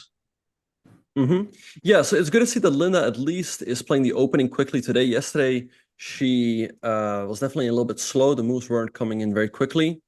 But yeah, I like what she's doing. She sacrificed the pawn, but she's putting a lot of pressure on the pawn on c5, also the pawn on e5 potentially, and so pawn to e6 saw her opening up the pressure against the c5 pawn. Nemo coming in with her bishop, trying to hold on to that extra pawn. Knight to d7 sees the knight attacking both the c5 pawn and the e5 pawn. It seems as though it's impossible to protect both at the same time, but Nemo, she does manage with a pin. The bishop comes out, points down towards the king. The knight's attack now in both directions rendered useless. But interestingly, knight to e7 doesn't really address this bishop whatsoever, still lets the bishop point in towards the king. But after knight to f3, we've caught up with the current situation on the board, and Linda is making an attack against the white bishop. And if that bishop is removed, the pawn on c5 will be captured next, leaving the opening a success for black. Yeah, so I like what Nemo is doing here. She goes pawn on b4, hanging on to that pawn on c5. Like I said, if black takes on e3 and takes on c5, black is doing great. They really have everything they can ask for. Bishop pair, better pawn structure. So the one thing Nemo has going for her right now is that extra pawn. And the pawn on c5 also restricts black's pieces somewhat. So now it's really up to Linda, and I'm kind of curious to see how far her preparation will go. And it's interesting to see her playing the Caro-Kann with a quick c5. I know that that's what Levi Rosman, Gotham Chess, always recommends. Do you think that she got that opening from him?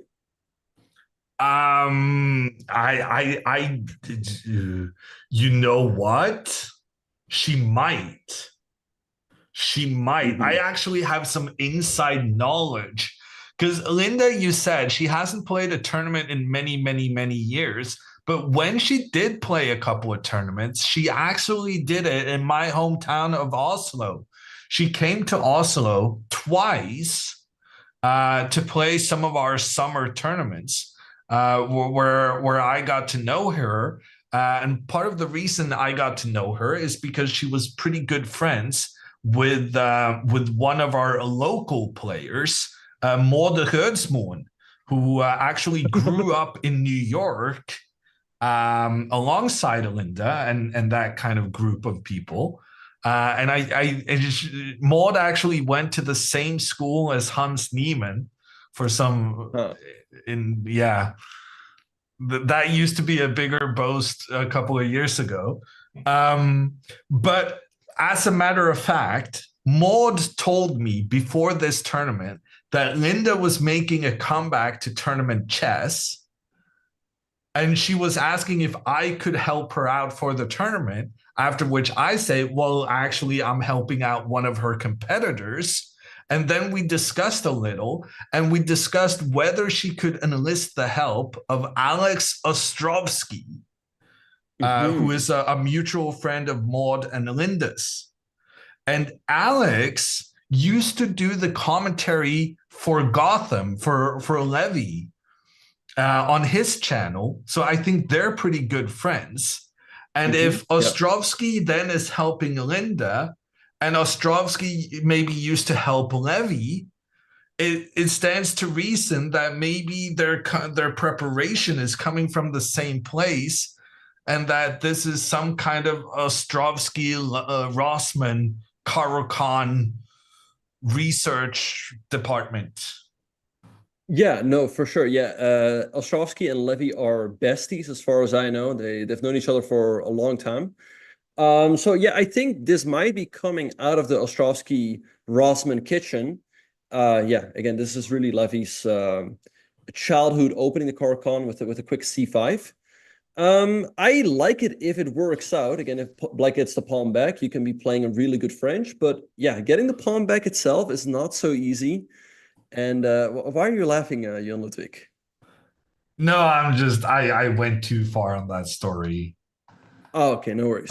People were bored at how long that No, we went. like your stories. At least I do, so feel free to keep going. Yeah, no, I'm done. Oh, but okay. I agree with you. It's difficult for Black to regain the pawn now. But on the other hand, if you're able to do so, Black will have a big advantage. So very, very interesting opening there between Nemo and Linda. In the meantime, I feel like there's been a very dramatic move on Alexandra's board because Jennifer has played pawn to f4. And my first instinct is that I really hate that move for Jennifer. Because one of the big problems Black has in the King's Indian is that the pawn on e5 is blocking the diagonal for Black's bishop. So when Jennifer plays pawn to f4, I'm super excited about the prospect of just capturing that pawn, opening up my diagonal for the bishop. And I feel like Alexandra has a fantastic position here. Yeah, I'm thinking she's better. Yeah, I mean, I feel like Black should definitely be doing quite fine. Because if we compare the bishops, the bishop on g7 is super active, whereas the bishop on g2 will always be staring at the pawn on d5. And it also feels like maybe the white king can be slightly more vulnerable now, given the fact that all those diagonals are open. So let's have a look. Let's say Black takes on f4. Let's say white recaptures with the bishop, right? And then we take on, let's say we take on f4. Wait, sorry. Yeah, and then let's say we take on e4, white recaptures with the knight. We take the knight, white recaptures. Maybe move like bishop h3. I am already starting to like this white. It feels like white's a little bit more vulnerable. These bishops are kind of biting on granite, and this bishop on g7 is nice and active. Yeah, no, I genuinely think Alexandra has the advantage now. and she can be really, really happy with her opening setup. I also noticed that Jennifer already spent 20 minutes to get to the current situation on the board.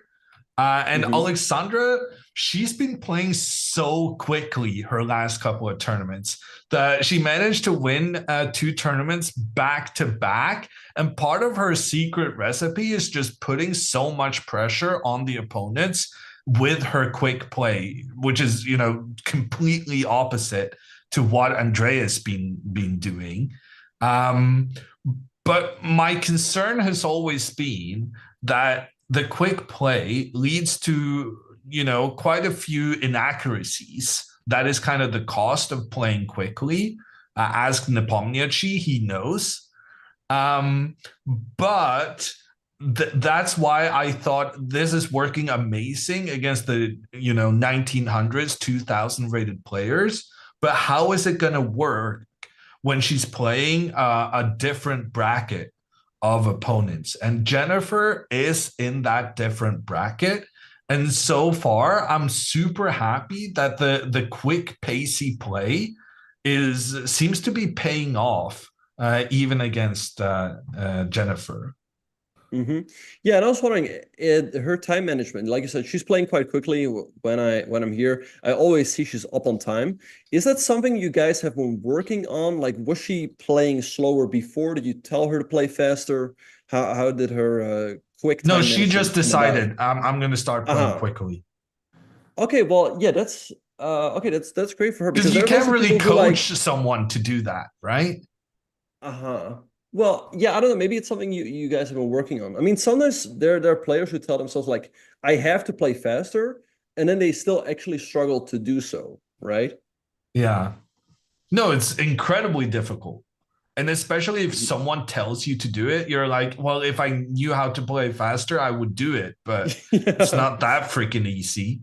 Because it comes at a cost. You do make a bit more mistakes, but you need to be less perfectionistic in your train of thought and be like, I'm making mistakes in time trouble. Maybe I should rather make small mistakes during the game than big mistakes with no time to think. And from a logical perspective, you understand that, it's probably a good idea, but getting yourself to make those quicker decisions, it's so tough. Yeah, no, 100%. And I think also, like you said, if you play faster, you will make more inaccuracies, but they will also show you where your weaknesses are, when your intuition is making mistakes. And that's also giving you very useful feedback. So I think it's definitely that is a good idea super to play interesting. faster. I've never thought about it that way.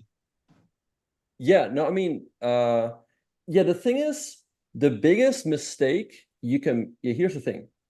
If you have to make a decision, the biggest mistake you can make is making no decision at all, right? Like, if you make a wrong decision, at least you can learn from it. So that's a way to look at it.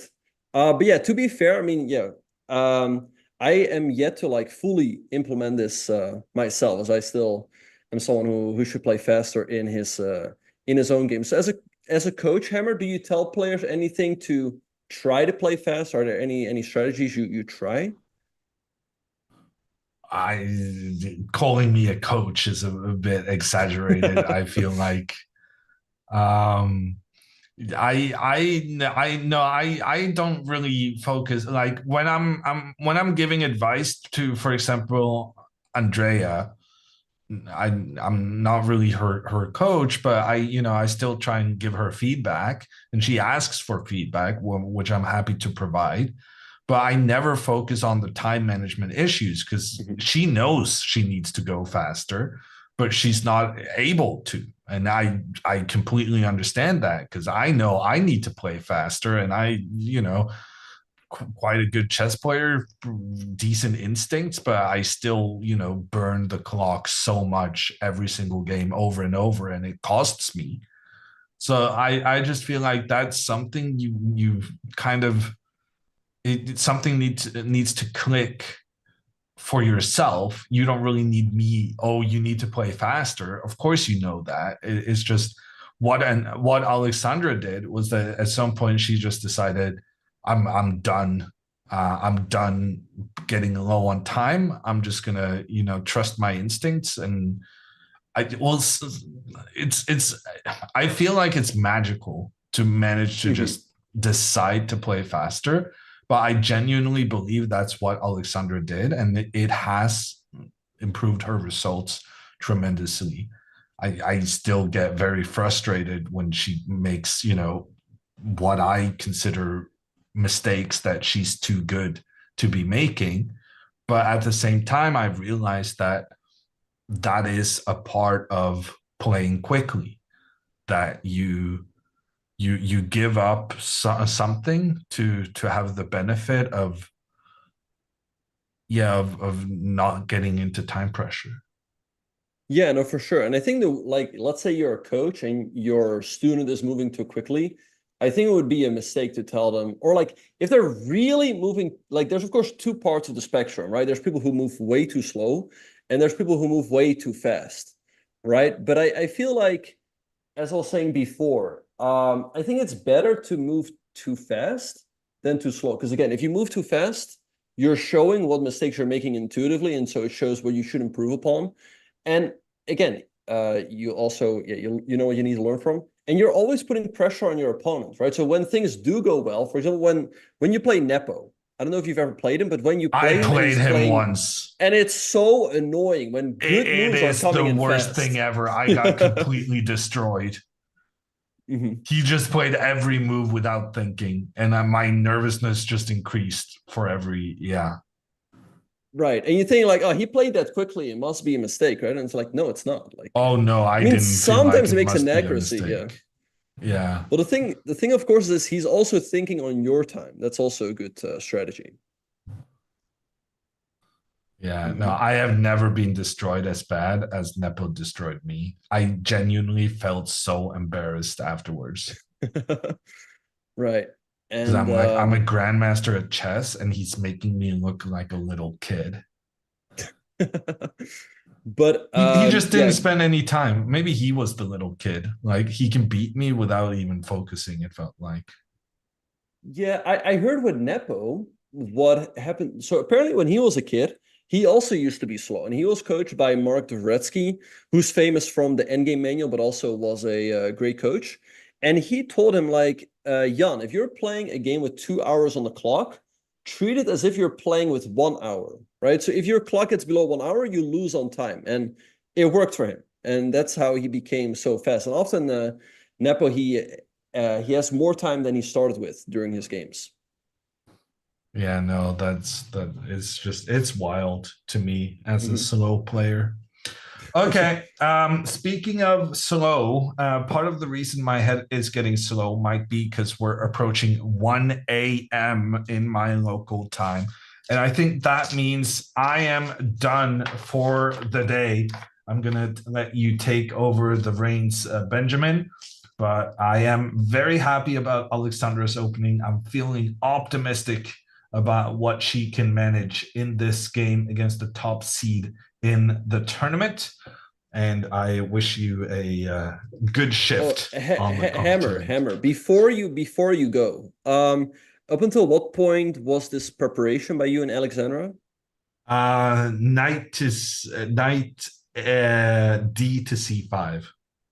Okay, nice. So I guess you deserve some credit for her good position at this point, right? Well, we wish you a good night, Hammer. Get some rest, and we look forward to seeing you back tomorrow. See ya, Benjamin. See ya. Bye. All right. So Jun Ludwig has left us, and we are back with GM Hammer. Now we're back with Anna-Maya Kazarian. Anna-Maya, welcome back to the show. Thanks, Benjamin. Hello, everyone. I have returned. I am back. I'm really happy to be back. And it was awesome following Hammer's commentary earlier today. And I was also watching a little bit of both of you of the evening games. And super excited to be back. Super exciting games today. And I can't wait to see how the games will progress of the evening games. Yeah, for sure. So let's have a look at what is happening.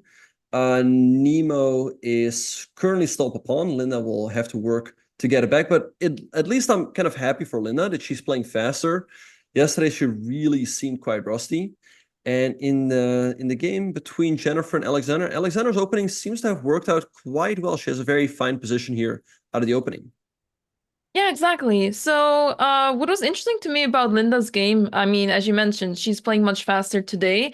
And I heard you and Hammer talk about the opening choice, and I checked quickly what Linda usually used to play back in the day when she was competing actively, and she used to play the Sicilian, so she does not actually have much experience with the Caracan. So I think this is targeted against Nemo, who has faced who has played many matches against Levy.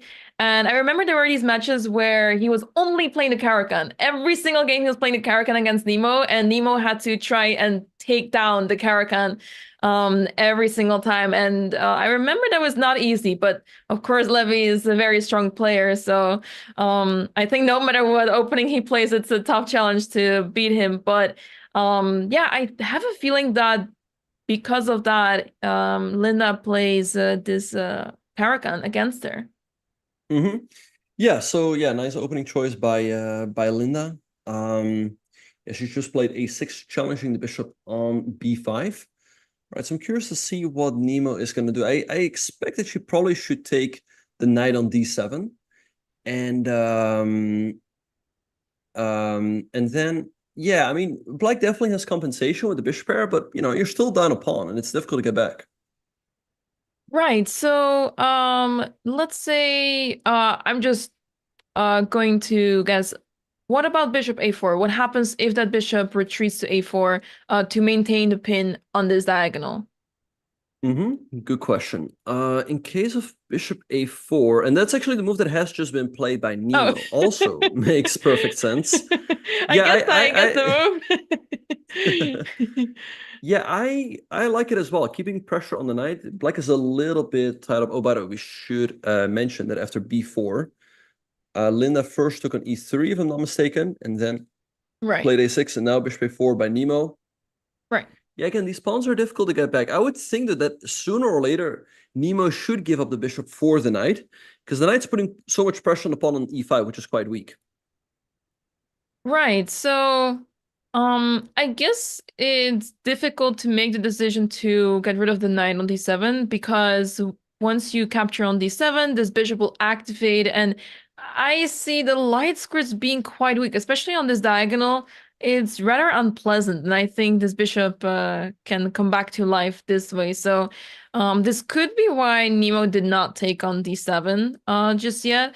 How could Black try to unpin themselves to start pressuring this pawn on e5 more? Mm-hmm. Yeah, good question. I mean, perhaps maybe a move like... The thing is, Black would love to play a move like b6, but unfortunately that does not work, because if you play b6, Nemo can play c6, attacking the knight. You sacrifice the pawn on b4, but I guess first of all, after c3, the bishop is under attack, and the knight as well. But the point really is that the knight cannot move, because if it moves anywhere, white goes, for example, if you go here, there's c7 with a check, and you attack the queen, and a white would win the queen. So it's not easy. I mean, a5 can just be met with c3.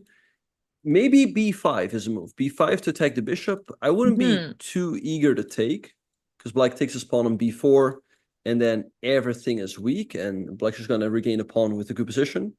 But I guess you just move the bishop back, and then now you have a connected passer, and a5 can still be met with c3 to hang on to the pawn chain. Yeah, that looks really good. So yeah, it's not so easy to take care of this. But yeah, I guess you don't have to overcommit to these type of moves just yet with Black. It's going to take some time to develop this bishop on c8, but as long as Black is able to put pressure on this pawn on e5, and since there's no pawns of White supporting that, it will be much easier for Black to play, because you can put pressure on this pawn easily with, let's say, queen c7. And if you simply develop with bishop e7, short castle, I guess it will become much harder for White to defend that pawn. Mm-hmm. Yeah. Yeah, so let's see what Linda's going to do. Yeah, I think as you're pointing out, yeah, just bishop e7, queen c7, and castles. So I would think sooner or later Nemo should snap off the knight on d7. In the meantime, Alexandra is still thinking. She has an 8-minute advantage on the clock, but looks pretty even. I mean, a draw would be a good result here for her against the highest seed in the tournament. So let's see what is going to happen. Maybe something Black can consider, but it seems a little slow. Is let's say g6, bishop g7. But again, at any moment, White can take the knight on d7, and then your bishop on g7 might also be a little bit stuck over there. Right, yeah. I'm curious to see if NEMO will decide to take on d7 at some point, because I can imagine it's not easy to play that move, because you're essentially giving up both your bishops in this opening then, and yeah, if you're ready to face 2 bishops with 2 knights in a classical game, perhaps in Blitz it's more appealing, but not sure about classical. So yeah, Linda doing good so far, especially on the clock, a big change from yesterday. So yeah, let's see if it will pay off today. Yeah, no, for sure. And yeah, Nima, some people, Anna Maya, some people were wondering in the chat, what do you think about the shoes of some of the players, as you are quite an expert when it comes to dress codes with shoes? Well, I may have experience with it, but clearly I'm not an expert. As you may have heard, I have been told otherwise about my fashion sense. But yeah, I have not seen the shoes of the players, so I can't quite judge here. Okay, interesting. Yeah. Have you seen their shoes by any chance? I don't know, but it feels like they've been playing on like flip-flops and slippers, so it seems like a very chill vibe there, like they're almost on vacation at this big mansion.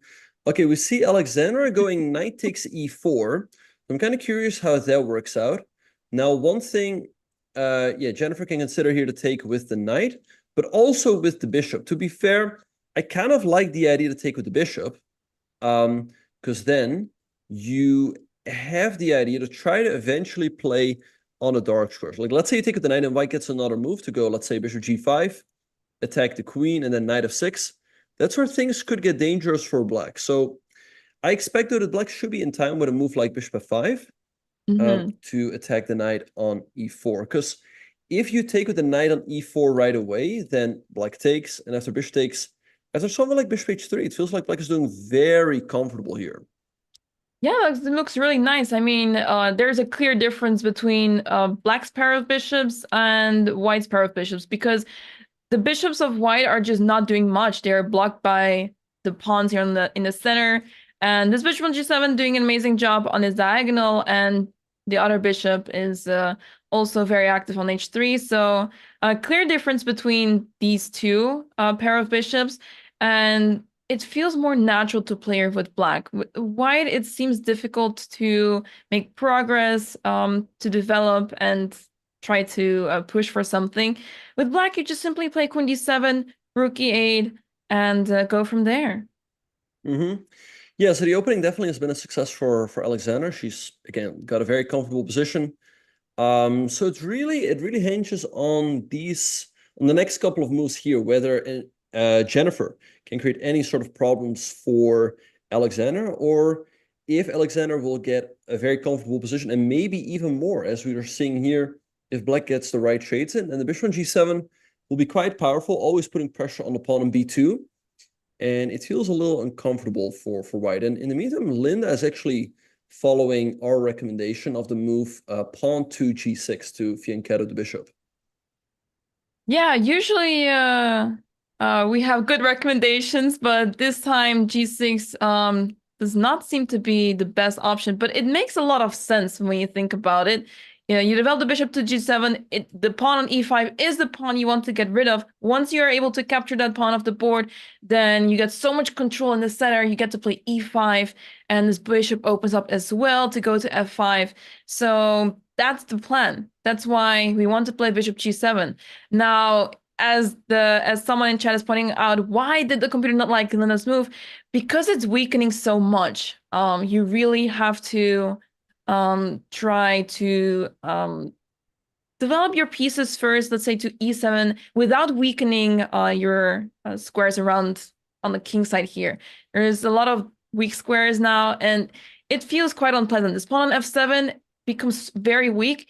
If you manage to get rid of the e5 pawn, that is completely fine. But if that pawn on e5 stays there for quite some time, then you may run into some issues, and this pawn on f7 will feel very uncomfortable. So this is why it's really easy for white to defend this pawn for now with queen d4 and bishop takes d7 to get rid of the knight altogether, making sure that pawn on e5 stays alive. Yeah, for sure. And I think the move g6 might also be a little bit slow, right? I mean, it takes black longer to develop here. Like I said, if you start with bishop b7, you can castle on the very next move. Whereas now you go g6, only then bishop g7, and only then you can castle. So maybe Nemo can do something quick in the meantime. Nemo is writing something down on her score sheet. I don't know what. But, I mean, besides castling, maybe also something you can consider here is something like c4, sacrificing the pawn, because if black takes maybe knight to d2, attacking the pawn, and the knight can potentially jump into d6, or let's say black goes c3, then maybe knight e4, and then I can jump either into f6 or to d6. So that could be something for Nemo to consider as well. Yeah, that knight can get really scary once it gets access to those squares. So yeah, you want to hold on to that pawn on d5 to make sure that no knight can access these squares, the squares d6 and f6. So yeah, let's see if she comes up with the move c4 that looks really nice for her. But yeah, she's spending some time for now. I guess, do you think she is writing down, let's say, clock times on her score sheet? Because a lot of chess players tend to do this. Perhaps you have done this as well in your career.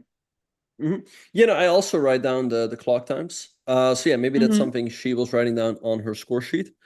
It's actually one of the things you are allowed to write down. Like on your score sheet, you're only allowed to write down the moves, the clock times, draw offers, and I believe that's it, right? Because actually Wesley, so he was forfeited because he kept writing stuff down on his score sheet. I think it was something like, you know, double check, triple check, things like that. And then at some, like the arbiter at the tournament already made comments about it.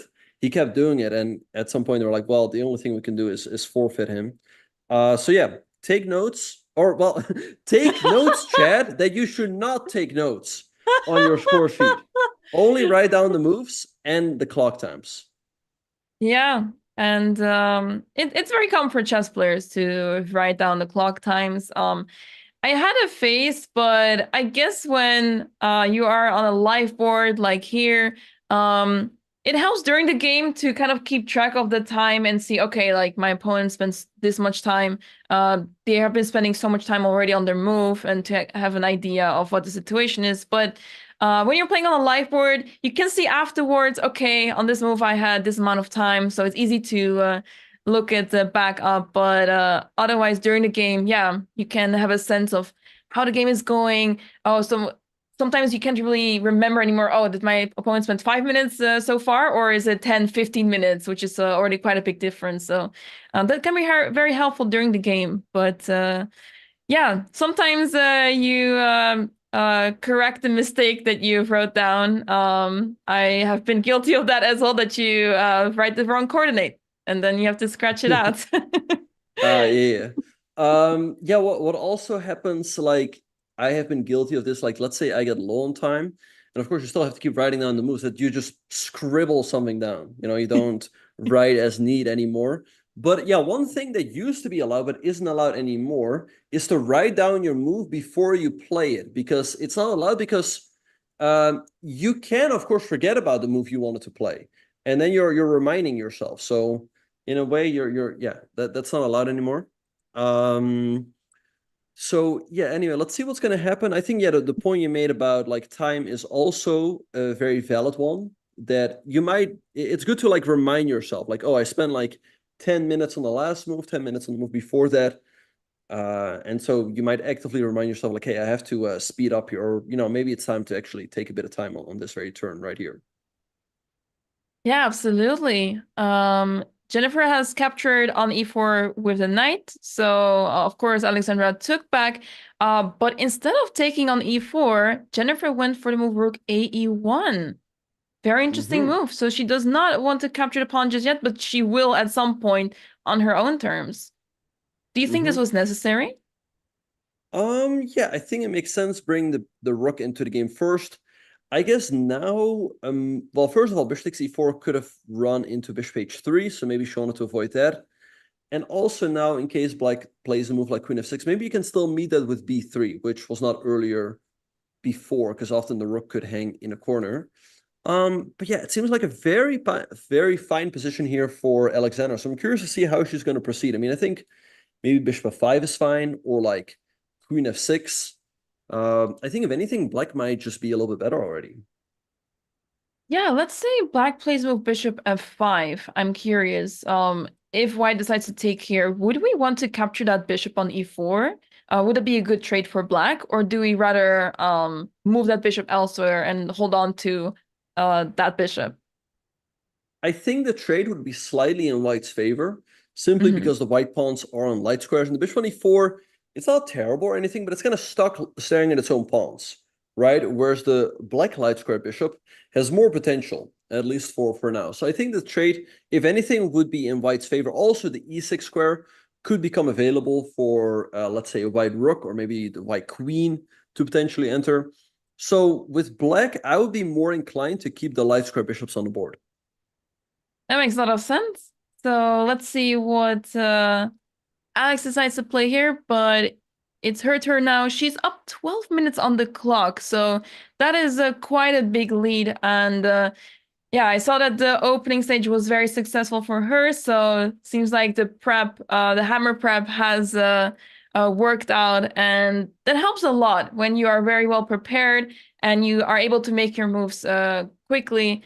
The time advantage can pay off in the long run. So yeah, very excited to see where this will lead the game to. But for now, Alexandra in a good position, but too early to call anything just yet. All right, so Benjamin is pointing out in the chat, not myself, but another Benjamin, is pointing out that the engine move apparently is queen to f6, which might seem somewhat counterintuitive, indeed putting your queen on the same file as the rook. But it doesn't seem like white has a good way to take advantage of it, because black always has this check on d4. Black is also attacking this pawn over here. And yeah, so let's say white plays the move b3, right? A very natural move to defend against that.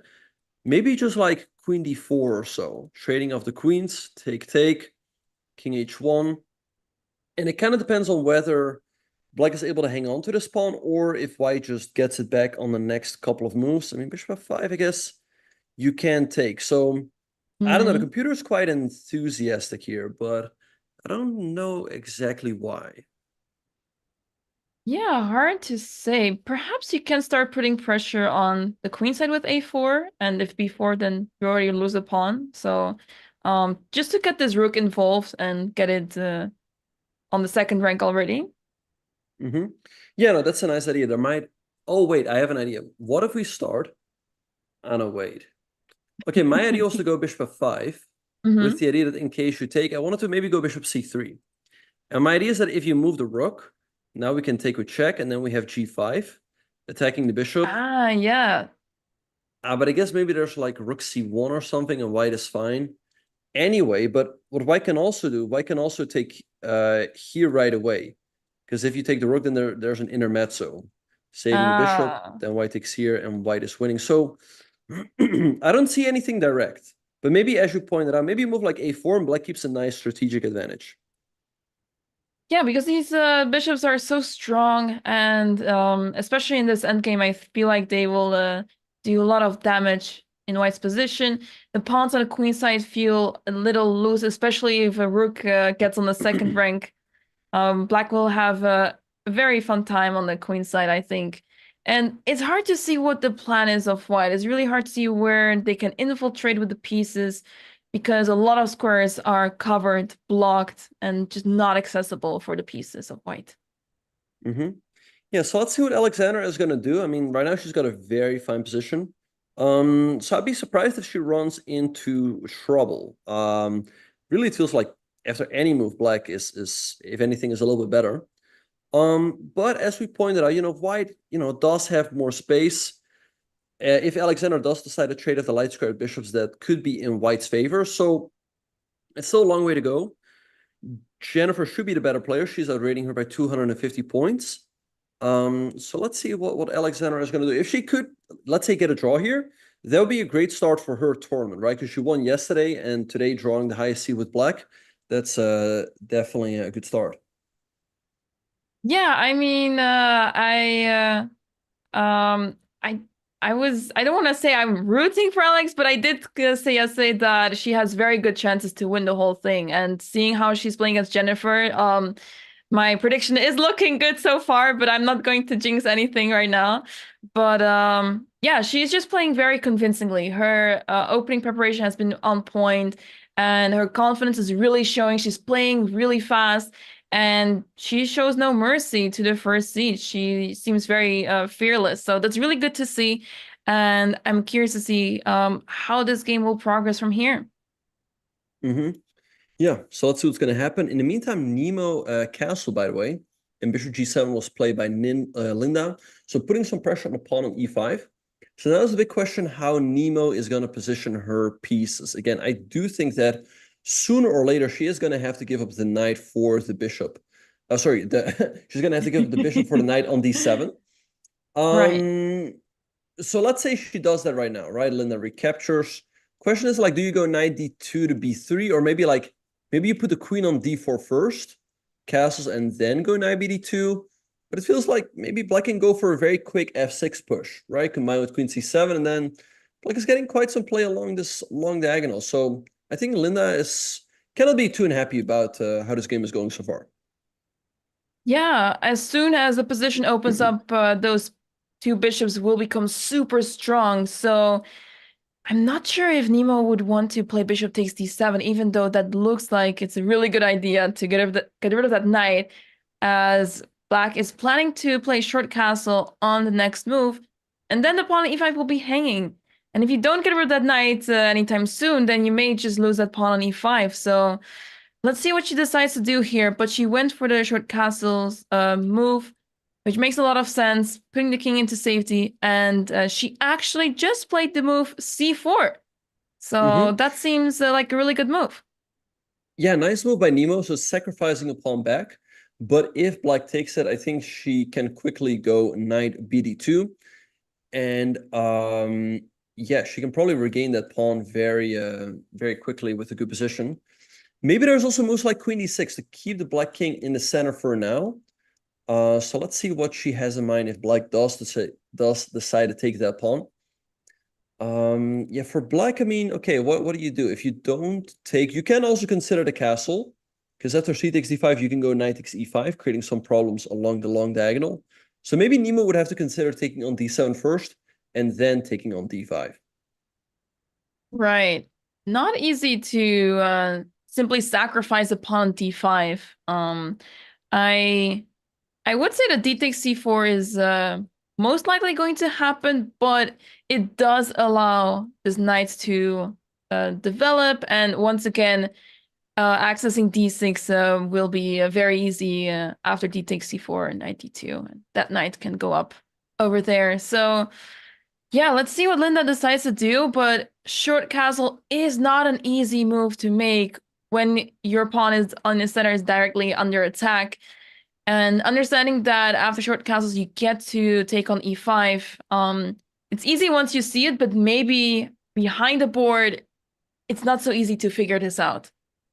Yeah, no, for sure. So let's see what she's going to do. Again, it's good that Linda is at least playing quickly today. Yesterday, she was already very quickly an hour behind in a position that looked completely fine.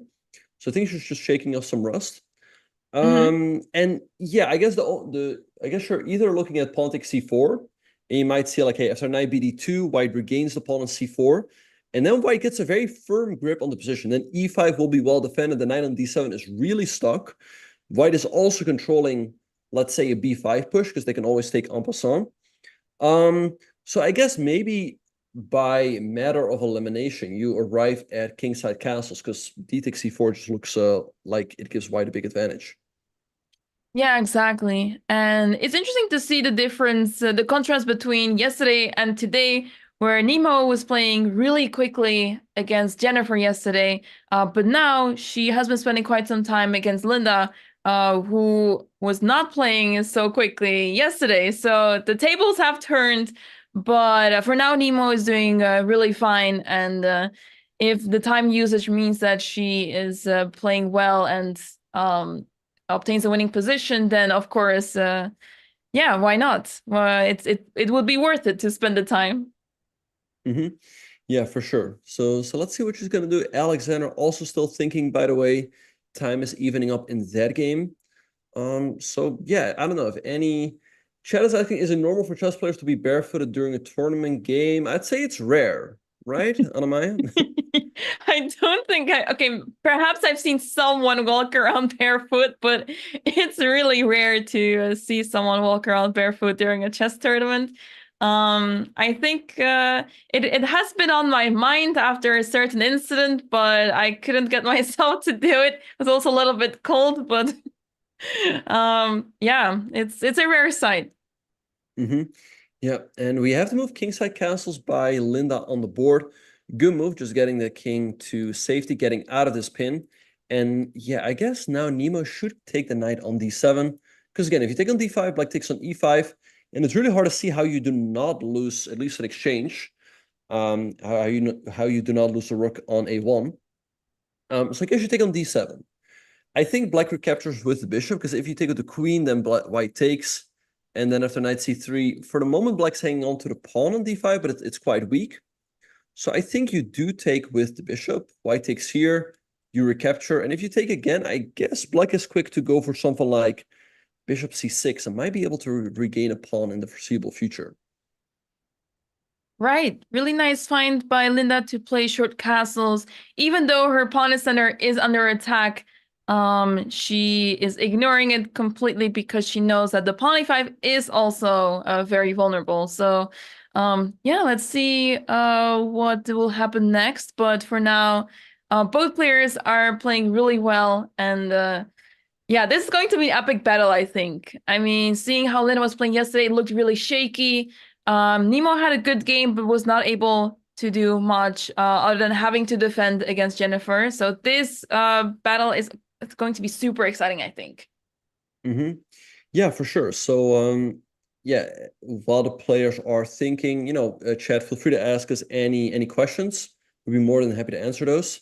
And it seems like Alexandra has moved. She played the move queen to f6, a good move, activating her queen and attacking that pawn on b2. So I'm curious to see how Jennifer is going to respond to that. But the opening has certainly been a success for Alexandra.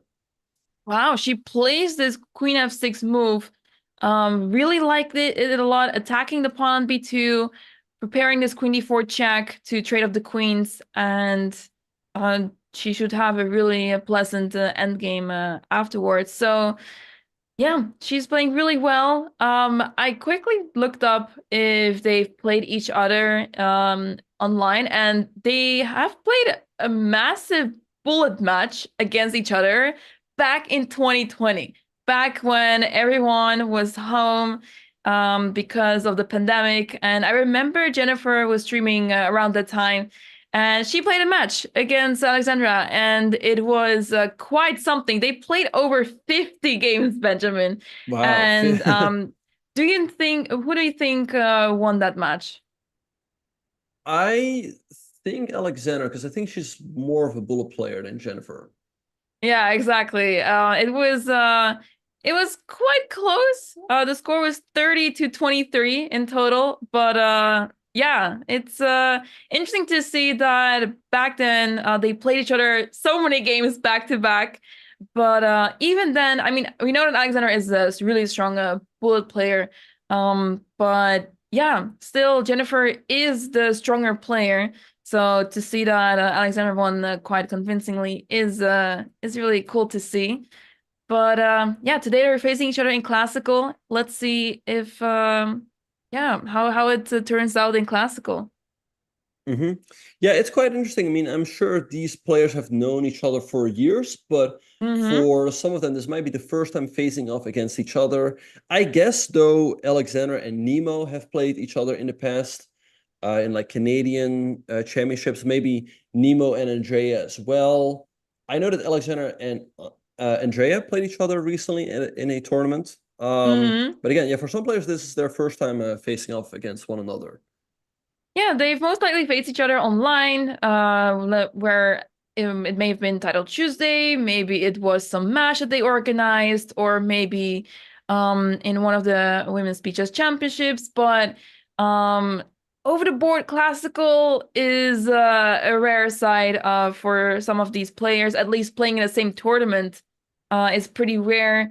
So yeah, it's really awesome to see that they're now finally facing each other in a classical tournament, to see who is the better player in this event. Mm-hmm. Yeah, so let's see how Jennifer's going to respond to Queen to F6. The pawn on B2 is hanging. It's not as easy to defend.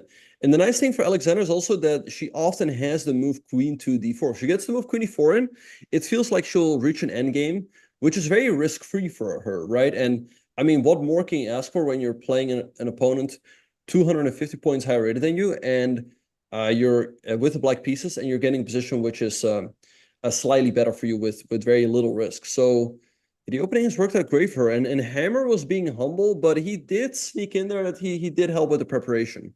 Yeah, I mean, it looks Alexander's position looks just amazing, and it's really hard for White to play here because it's hard to come up with a plan. You don't really have proper pawn pushes over here. Usually you want to push pawns to launch an attack if you don't really have the pieces for it, because the knights are off the board, the bishops are not really able to make progress here. So then you look at the pawns, and the pawns are also quite stuck here because you don't really want to play c5, that just loses the pawn right away. And now this pawn on b2 is under attack, as you said, and the G and H pawns are also just standing there and not really able to do much. So really difficult to come up with a plan for White. So Alexandra's position just looks amazing, as she's the one in charge of the position, attacking the pawn b2. And the question is, what is Jennifer going to do here now? Mm-hmm. Yeah, it's not obvious to me. I mean, I wonder, let's say White takes on e4, right? And if Black takes on b2, what if we trade the queens and then White plays rook to e7? That doesn't look that easy for Black to deal with. Let's put that on the analysis board. So let's say rook takes e4. Let's say Black takes on b2. Let's say White trades, Black recaptures. Then White goes rook to e7, hitting the pawn on c7. Something Black can do here, which is a funny line, is bishop to f6, hitting the rook. You sacrifice the pawn, but in case White takes, you now have bishop to d8, hitting the rook, which is a little bit trapped. I don't think it can go anywhere. And the computer is not impressed here. Maybe, I wonder why. Maybe White can sack? No. Can you take on d6 maybe? Well, and just what? Black takes here, and maybe, yeah, let's have a look. Let's say White takes here. We take an maybe f1. the d5 pawn is so strong. Right. White might be getting very strong compensation here, yeah, with like d6 coming next, bishop here, c5. So yeah, Black wins material, but White ends up with an advantage. So then I wonder what Black should have done instead after rook to e7. What about this? What if you give this check first and now go for this line? Yes. This seems to be a clever inclusion, because now you have to recapture with bishop, which is more passive. Also, your king is in the corner. So this is probably the right line for Alexandra to get an advantage. Yeah, but still not so easy, as Black is not developed here at all, and the bishops of White are still pretty scary here. So yeah, this would be a scary line to get into. Right. Yeah, but at any rate, yeah, it's not easy for Jennifer to just sacrifice a pawn like that.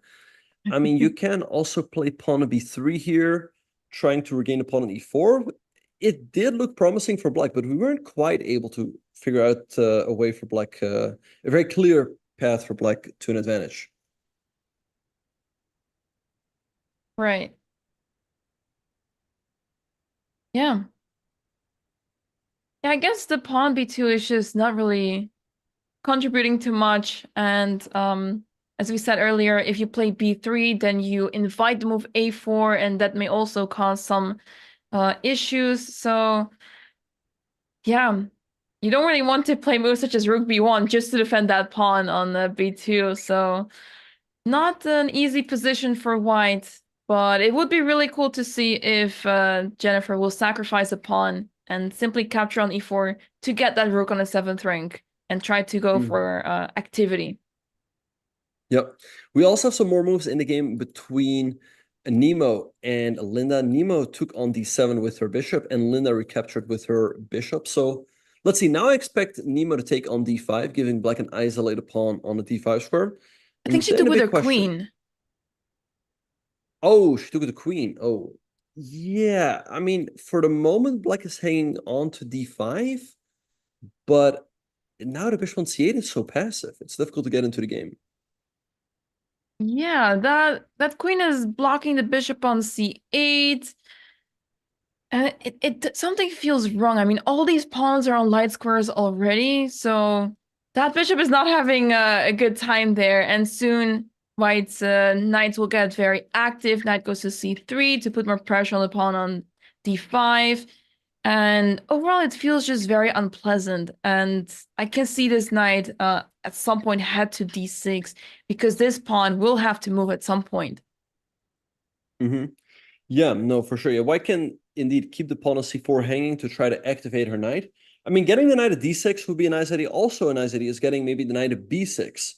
Because let's show that. Like, let's say you start off with a move like knight c3. You sacrifice the pawn on c4. But in case black takes, you maybe play a move like knight a4.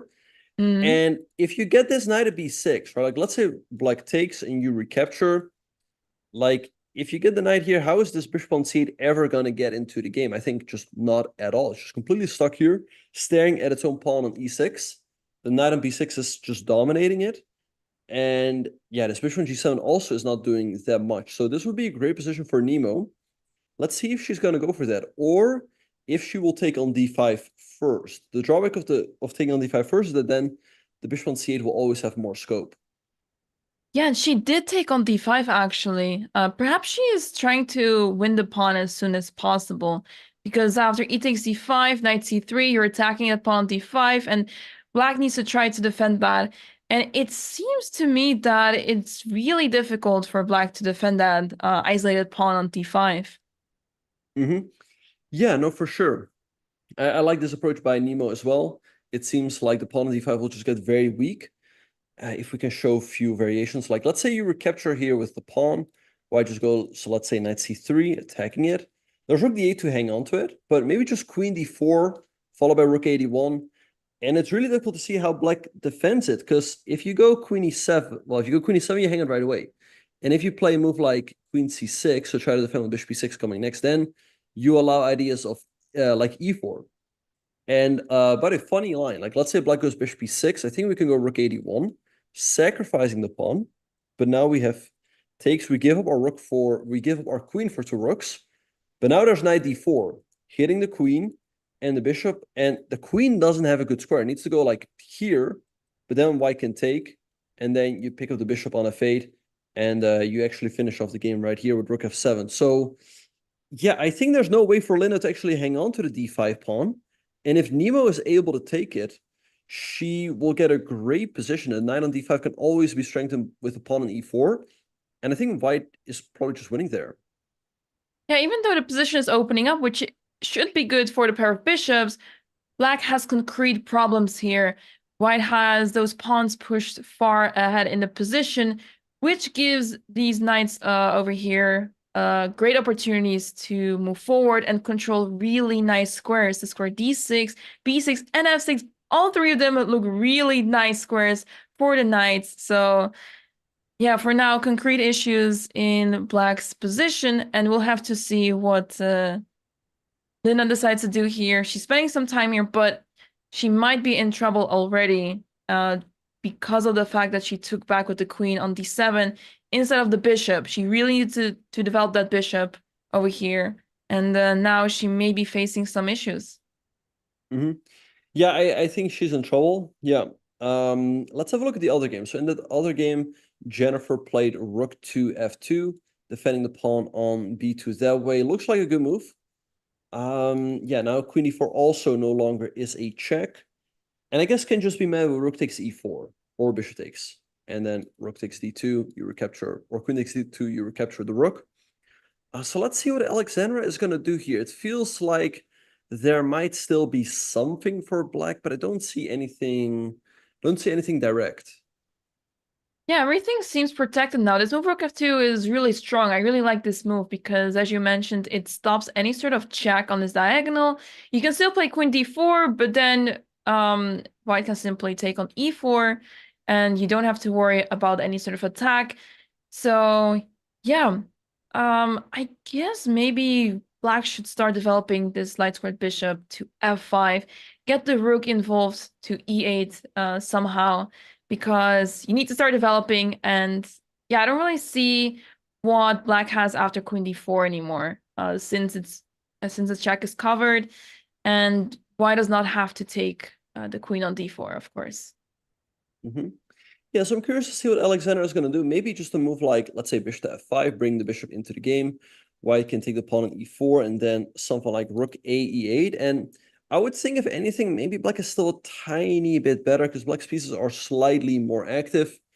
That being said, the white position also feels quite solid. So yeah, let's just see what she's going to do. And yeah, Alexandra has a lot of time to figure something out right here. Yeah, so here's to see what she will come up with, but Jennifer is obviously not making things easy. She has to play very carefully here, as it's really difficult to come up with a plan. But for now, she's playing really well. She's defending well, and sometimes that's all you need to do, because if your opponent's attacking you, sometimes you just can't really counterattack, and you just have to play solid and wait for your opponent to make a mistake. Sometimes that's the strategy, and it could work out. Yep. All right. So in the meantime, it looks like Linda has recaptured with the pawn on d5. Knight is c3 by Nemo. Developing the knight, hitting the pawn on c3. All very natural stuff. And now I guess Linda will just play a rook to d8 because it's the only move to hang on to the d5 pawn. Yeah. The pawn on d5 is under attack. Black needs to try to defend that. If that pawn is off the board, I am really concerned about Linda's position. I'm actually already concerned about her position because that pawn is so weak on d5. And that bishop on g7 is out of the game, staring down that pawn on e5. This bishop on c8 is not developed, and this is going to cause Linda some issues. And this brings me back to the point you were making earlier. This is developing the bishop to g7 with g6, bishop g7, a short castle. It seems very logical, but it is simply too slow. And because of all the time wasted, now black is in trouble because white was able to do everything they wanted to do. And now this poor pawn on d5 is all alone. And what do you do about it with black? Yeah, so it's somewhat unfortunate for Linda. She played queen takes d7 to hang on to that pawn on d5. But it looks like she's going to lose it anyway. And now under worse circumstances. Looks like Nemo's just about to pick up the d5 pawn. Again, the knight on d5 can always be strengthened with pawn to e4. And I don't see what you're doing here with black. I think this is just going to be a win for Nemo. Yeah, unless Linda finds a great way to fight back here. And yeah, and the game between Jennifer and Alexandra is looking, yeah, a little bit better for Alexandra. So let's see what she's going to come up with. Yeah, Alexandra is slightly up on the clock now. It's just a few minutes difference on the clock, but yeah, she has a tough task here to try to figure out what to do next, because all the threats that she created are now covered by one move. This move rook f2 was a really strong move. So what can she do now? And yeah, you kind of want to create more pressure, but it's hard to see how. Earlier in the chat, I saw someone pointing out this idea of rook a6, rook b6, which makes sense because you want to involve the rook in some way. but it feels so slow. It feels like the rook on b6 is just misplaced, and at some point you'd have to go back and start all over again. But it's quite difficult to see what's next here for black, as there's not a lot of weaknesses in white's position. Yeah, rook a6 to b6 is a very creative idea, but I do think that the rook will be a little bit misplaced on the b6 square, because white can also just play b3, and then what? And I think very often you want to have your rook join the action on the king side, right? So you want to develop your bishop, then move the rook to e8. That looks like a more natural plan to me, and I think it's also more likely that Alexandra is going to go for something like that. So I guess right now she's going to develop her bishop, either maybe bishop f5 or bishop to d7. Which one makes more sense to you, Anamaya? Well, I really like bishop d7 in a way, because it just feels safe there. It just feels natural. But at the same time, bishop f5 makes a lot of sense to defend the pawn at e4 in some way, and also to stop any sort of attack on this f-file, at least for the time being. So I guess my preference would go to bishop f5. But it feels like it will not survive there for too long. Someone in chat is actually asking if you can just play bishop g4 to be annoying and prepared, developing the rook conventionally in the middle. What do you think of this move, Benjamin? Yeah, bishop g4 also makes perfect sense. In the meantime, it looks like Alexandra has moved. So let's see. She has played pawn to b6. Well, that seems a little slow to me. I mean, it stops pawn to c5 from white. But now Jennifer has the time to regain the pawn on e4. Let's see how she's going to do so, either with the bishop or with the rook. I don't know. I think she should have just developed her bishop. So let's see what Jennifer is going to do now. Yeah, I guess with the move b6, Alex is trying to play bishop a6 to attack the pawn on c4. It is a typical plan. Maybe she wants to play b5 at some point, but I think in this situation, the bishop really belongs on this diagonal, as yeah, you can simply play bishop f5, hold on to, well, try to hold on to the pawn, or at least try to put the bishop on a better square, because on the queen side, the bishop is not really doing much, because once you play bishop a6, b3 can be played, and white is pretty solid on the queen side for now. So yeah, it feels like she is heading to the wrong direction with the bishop, but it's still fine for now. But maybe because she's focused on a different plan, maybe this might cost her the advantage. Yeah, so let's see what Jennifer is going to do. Maybe something Alexandra has overlooked is that, let's say, our rook takes e4 cannot be met with a move like bishop f5, because that runs into bishop g5, attacking the queen. And now the queen doesn't have anywhere good to go to. Like, all of these squares are covered by the rooks. And if you go to f7, I guess there's g4, and you lose your bishop. So I don't know how she's planning to meet this move. Maybe with bishop to d7. One advantage of the move b6 is that, again, it stops c5. It also does protect a5, which often would be hanging in some variations.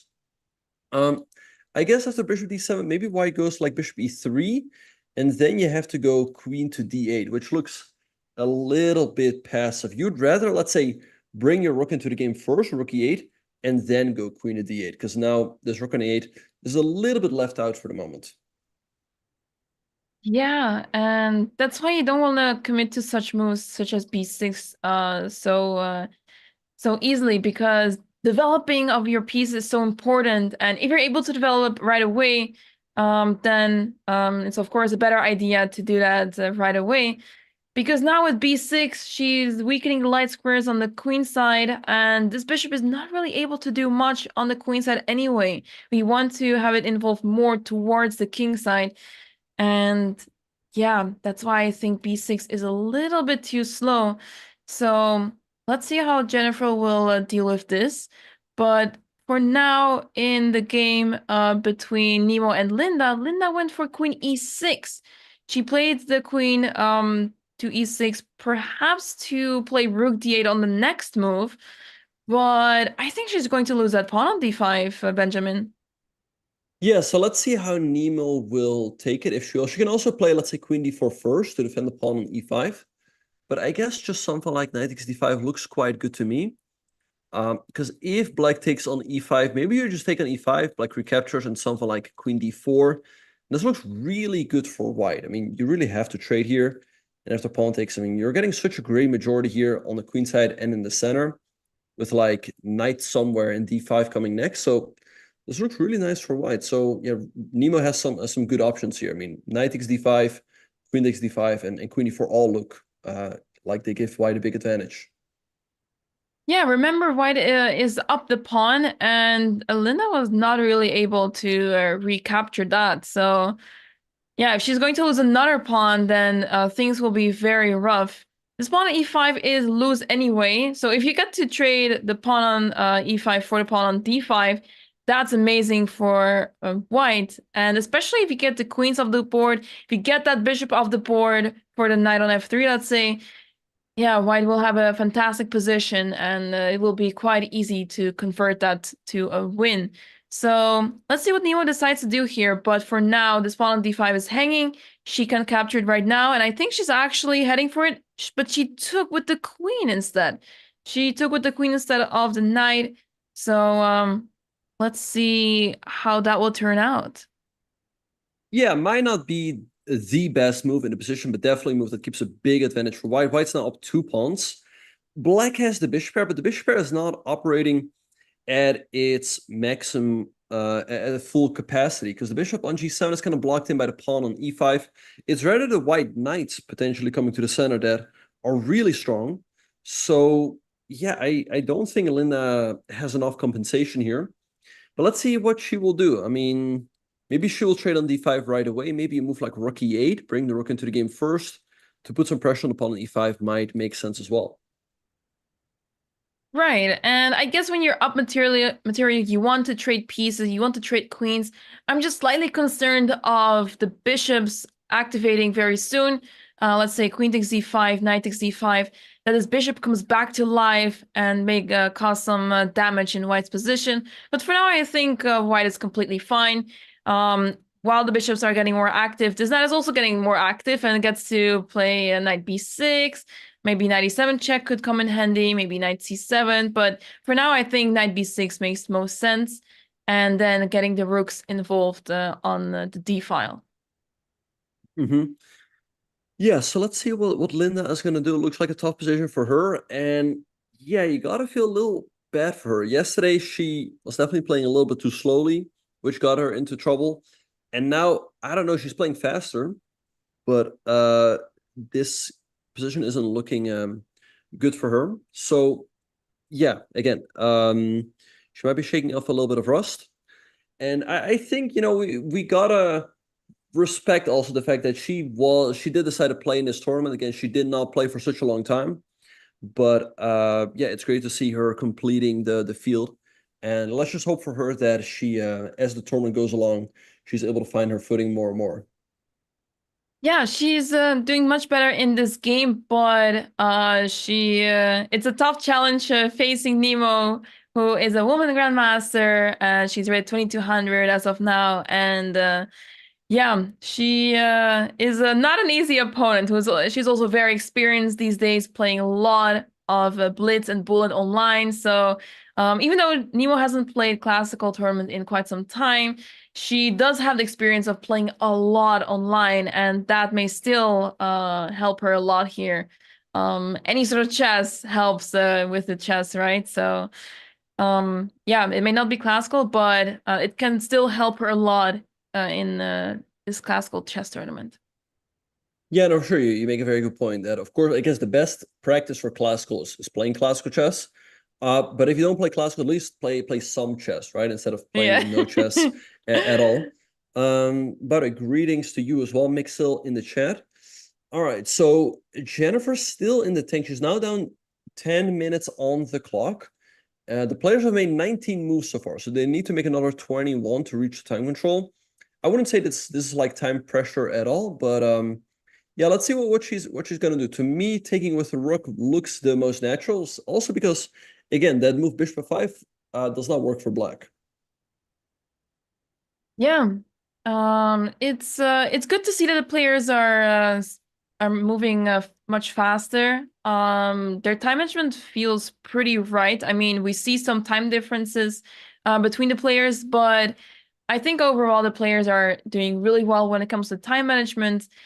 This is the stage where things get really interesting. They start spending their time even more because they have to figure out all the ideas, all different plans in the positions. But I would say that nothing too crazy so far in terms of their time management. So we may not see massive time scrambles today, but yeah, it's good to see that they're playing fast to make sure they get the 30, get in time to reach the 14th move without any major issues. Yeah, for sure. So yeah, as the players are thinking again, chat, feel free to ask us any questions. It's always fun. The interaction with the chat is always fun. And yeah, so let's see. I mean, I wonder what else Jennifer can be looking at, because bishop takes e4 is also a move, but it just feels better to take with the rook, get that rook active on the open file. Also, it covers more squares that the black queen could potentially move to.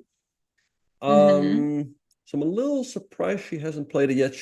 Yeah, well, there we have it, rook takes e4 on the board.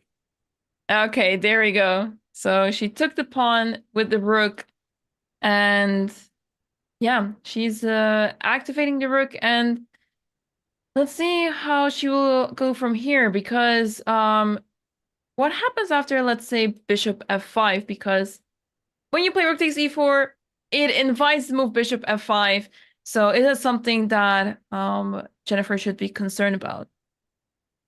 Yeah, bishop f5 looks like a good move for black, but unfortunately it seems to run into bishop to g5, attacking the queen, which doesn't have any good squares anymore. I mean, you can't, b2 is protected, d4 square is covered, and queen f7 runs into, I guess, either g4 or rook e7. Rook e7 might just trap the queen. So unfortunately, that move doesn't work for Alexandra, which she might be realizing right now. So I think she'll have to go for the more reserved bishop to d7. Still just developing the bishop, aiming to bring the a8 rook into the game with rook e8. White might be a tiny bit better there, but black is still extremely solid. Okay, that makes a lot of sense. So bishop d7 is the move we're looking at. It makes me wonder what Alex has in mind, because she played the move b6, and there's a reason she played the move b6. But if she doesn't develop the bishop either to a6 or b7, then I wonder what was the reasoning behind b6. Was she maybe trying to stop the move c5 altogether? Maybe she was afraid of this move, attacking the pawn on d6, and maybe she was simply not looking forward to that. But yeah, it is weakening the light squares on the queen side a lot, so let's see if she can handle the position well here. But for now, she really needs to develop that bishop and get the pieces more active now. Yeah, I think her idea might have been to go bishop to f5, but yeah, she might be realizing now that that does not work. Yeah, b6, like you said, stops c5. Also make sure that the pawn a5 is always protected. So yeah, I think she just has to continue her development here and play bishop to d7. I guess a move like bishop g4 also looks way too risky. Probably why there's something like bishop e3, attacking the queen on f6 and the bishop on g4. So right now, I don't see another move besides bishop d7. Just, I mean, sooner or later, you have to bring your pieces into the game. Yeah, you need to start developing your pieces. And now that we know bishop g5, now that bishop g5 is a move in a position at some point, especially after bishop f5, you need to keep an eye on that, because for now, the move bishop g5 doesn't work because of tactical reasons. You get to take on f2, and this b2 pawn will, at the end of the line, after all those captures, will hang the pawn on b2. But yeah, if you manage to defend your pieces properly, then bishop g5 may get really scary, as White is looking for this move rook e7 to enter the 7th rank and make things very difficult for Alexandra. In the meantime, we see Anna Crumling and Dina Belankaya sitting in the background. I don't know why. Maybe they're just taking... Are they facing off tomorrow? No, wait, they played in the first round. So why are they sitting down again? I guess they just wanted to shoot some pictures. Somebody asked, yeah, I think as you pointed out, you might have addressed this question. Yeah, bishop d7 in case white goes bishop g5. Black can just straight on f2 with a fine endgame. Yeah, it's kind of funny to see a photo shoot mid-game. Now they're gonna do the handshake. Like they could have done this before their game in the first round, but maybe they're just making pictures for their thumbnails if they're gonna make a YouTube recap. Yeah, perhaps they had pictures taken earlier, but maybe not suitable for thumbnails. So now they're getting the extra pictures taken for the thumbnails. But yeah, I mean it's really cool that this tournament has 4 games that are split into across the day. It's a really rare sight because usually when you have double rounds, it's everyone is having the double rounds. But here we have 2 games in the morning and then 2 games in the afternoon. And yeah, it's a rare tournament. It's rare to see this in a tournament, but it's really awesome that yeah, we have this flexibility here. And yeah, it's perhaps not the best thing to do this during the game. This may be a little distracting, but I think the players are fully aware of these things and they know what they signed up for. So I think they're okay with it. Yeah, it seems to be in the spirit of the tournament, right? Besides playing competitive chess, they also want to create some content. So that is why, yeah, we see these things going on and the players are all fine with it. Because, yeah, like I said, if you don't like, you know, being on stream or you don't like people taking pictures, then don't play the tournament. So, yeah, I don't think it's too distracting either for the players. I mean, if I'm playing a game, I don't mind pictures taking so much, but I do mind it if the pictures may make a sound, right? When you hear a click whenever someone takes a photo.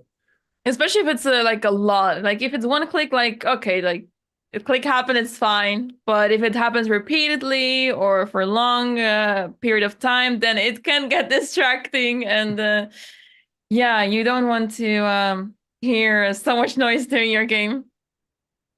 Mm-hmm. Yeah, all right. So let's see what's going to happen. Alexandra is in the tank. She's still up 5 minutes on the clock. What else could she be thinking about besides bishop to d7? I honestly don't know. I don't know. I mean, to me, this move looks very natural. Just continuing the development. You want to bring the rook into the game as well. Bishop f5 loses due to bishop g5. Bishop g4, I guess, loses to bishop e3. So, I mean, of course, there's other moves you can play, but I don't think, yeah, all the other moves make that much sense. To me, bishop d7 looks the most natural. I guess it's just difficult to accept that bishop f5 doesn't work here. And at the same time, this the tension on the f file just feels so off. Because the whole plan of queen f6 was to either play queen d4 or queen takes b2, but both of these moves are out of the question now. So then the question is, what are we going to do with this queen on f6? It feels like it's almost trapped there. So not a really pleasant situation for Black so quickly. And that's just because Jennifer played this very strong move, rook f2, shutting down all sorts of play of Black. And now it's suddenly unclear what a Black can do. At least trying to create threats here is not easy with Black. So you have to play solid and play bishop d7 just to develop and proceed from there. Yeah. So yeah, let's see what Alexandra is gonna do. She's still thinking. Linda is thinking as well. Yeah, and I wonder, like, of course I understand that Dina and also Andrea, they were wearing the pineapple shirt because of Hikaru, but why all of a sudden? Like, was there some sort of bet or something going on there? Yeah, what was really funny on the first day, Benjamin, before you joined, is that so Andrea was facing Jules in the first round. And earlier before the tournament started, Jules made this video where she's highlighting that Andrea seems jealous because Jules is very close to Dina and she's essentially her wife. So then, yeah, she was, you know, pointing out that they are going to fight for Dina's heart But then during the game, we saw Andrea change into a pineapple shirt. And then soon after, we saw Dina change to a pineapple shirt. And we were thinking, this is quite a statement from Dina that she's taking sides here in this sort of drama. So yeah, I'm not sure how that went behind the scenes, but then all of a sudden Jules managed to beat Andrea. So yeah, things are a little unclear over here, but yeah, Jules played an amazing game against Andrea, and yeah, at least Jules said that it's settled now, but yeah, I don't know. This pineapple shirt statement is quite something. Yeah, yeah, I think this is the first tournament I've ever seen where people are changing outfits during the game. And I guess only Hikaru can judge in the end who wore it better, because he's the expert of the pineapple shirts. He really brought that to fashion. But yeah, that's quite a funny story right there. I wonder if the other players also have a pineapple shirt. Maybe I should get one myself. Yeah, maybe we should get it. Yeah, I was thinking if I had a pineapple shirt, I would also wear it just because everyone is wearing it, and it would be fun to show up in a pineapple shirt. But I don't have one just yet. Maybe I should get one too. Yeah, it's just become such a meme. Yeah, like I guess Hikaru he was wearing it throughout the years. Anyway, Alexandra's still thinking. What else do you think she could be thinking about, or do you think maybe she's worried about something when she plays Bishop D7? Yeah, I'm curious what she is thinking about here. I guess it's really difficult to change direction when you have a plan, you make a move to try to make this plan happen, but then all of a sudden your opponent plays this move that you perhaps didn't expect, and then your plan falls apart. You have to change direction. I guess it's difficult to do that so easily. And yeah, I think that's what's going on here with Alexandra, because yeah, I think b6, maybe it was with the only purpose to stop the pawn from going to c5. Maybe it was to try to play bishop a6 and target the pawn on c4.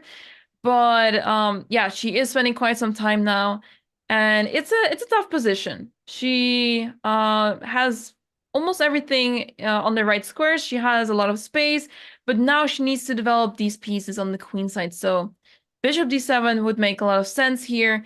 But yeah, I also wonder what other moves she's thinking about, because she doesn't have many moves left if you think about it.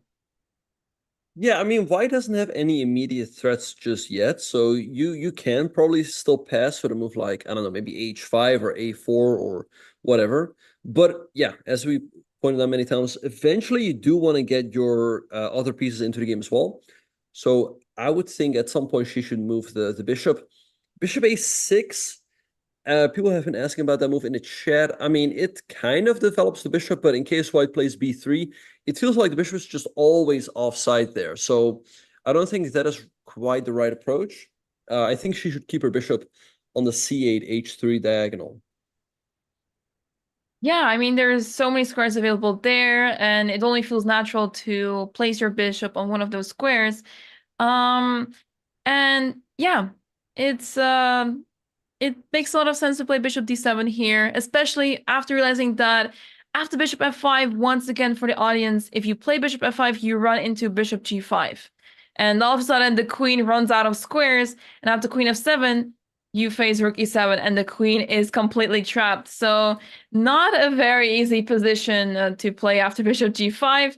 So that's why bishop f5 in this position doesn't actually work, which is quite surprising. So here, that's why we want to play bishop d7.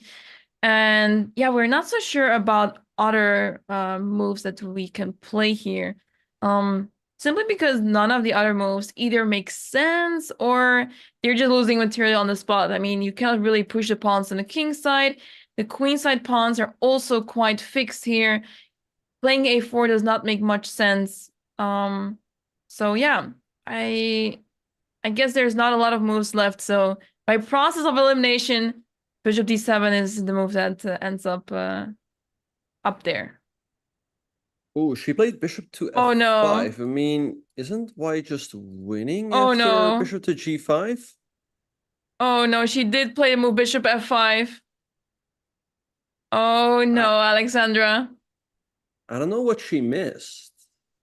And she I thought think about it for quite a while, so I'm quite surprised. I was trying to see Jennifer's expression. She seemed to like have this like side eye look, right? Like, isn't that just dropping something? Isn't that just allowing me to play bishop g5 perhaps? So yeah, Alexandra playing bishop f5. Very concerning because this is allowing bishop g5 as we just talked about.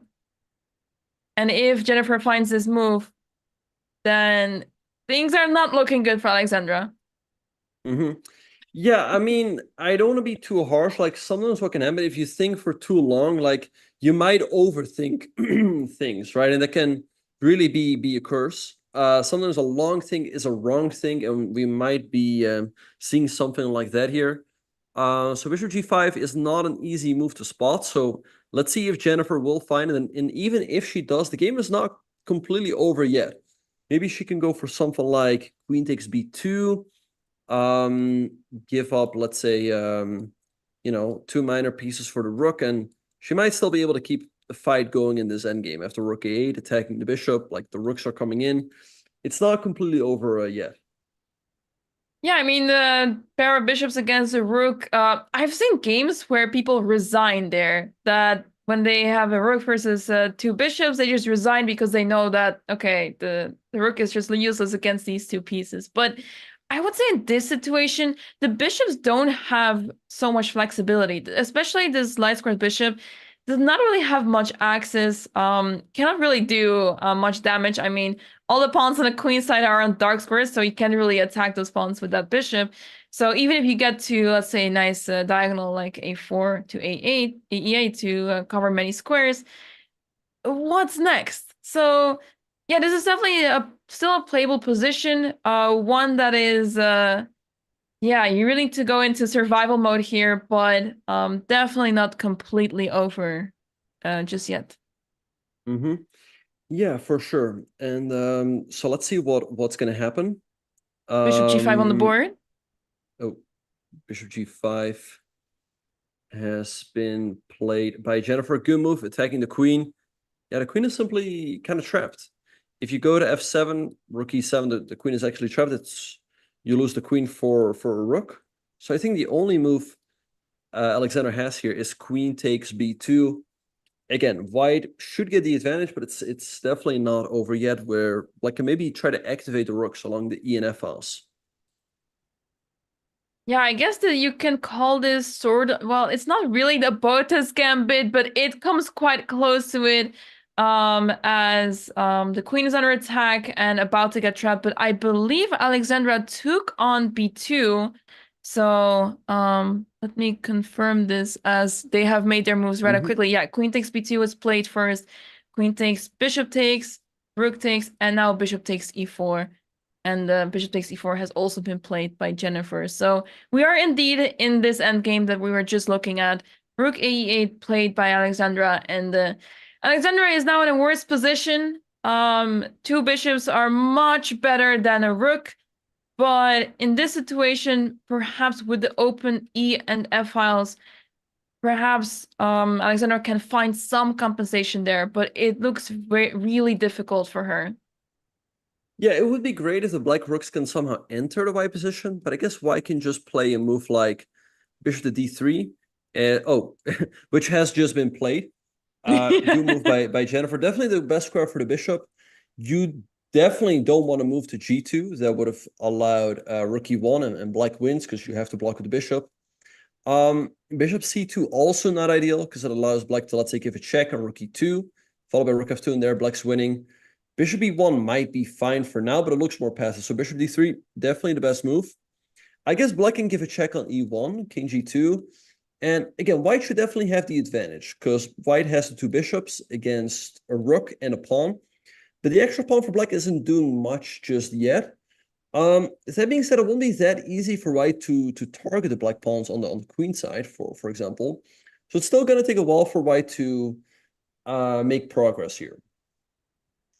Right. Yeah. I guess the question is, how do you make progress? Because usually you want to push the pawns to create weaknesses, but here white does not really have breakthroughs. I mean, you play c5, black can easily capture with a d or b pawn, and then black will have a passed pawn, and things may get complicated there. What would be the winning plan here for white? Good question. Yeah. I don't know. Maybe what you, I mean, under some good circumstances, I would like to, like, maybe trade off the rooks and then go bishop d8, but it seems difficult to do because after you trade, like, quickly goes like rook a1 and gets counterplay going. So I don't think that's quite a way to do it. Maybe try to create some play on the king side with like h4, h5. Yeah, again, well, white should be better, but it's difficult to make progress here. So Alexandra just has to keep fighting here, and then she definitely still has a chance. Right. Yeah, maybe you can I was pointing out that it's not easy to push c5, but maybe you can actually start with c5 just to open up some files or diagonals. Because if b takes c5, then the rook can come in on b7 and slowly gobble up those pawns on the queen side. So that could maybe be an idea to consider, to actually sacrifice a pawn, and in return you get to attack the other pawns on the queen side, because for now white does not have any access to those pawns. Yeah, so let's see what is going to happen. We also have some more moves in the game between Linda or actually one more move, queen g4, as you pointed out, keeping the queens on the board. I think it makes sense. Now let's see what Nemo is going to do. I think with white, you really want to get the knight to the d5 square. So maybe you just move the queen somewhere like maybe the d4 or d3, followed by knight d5. Looks pretty good for white. So let's see if that is what Nemo is going to go for. Yeah, I guess the idea behind moving the queen to g4 is not only is it attacking the pawn b4, but it's also preparing the bishop to go to e6. And then a queen has to retreat, and slowly black will be able to develop the pieces and make a comeback somehow. But of course, Nemo is not going to allow that to happen so easily. Yeah, I guess it would make sense to try to defend this pawn and also try to trade the queen off the board. So I think queen d4 or maybe also queen e4 comes to mind, and try to get the knight involved as well, as so many squares on the other half of the board, on black's half of the board, are so weakened. We want to put the knight on b6 or maybe d6, and f6 is also accessible to the knight perhaps. So I believe Nemo played queen d4 indeed. So I like this move a lot, and let's see what Linda will respond to this. Yeah, queen e4, good move by Nemo, offering the queen trade. Black certainly does not want to take on d4 because then white recaptures with the pawn and gets a very healthy structure. So yeah, let's see. I mean, Linda declined the queen trade with queen e6 to g4. Maybe she will continue to do so, but white gets a really dominant position in the center. So I guess she might just have to continue her development here with a move like bishop to e6. Yeah, that would make a lot of sense. That bishop feels very strong, but at the same time, since almost all the pawns of white are on dark squares, you can't really attack those pawns anymore. The bishop of black on g7 is quite bad over there. Just staring down a pawn on e5. If you were able to play f6 to trade off that pawn on e5 to open up that bishop on g7, it will be a very different story. But it's not that easy. After f6, white could even give up that pawn on e5 to just simply spare time to play knight d5, get the knight to b6, or maybe e7 check. And there's so many ways that white can infiltrate into black's position. That's why white's position is so good. So tough situation for Linda, but she is not out of the game just yet. She can still keep fighting by simply developing her pieces and develop the bishop, developing the rook, and see how it goes from there. Yeah, so let's see what's going to happen. I mean, I wonder if Alexandra's going to try to enter the position with her rook, with like rook e1. Or if she will just try to sit, right? I mean, and really ask Jennifer how she is going to make progress, because it doesn't seem that easy for white. If you just say, well, like king g7, rook f7, and pass, at least for now. I guess, again, what white can do is just push the pawns on the king side a little bit, h4, g4, maybe h5 at the right moment, maybe like bishop to d2 to c3 is an idea to reroute bishop. So yeah, but it's a bit of a pity. Alexandra had a great position, or very comfortable position out of the opening, and now it seems like white certainly has the advantage. But like I said earlier, we yeah, the fans shouldn't give up. Shouldn't give up. Just keep believing, and as it's still difficult for white to make progress here. Yeah, it's not easy, especially because black has the extra pawn, and it's not easy for whites to break through in the position. So yeah, we'll have to see what Jennifer comes up with, but for now, it's Alexandra's turn. She has to make a move here, and the move that comes to mind the most is rook e1 check, just to get the rook on the first rank and get it more active while also giving a check. Good to see Nicholas Stoyson in the chat, by the way, supporting the channel with 1,000 bits. He's a big supporter of really the chess category as a whole, so it's always good to see him. Good to see Nicola. Thank you so much. He said that Alexandra was winning the last time I was here. Alexandra was doing an amazing job in the early stages of the game, but then she made a mistake. To quickly recap what happened just now, is that she played the move bishop f5, attacking the rook on e4, which makes perfect sense. But at bishop f5, she allowed the move bishop g5. And suddenly her queen was in trouble, because after queen f7, the queen is trapped after rook e7. So she would lose her queen there. That's why she gave up the queen, essentially. Well, she gave it for, she got some material for it back, of course. But it ended up in this position where Alexandra has a rook and pawn, but Jennifer has the pair of bishops. And yeah, that's a tough situation to be in. It's not the worst position. I've definitely seen worse positions, again, with the material imbalance that we see here, but definitely still an unpleasant one. Yeah, in the meantime, we have a move by Linda. She developed her bishop to the e6 square. Makes sense. Maybe followed by rook 88. So now let's see what NEMO is going to do. She can trade on g4. She can also bring her rook into the game with rook 81. Then after rook 88, you can consider giving up your queen for 2 rooks. So let's see what NEMO is going to do. She's played the move h3. Also looks like a good move. Hitting the queen, because again, if black takes, you're happy to recapture the pawn. So I think Linda should keep the queens on the board. I guess maybe queen h5 is still a safe square, because queen g3 runs into 94. Your queen gets trapped. Yeah, that queen doesn't really have many squares, and that may actually, I think it's actually going to, yeah, maybe Linda will actually capture on d4, because going to h5, it feels really dangerous. It will be safe for now, but I can make a case for her playing queen takes d4, because yeah, that queen does not feel safe at all on the king side. But she does play the move queen h5 very quickly, so at least she makes the move rather pretty quickly. But yeah, her position is not the greatest. She's down 2 pawns now, and the queen on h5 is also in a very uncomfortable spot. Yeah, so queen h5 on the board in that game. In the meantime, we have some moves in the game between Alexandra and Jennifer.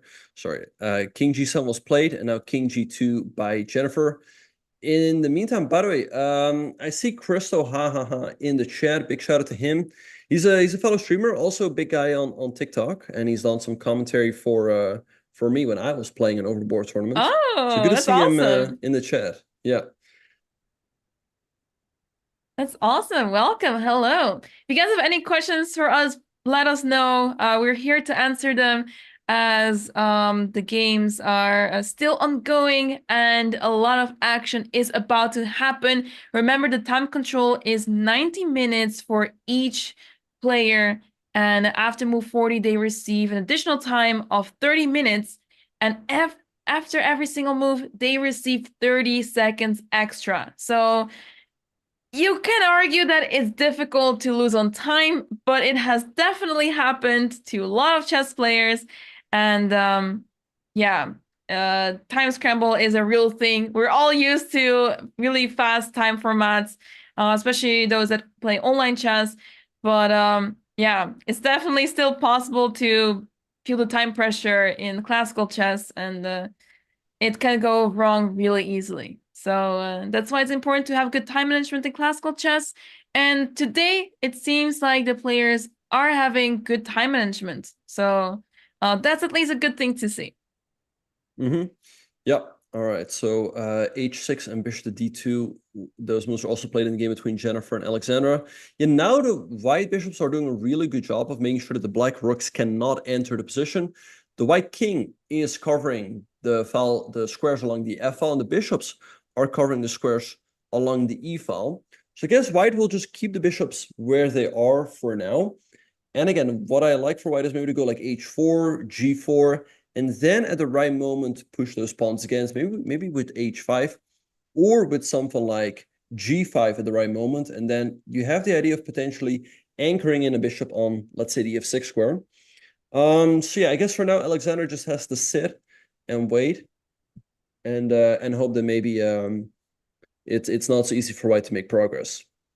Yeah, she plays move king h7, so she's essentially waiting and also stepping out of this check on c3 that was right there. So yeah, she's not really able to do much here, but maybe king h7 is inviting white to play h4 to prepare h5, since this pawn on g6 is pinned now. Yeah, so let's see what's gonna happen. Yeah, by the way, a plan I like here also for white is, let's say you start with g4, right? Maybe black goes like king g7, again, then h4. And at some moment, a check is going to hit you at a very, it's going to be very annoying to deal with. Because if you go to h7, well, then there's h5. If you go to f7, then there's rook f2. So, yeah, let's see if Alexandra can come up with a good defensive setup. But I think for white, pushing these pawns looks like a good plan, as the black pawns are quite vulnerable in g6 and h6. Yeah, the pawns are not really supporting each other, and you cannot really push one pawn. You can't really push g5. Pushing h5 feels like a disaster. I'm debating whether I want to take on h5 or just play g5 and target that pawn on g6. Both feel really good. So yeah, really tough situation for Alex. I see a question in chat for me. Would you be very unhappy playing with black in Alex's game, or do you think it's totally fine to play for you? I would be very unhappy. I guess it maybe depends on the opponent, but no, I think especially against someone like Jennifer Yu, or I think anyone in this event, I think I'll be very unhappy with my position. Because yeah, this is really difficult to play with black. You're essentially just waiting for your opponent to strike, and you can't really do much about it. You're just standing, and you're not able to create any sort of counterplay. It really depends on your opponent's mistakes. If your opponent makes a mistake, then you have the chance to come back. But if your opponent just plays the right moves and has the right plan, then it's pretty straightforward as well. So yeah, really concerning position for Alexandra. Really difficult to make any sort of progress here. Any sort of, I mean, you can't really move the rooks to white's camp at all. If you even play rook e5, you lose the exchange right away. So it's really difficult to make a move here with black. Yeah, so Alexandra is, no, actually Jennifer is currently thinking.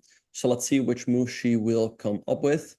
Yeah, we have this position right here after move king h7. So yeah, h4 makes sense with the very direct threat of pawn h5. Also g4, because it stops black from going h5.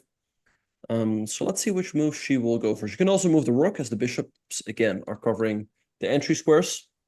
And Nemo has, by the way, moved. So yeah, after queen h5, she moved her rook to d1. Makes a lot of sense, bring the rook into the game.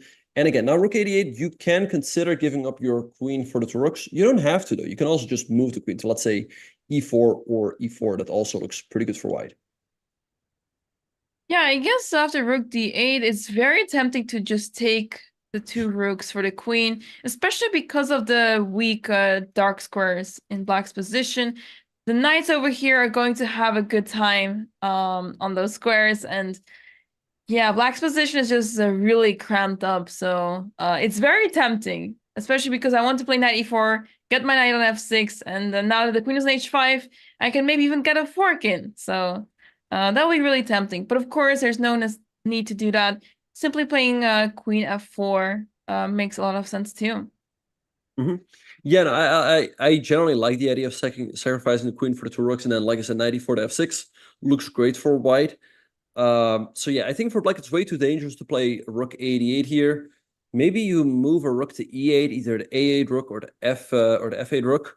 But it feels like Nemo is getting closer and closer to a win here. I mean, she's up 2 pawns. She's got great control in the center, and the black queen on h5 also can easily run out of moves. So Linda needs to be very careful here.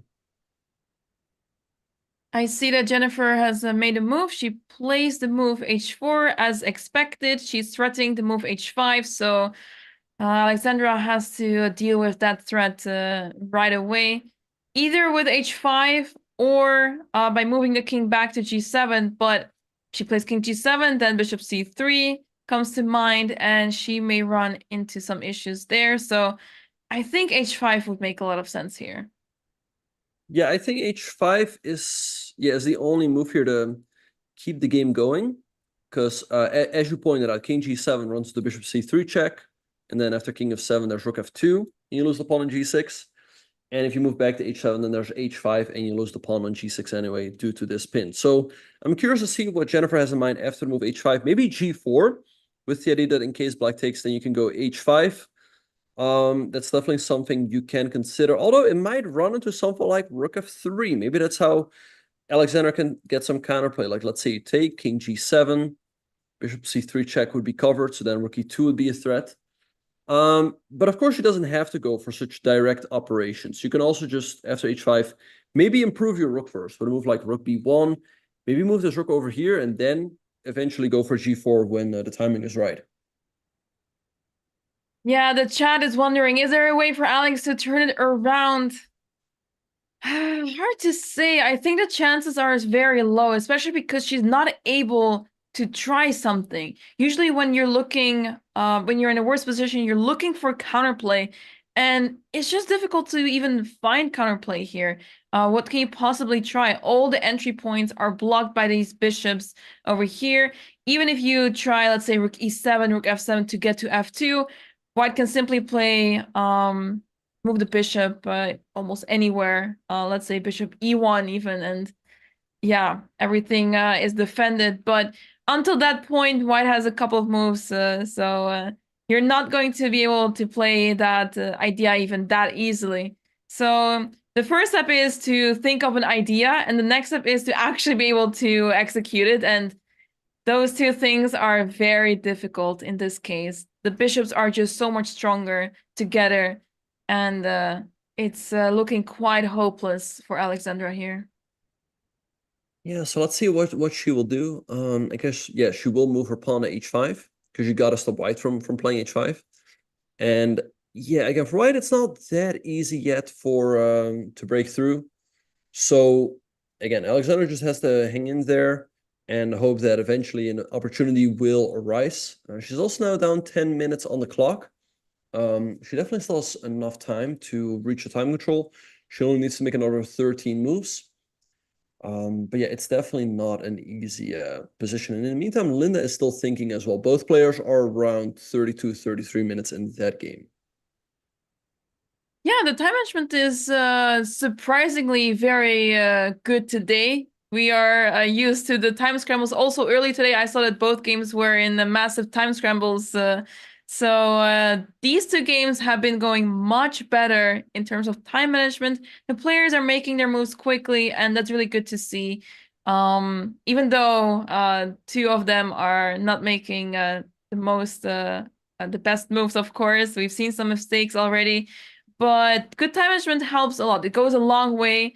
And in the long run, you'll see that if you simply play faster, you'll be able to play much better games, because once you are in a critical moment and you need the time for it, if you have the time for it, that's amazing. But if you don't have the time for it, that's when you start losing points in an unnecessary way. So seeing the players with good time management today is a really good sign for the rest of the tournament. Mm-hmm. Yeah, so Alexandra's played h5. Good move stopping white from advancing her pawn to h5. So she's definitely still hanging in there. And now it's up to Jennifer to find the right way through, which again is not that easy yet. g4 might be a little bit rushed. Maybe black can take, and after h5 again, a move like rook f3 might create some play. So let's see. Like I said, she can also improve her rook first. But I guess the good thing for black is that she's not allowing white to easily get the rook into the game. And at least the pawns on the queen side for now are well defended, and the pawns on the king side as well. So I'd say white should technically be winning here, but the win isn't that easy yet. Yeah, I would say g4 is really tempting, even though it may give black some chances to activate the pieces. I think since it comes at the cost of giving, if you take the pawn, which you probably have to, since there's not a lot of moves you have left to defend the pawn on g6. If you take the pawn, then after h5, this pawn becomes a passed pawn. And these two bishops over here are going to be very helpful when it comes to supporting that pawn to move forward. So I would be really concerned there if I was playing with the black pieces. So I really like the move g4. Maybe if you calculate it and the concrete line does not quite work out for white, but I really like the idea. So I'm curious if it's actually sound to play g4, or maybe it's a little bit rushed to play it already. Mm-hmm. Yeah. Yeah, perhaps we can have a look at it. So what happens if g4 would be played? Yeah, again, I think it might just be a bit rushed.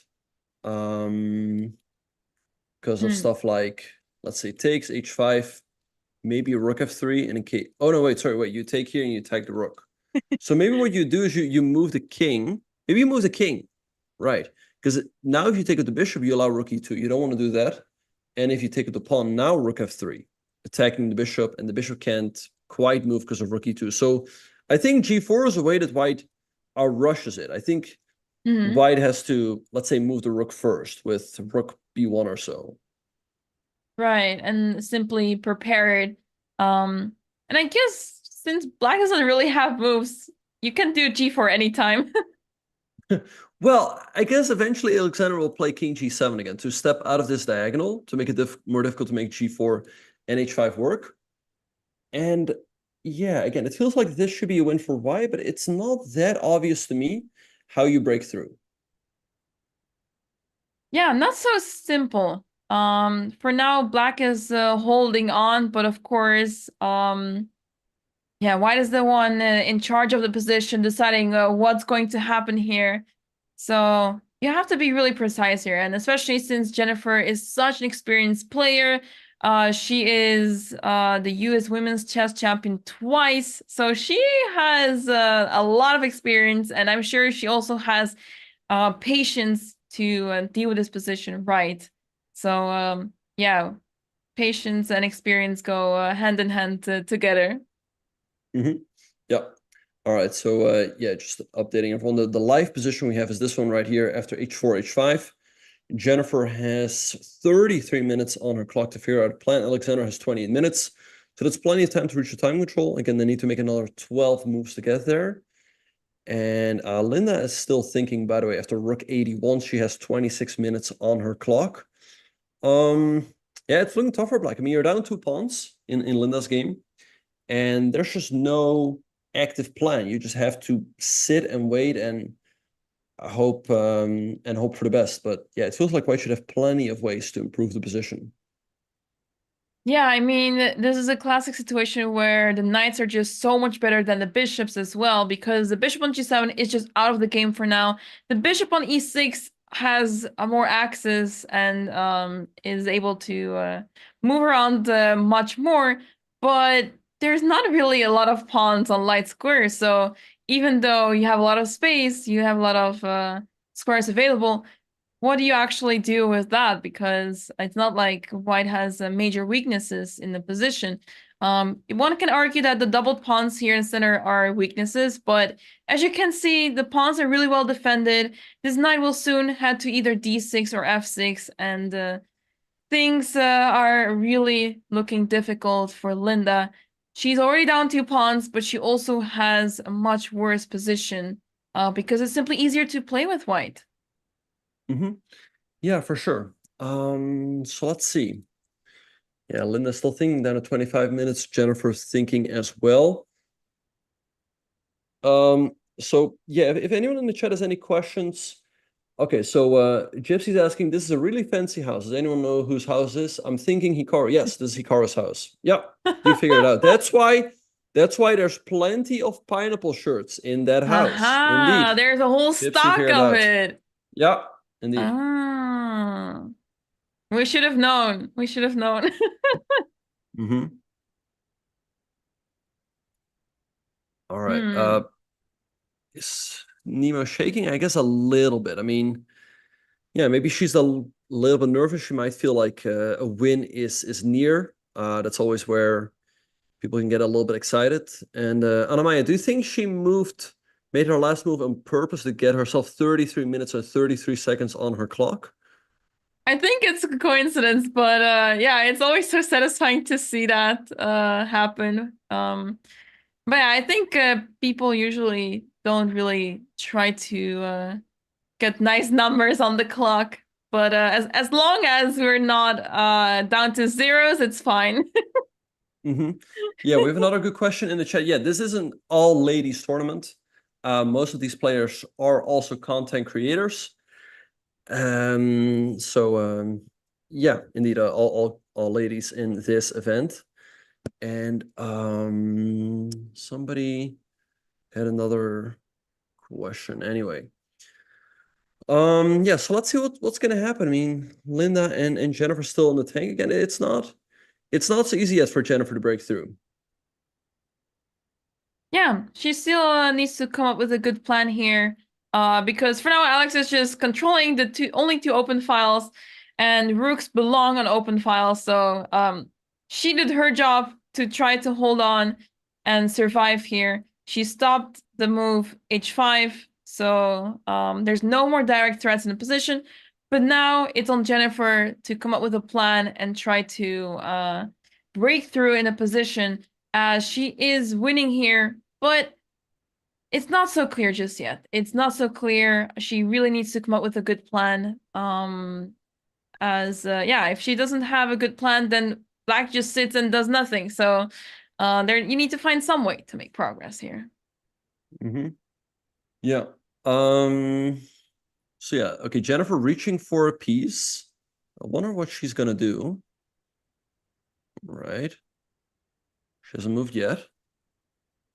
Yeah, she's on 29 minutes, and they have played 28 moves, so yeah, that's plenty of time, and a rare sight in this tournament to see the players with so much time on their clock just before reaching move 40.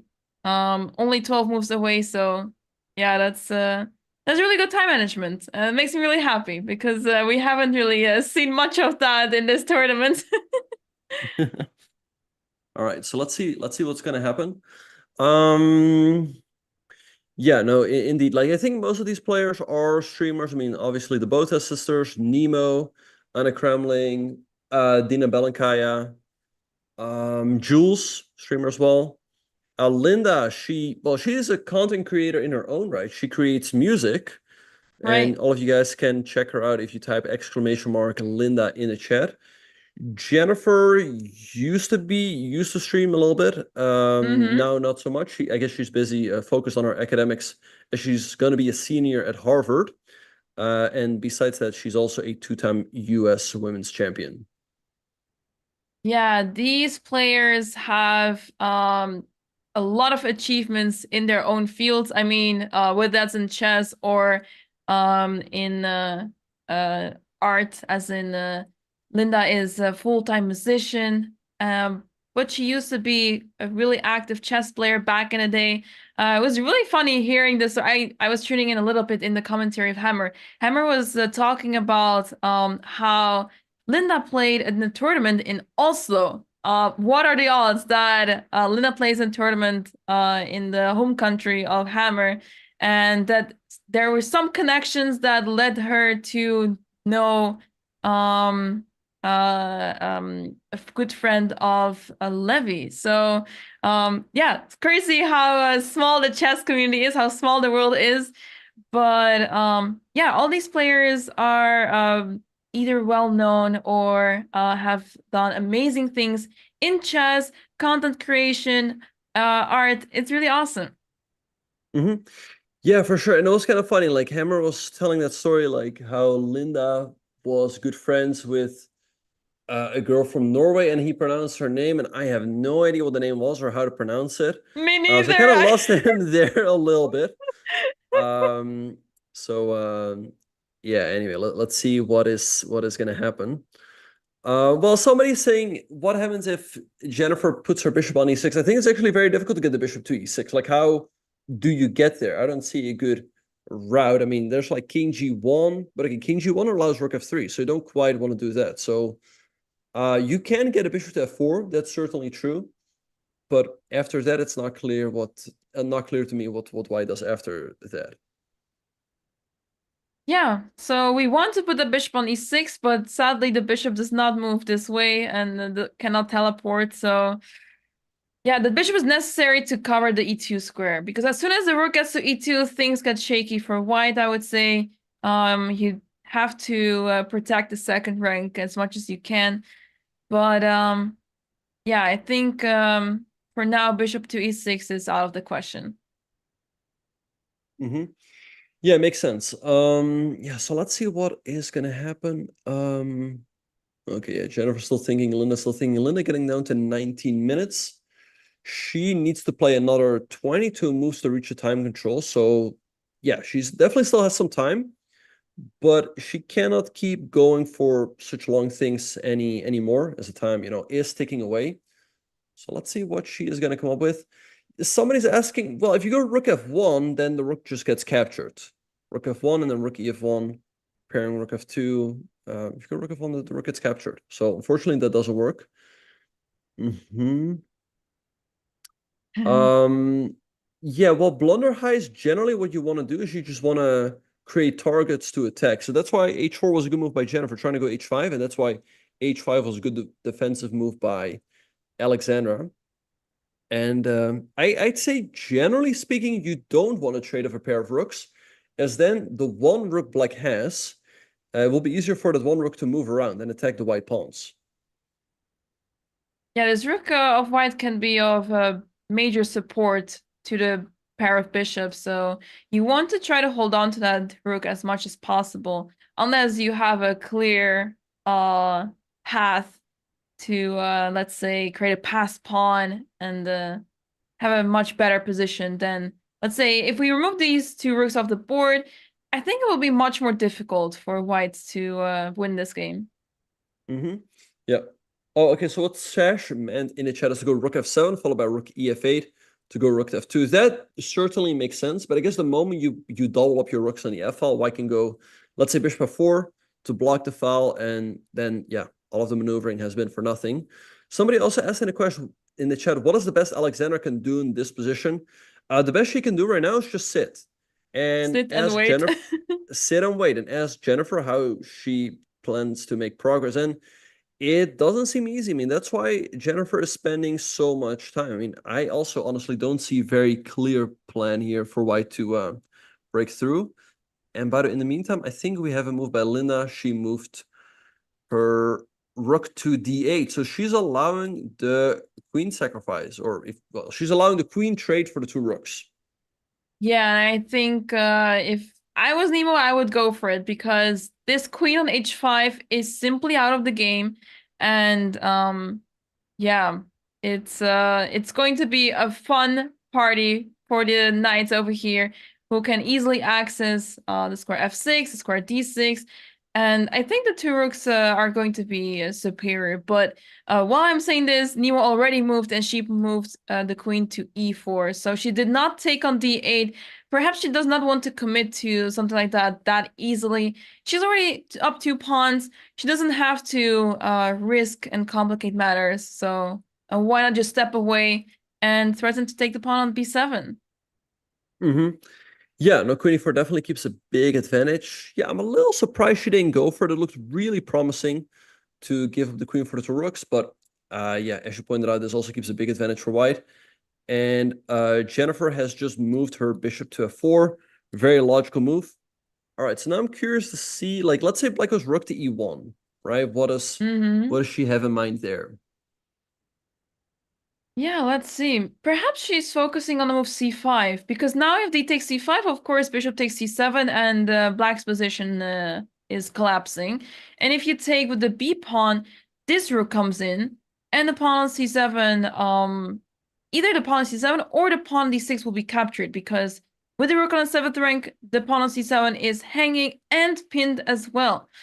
So I think she's simply preparing to move c5, and it's not easy for black to deal with this. I guess she has to play very passively, putting a rook on the 7th rank, either rook f7 or rook e7. Yeah, I guess you just have to sit. Yeah, either moving a rook to f7. Yeah, again, you can just continue to sit here with like moves like king g7, rook f7. Rook e1 makes some sense here to me. Just being a little bit annoying with the rook you have. You know, maybe you double up on the e file, maybe like rook d1 attacking the bishop. Just sticking around there with the rook could just be a little bit annoying for white. So that's the move I would play. So let's see if that is what she is going for. Yeah, let's see. But for now, bishop f4, I really like that move. Trying to prepare c5, and at the same time, it feels just like an annoying move to deal with, right? The rook is restricted on the f file. The rook on the e file only has access to e1, and I guess it's something you can try. But even if you get to play rook e1, maybe if white really wants to be annoying, white can just play bishop e2, king f2, and that rook will be very alone on the first rank. You want rooks to be connected, and this is one way to disconnect them and make them even more sad than they already are. Yeah, we have a move in the meantime by Linda. She played bishop to h6. Makes sense, targeting the pawn on e3. So let's see what Nemo will do right now. Like now, queen takes b7 runs to takes here. So I don't think you want to do that. Maybe some move like rook d6 again. Black isn't too eager to take because you recapture the pawn and your pawn structure gets fixed. All of the pawns, all of a sudden you have no double pawns anymore, and you have a very strong passer on the d file. So let's see what Nemo is going to do. She's got 32 minutes on her clock compared to Linda's 15. So she's got a big advantage on the board and on the clock as well. Right, bishop h6, it's a nice move. It's a creative move, let's say, because white wants to take the pawn on b7, of course, but if white takes the pawn on b7, then the bishop gets active, being able to capture the pawn on e3 with check, so you cannot move your queen that easily. So let's see what Nemo comes up with now. I guess one of the moves that comes to mind here is move knight to d4, but it seems like she already moved the rook to d6. Yeah, rook d6, good move by Nemo. Now the queen can comfortably move back to the d4 square, attacking the rook on d8. Maybe like knight e4 to f6 still is an idea. So it's looking better and better every move for Nemo. So I think she's got great chance to win this game. So let's see what Linda's going to come up with as she's getting down to her final 15 minutes. Yeah, this is looking great for Nemo. She is she's just playing a really good chess here and not giving her opponent any chances. And yeah, having a lot of time on the clock is also very convincing. So she should not have difficulties converting this. If she was down to, let's say, 30 seconds, I would still believe in her because she's very strong in shorter time controls, but she has a lot of time, and Yeah, I think we should trust her conversion skills here, as she is in a completely winning position now. Yeah, all right. So as the players are thinking, we are going on a short break, but don't go anywhere. We'll be back very soon as the players are entering into the decisive stage of the game. So we'll see you in just a few.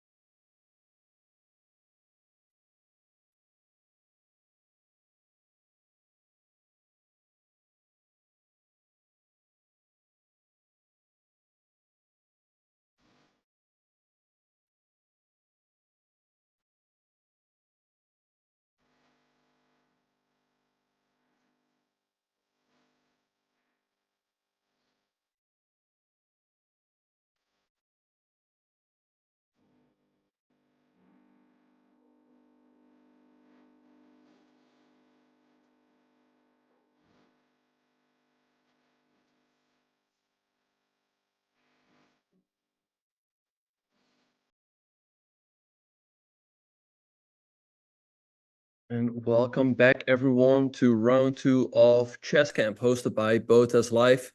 Anamai, a few moves have been played, and let's update everybody about everything that's happened. I think we left off after h4, h5, and here bishop to f4. Here Alexandra played rook f7, and Jennifer played rook f2, and here king g7 by Alexandra, but this allowed bishop h6 check. And now Ouch. it seems like Alexandra is losing a pawn. Yeah, she is losing the thread in this game now, because if she takes the bishop on h6, then she loses the rook on f7, of course. So she has to move the king back to g8 to defend the rook on f7. But then the g6 pawn is hanging, and once that pawn is off the board, the pawn on h5 will fall as well, and then it's a clear win for Jennifer, who will have 2 passed pawns on the king side marching down the board very soon. So she probably missed this move, bishop h6, so that was a really sneaky setup by Jennifer, but that's the way you should try to play. You should try to create threats, post threats on your opponent, and yeah, sometimes they are not so easy to track. So really a nice idea by Jennifer, but Alexandra in major trouble now, and yeah, this is almost resignable now. Yeah, it was just a very tough position for black, because I think with the move rook f2, white was setting up ideas to go pawn to g4, because now the bishop on f4 is protected, and in case it takes, then h5, and then after the bishop takes here, literally every single piece is hanging here. So that's why Alexander probably played king g7 to defend against that, but bishop h6, yeah, very strong move. And like you said, you're not only losing the pawn on g6, because here you're also losing the pawn on h5. The rook is under attack. If you go rook e5, just bishop f4. And if you lose this pawn, I mean, black doesn't really have anything going yet on the queen side. So this is looking really tough. And in Nemo's game, her position is starting to look better and better as well. We left off after rook to d6. Then bishop to c8 was played, knight d5, threatening fork, king h8 by black. But the white threats are just overwhelming here. I mean, maybe something like queen d4, threatening knight f6, attacking the queen and the rook. Also setting up ideas of e6. Oh, wow. So this is looking really good for white. Yeah, I mean, black's position here is just simply collapsing as well, because the black pieces are super passive. The bishop had to retreat all the way back to c8, and this rook is just a star on d6, as well as the knight on d5. All the pieces of white are having a purpose, and yeah, it's a matter of time until Linda resigns, I think, because Nemo has a fantastic position and so many threats that she can create here. Yeah, so Alexandra is thinking in the current position, I mean, maybe she's considering to take the bishop on h6, but then white can take on f7, attacking the pawn on c7. There's rook e3, I guess, still to attack the bishop, but I guess just bishop f1, moving the bishop back. You're going to take on c7, and it feels like the position just collapses for black there. Or actually, as I just realized after rook e3, maybe the easiest is just to go rook f3 back.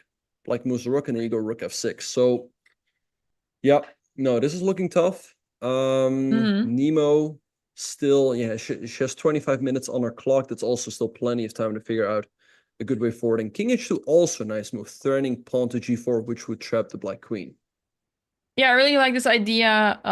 It's one of those moves where, I mean, there's so many ways to improve the position, right? And this is clearly setting up the threat of g4. And yeah, there's not a lot of moves that black has here. So you're basically asking your opponent, okay, show me what you got. What can you even possibly do here? She can try to play bishop f5, but that's not doing any harm. She can just move the queen to the side and yeah, prepare to move e6 that you pointed out earlier. So yeah, what do you do after king h2? It looks quite terrible.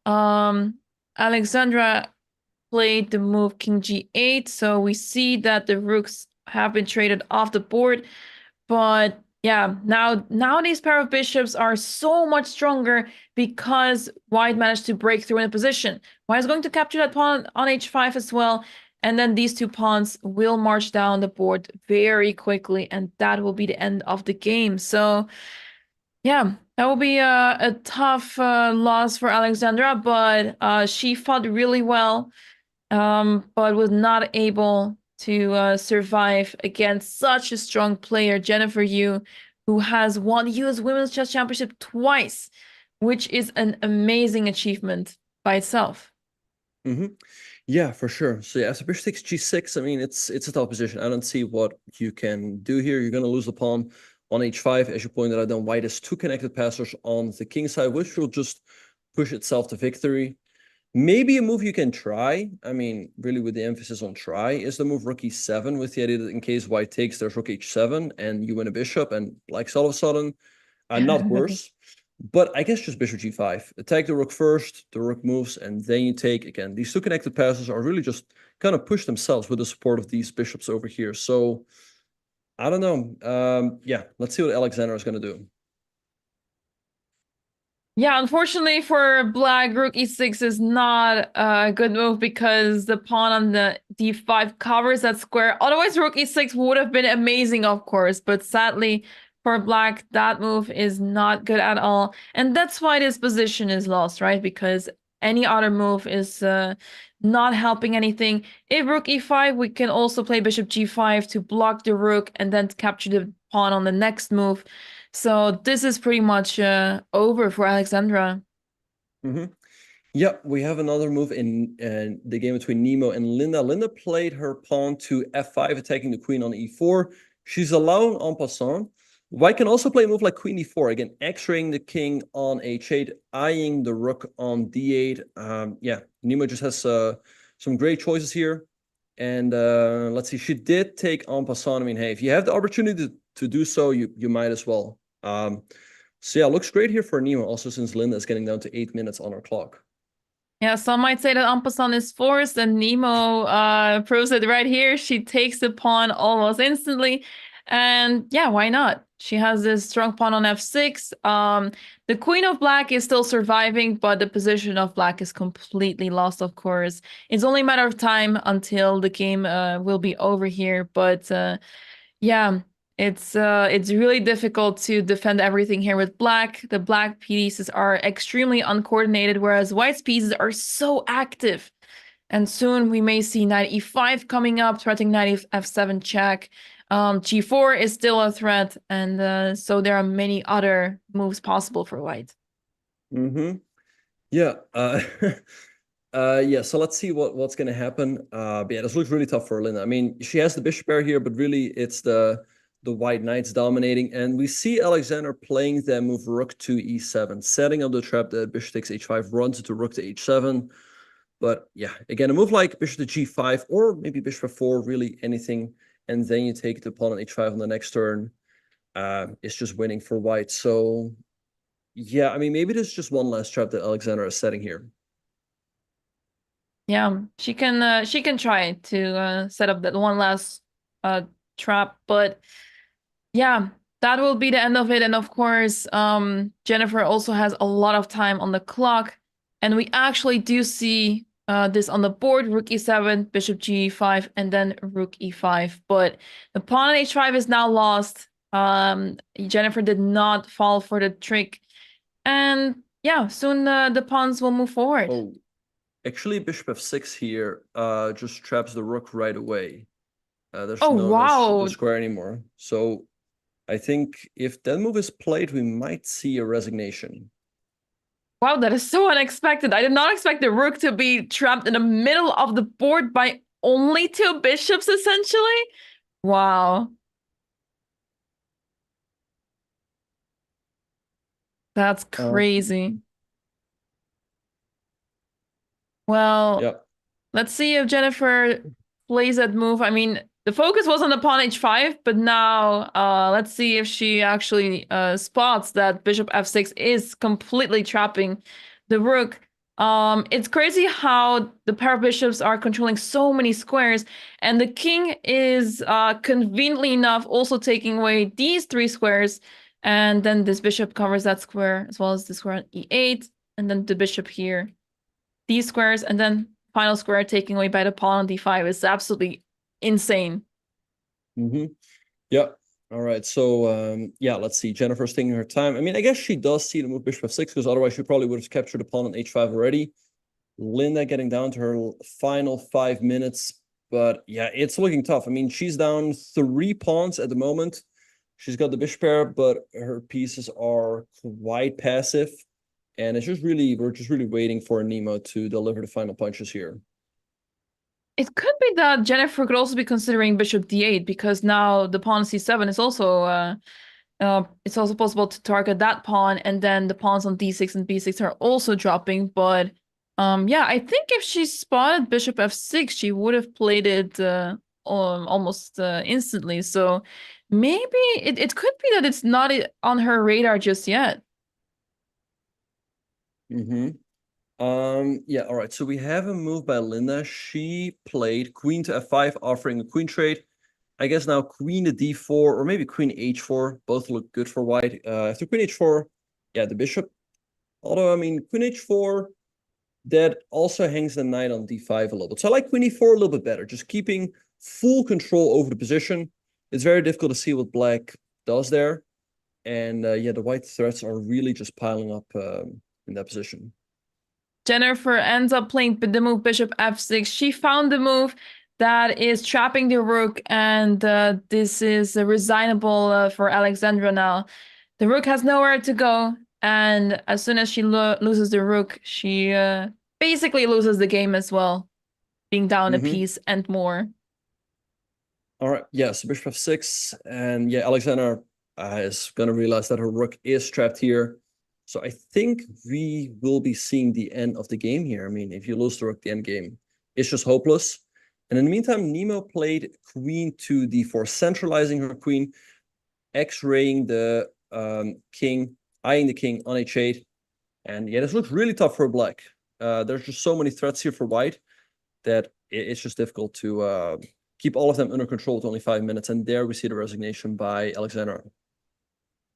Big win for Jennifer Yu. She played amazing chess. She was in a slightly worse position out of the opening because Alexandra played opening and right after that really well. But at some point it was too difficult to play. Jennifer played really well. That move, rook f2, I think was the start of everything. She played super solid and managed to come out of this position that she was in really well. And yeah, there's one final mistake where Alexandra lost the pair of bishops for the rook was, I think, the beginning of the end.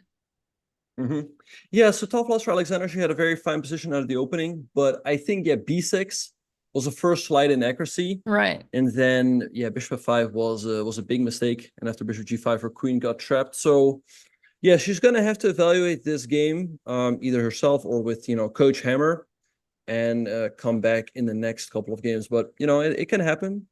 Still many more games to go, 5, that is. And yeah, maybe someone can tell us who is she playing tomorrow with the black. Who is she playing tomorrow? I can quickly check that for you. So Alexandra is playing tomorrow against Nemo, so that's going to be an exciting match.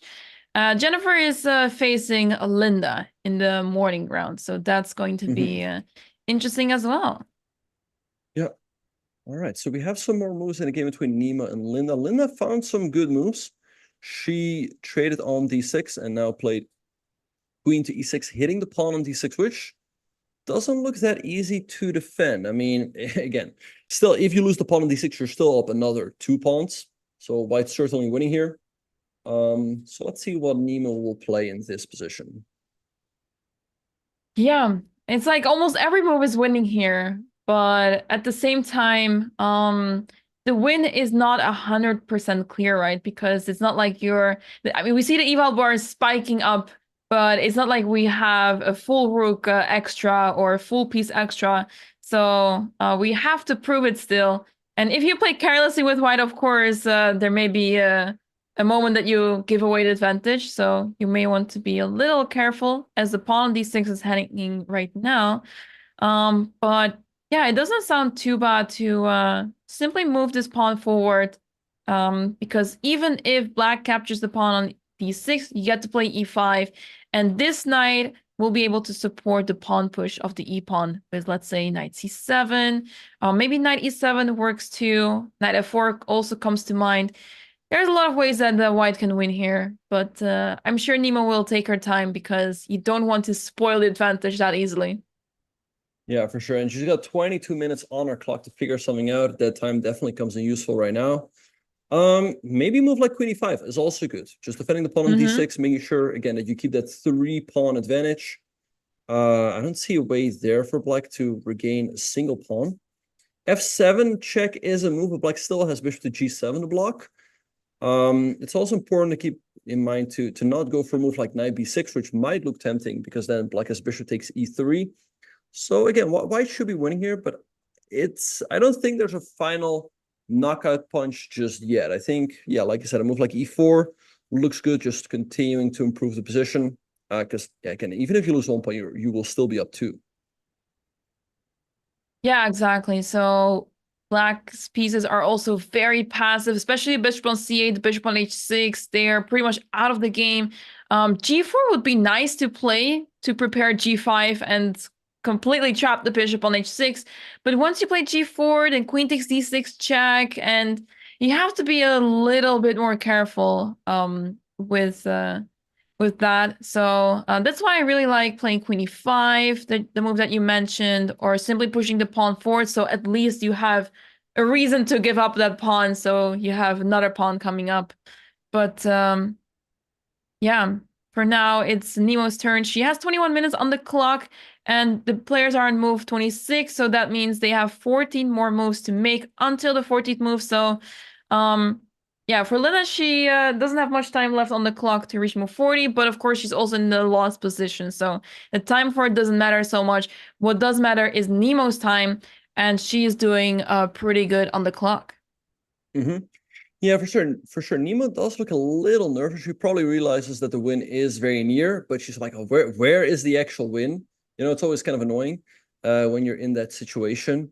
But I think, as we mentioned a couple of times, just, you know, keep making moves, keep the pressure on Linda, and then eventually the win should come to you by itself, because white just has such a dominant position and up 2 or, yeah, for the moment, 3 pawns. So, yeah, let's see what she's going to do. Yeah, it's one of those situations where you know you're completely winning and you want to finish it off in the easiest, the most simple way possible, and don't overcomplicate it. That's what matters a lot, because once you start overcomplicating things, that's when you give your opponent chances and you don't want to allow any sort of counterplay.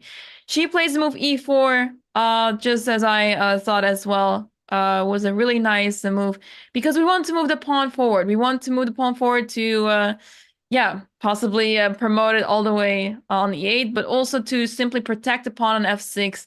And yeah, soon enough, the other pieces will be able to support the pawns as well. Yeah, so e4, a good move. Yeah, I think practically you just have to take the pawn on d6. Otherwise, white goes e5, keeps the pawn on d6, keeps the pawn on f6. That just looks terrible for black. But yeah, queen takes d6, e5 still looks dominant for white, with threats like queen h4 in the position.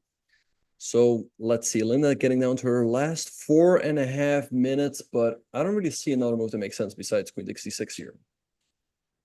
Yeah, she will have to take that pawn on d6. With that pawn on the board, it's even more difficult to play. So yeah, I'm expecting her to take. She may take a little bit of time. She's down to 4 minutes though, so she has to make a move fast, as they're not close to the 14th move just yet. Yeah. All right. So let's see what's going to happen. Linda is thinking in this position. I mean, honestly, I don't see another move besides queen takes d6, which makes sense. Yeah. But yeah, it seems like white is just crushing there. Nemo still seems a little nervous, I guess, only just because she realizes the win is near. Yeah, exactly. And I'm also trying to figure out what other moves black can possibly consider here, because other than queen takes d6, what else is there for black?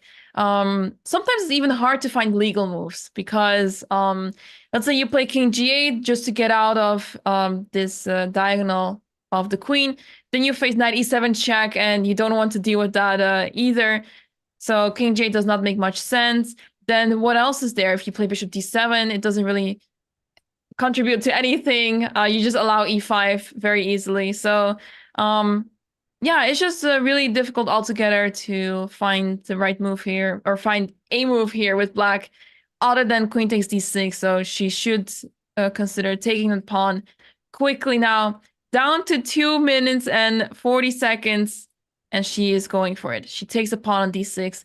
Let's see what NEMO decides to do. I'm expecting her to play e5 instantly. And there she goes. Yep, e5, very logical move. That was the point behind e4.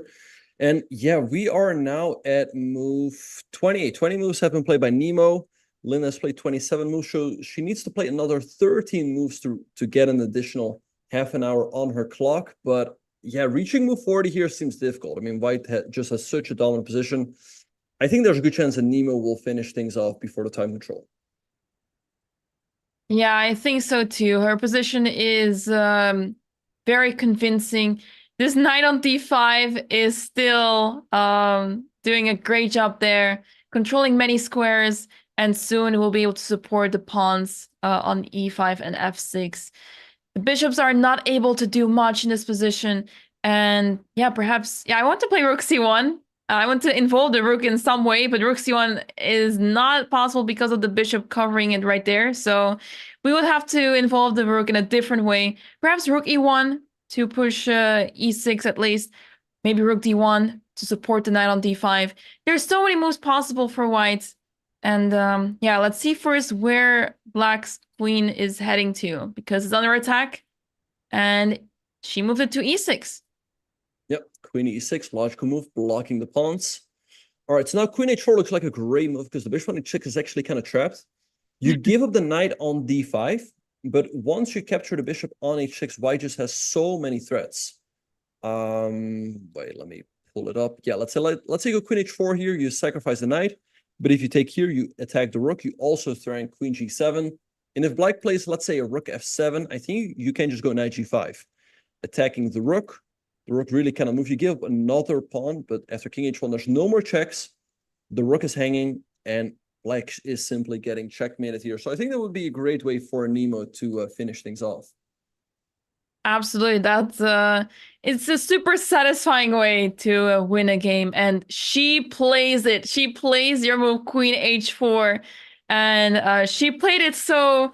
She made the move in such a way that was just so satisfying. It's one of those moves where you just know you're completely winning, and you're so confident about your position. So she knows she's winning. She knows that it is over very soon, and yeah, she's converting this in a great way.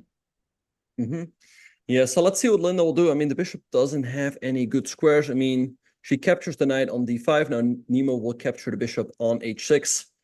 And I think this game will continue for, yeah, just a few more moves because the white threats are just overwhelming. Rook f7 on the board. And I think now knight g5, as we pointed out, is just crushing. Yep.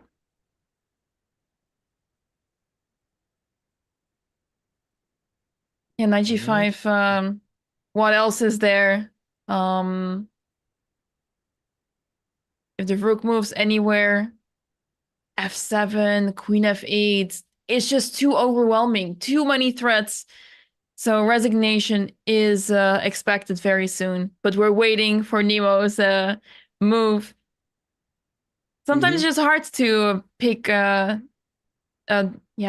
move out of so many good options, but I think knight g5 here is a very convincing one. I guess she is still making sure that there's nothing after queen takes e5 because it comes with a check. You have to move the king, so just to double check if everything is right, and she has a time for it, so why not?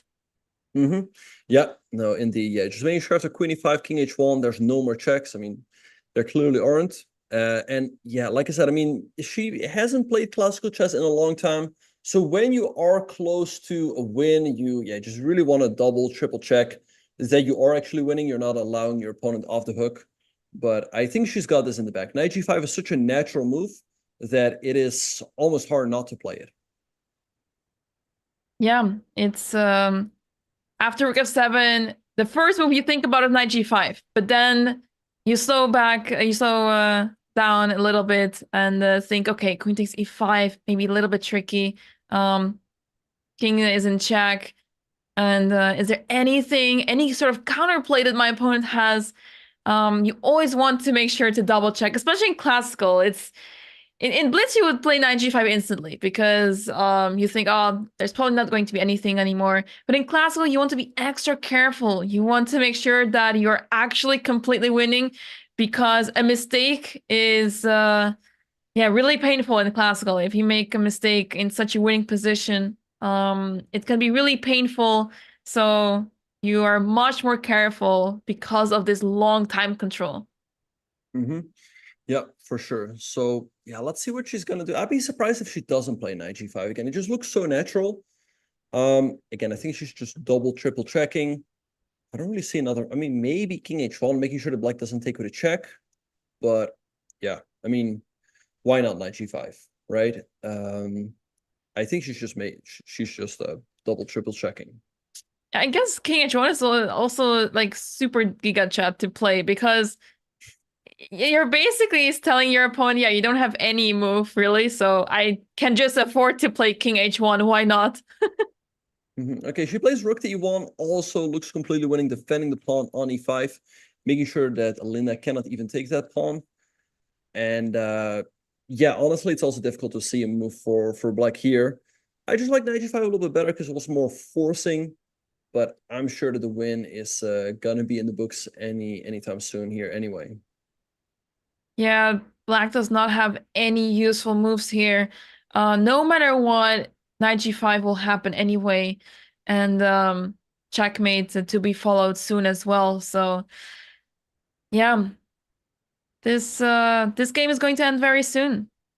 Yeah, for sure. All right, so let's see what Linda's gonna do. She's getting down to her final 2 minutes. Knight g5 is I mean, NEMO is making it very clear that that is going to be her next move. I don't know what you do. I don't know. I don't see it. I mean, maybe, yeah. You can play a move like, I don't know, like queen c4, meet knight g5 with queen f4, but that's just one check. After king h1, it's just all over. So let's see. I mean, I don't know. NEMO still looks a little nervous. Again, I think it's just because she realizes she's close to it. And we have a move by Linda. She played her pawn to b5, if I'm not mistaken. Maybe she's trying to set up bishop b7 and then pointing towards the pawn on g2. So if you move knight to g5, then maybe there's some queen takes g2 ideas. But of course, after knight g5, bishop b7, you can just take on f7 with check. And yeah, the queen has to retreat after that. So knight g5 on the board, and black is not in time to even pose a threat on white's position. Yeah, no, I guess you just have to move the rook with something like rook to c7. I'm curious to see what NEMO is going to do there. I mean, you can go queen f8 check, which is winning. You can also go e6. Really, oh, she plays bishop to b7. But yeah, now you just take the rook with a check, and that's what happens. And I guess, and Linda has recaptured. Yeah, I guess just e6 take and e7 is winning. Also something like rook d1. I mean, it's hard to see how you stop rook to d8. I guess that's the move I would go for. I think, or yeah, NEMO's reaching for the e pawn. So I guess e6 is going to be played anytime soon now. Yeah, that would make a lot of sense. Simply pushing the pawn, trying to get it to promote, and also this king is in a corner, so that king is getting checkmated too. So yeah, all in all, a really nice game played by NEMO. Linda put up a great fight though. Considering her game yesterday was really tough. She spent a lot of time on her moves, but today she recovered really well. But NEMO is a very strong player, so losing to her is no shame at all. But she put up a great fight, trying her best to survive. And yeah, this seems like it's going to end very soon after rook d1, threatening rook d8. Yeah, rook d1, good move by NEMO. Rook d8 is simply unstoppable. I mean, if you go bishop d5, amongst other moves, there's just rook takes d5, followed by rook d8 on the next move. So I think we will see resignation. Yeah, we see it right here. And NEMO wins her game and moves to 1.5 out of 2 as well. She's now amongst the leaders. Yeah, great result by NEMO. She played very well, very convincing win, and looking forward to see how she will do tomorrow in her game. I believe I said she was playing Alex. Yes, she's playing Alex tomorrow, so that is going to be super exciting to follow, as the two have quite some history. Yeah, so tomorrow we will have the matchups Andrea versus Anna Crumling. We will have Linda against Jennifer. We will have NEMO against Alexandra. We will have Jules, and we will have Jules against Dina. So some exciting matchups to look forward to.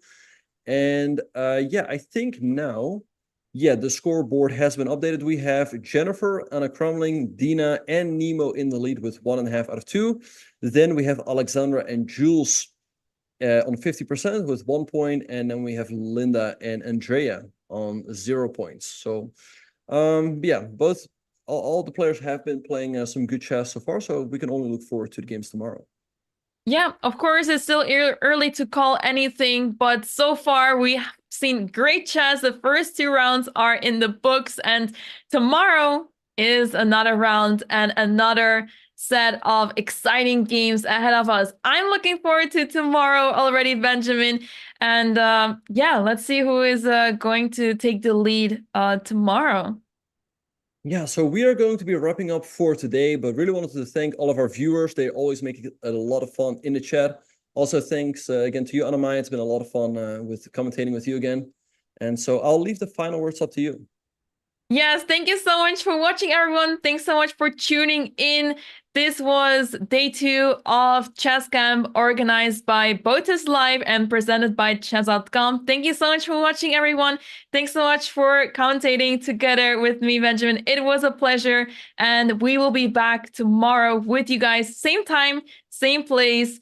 I'm going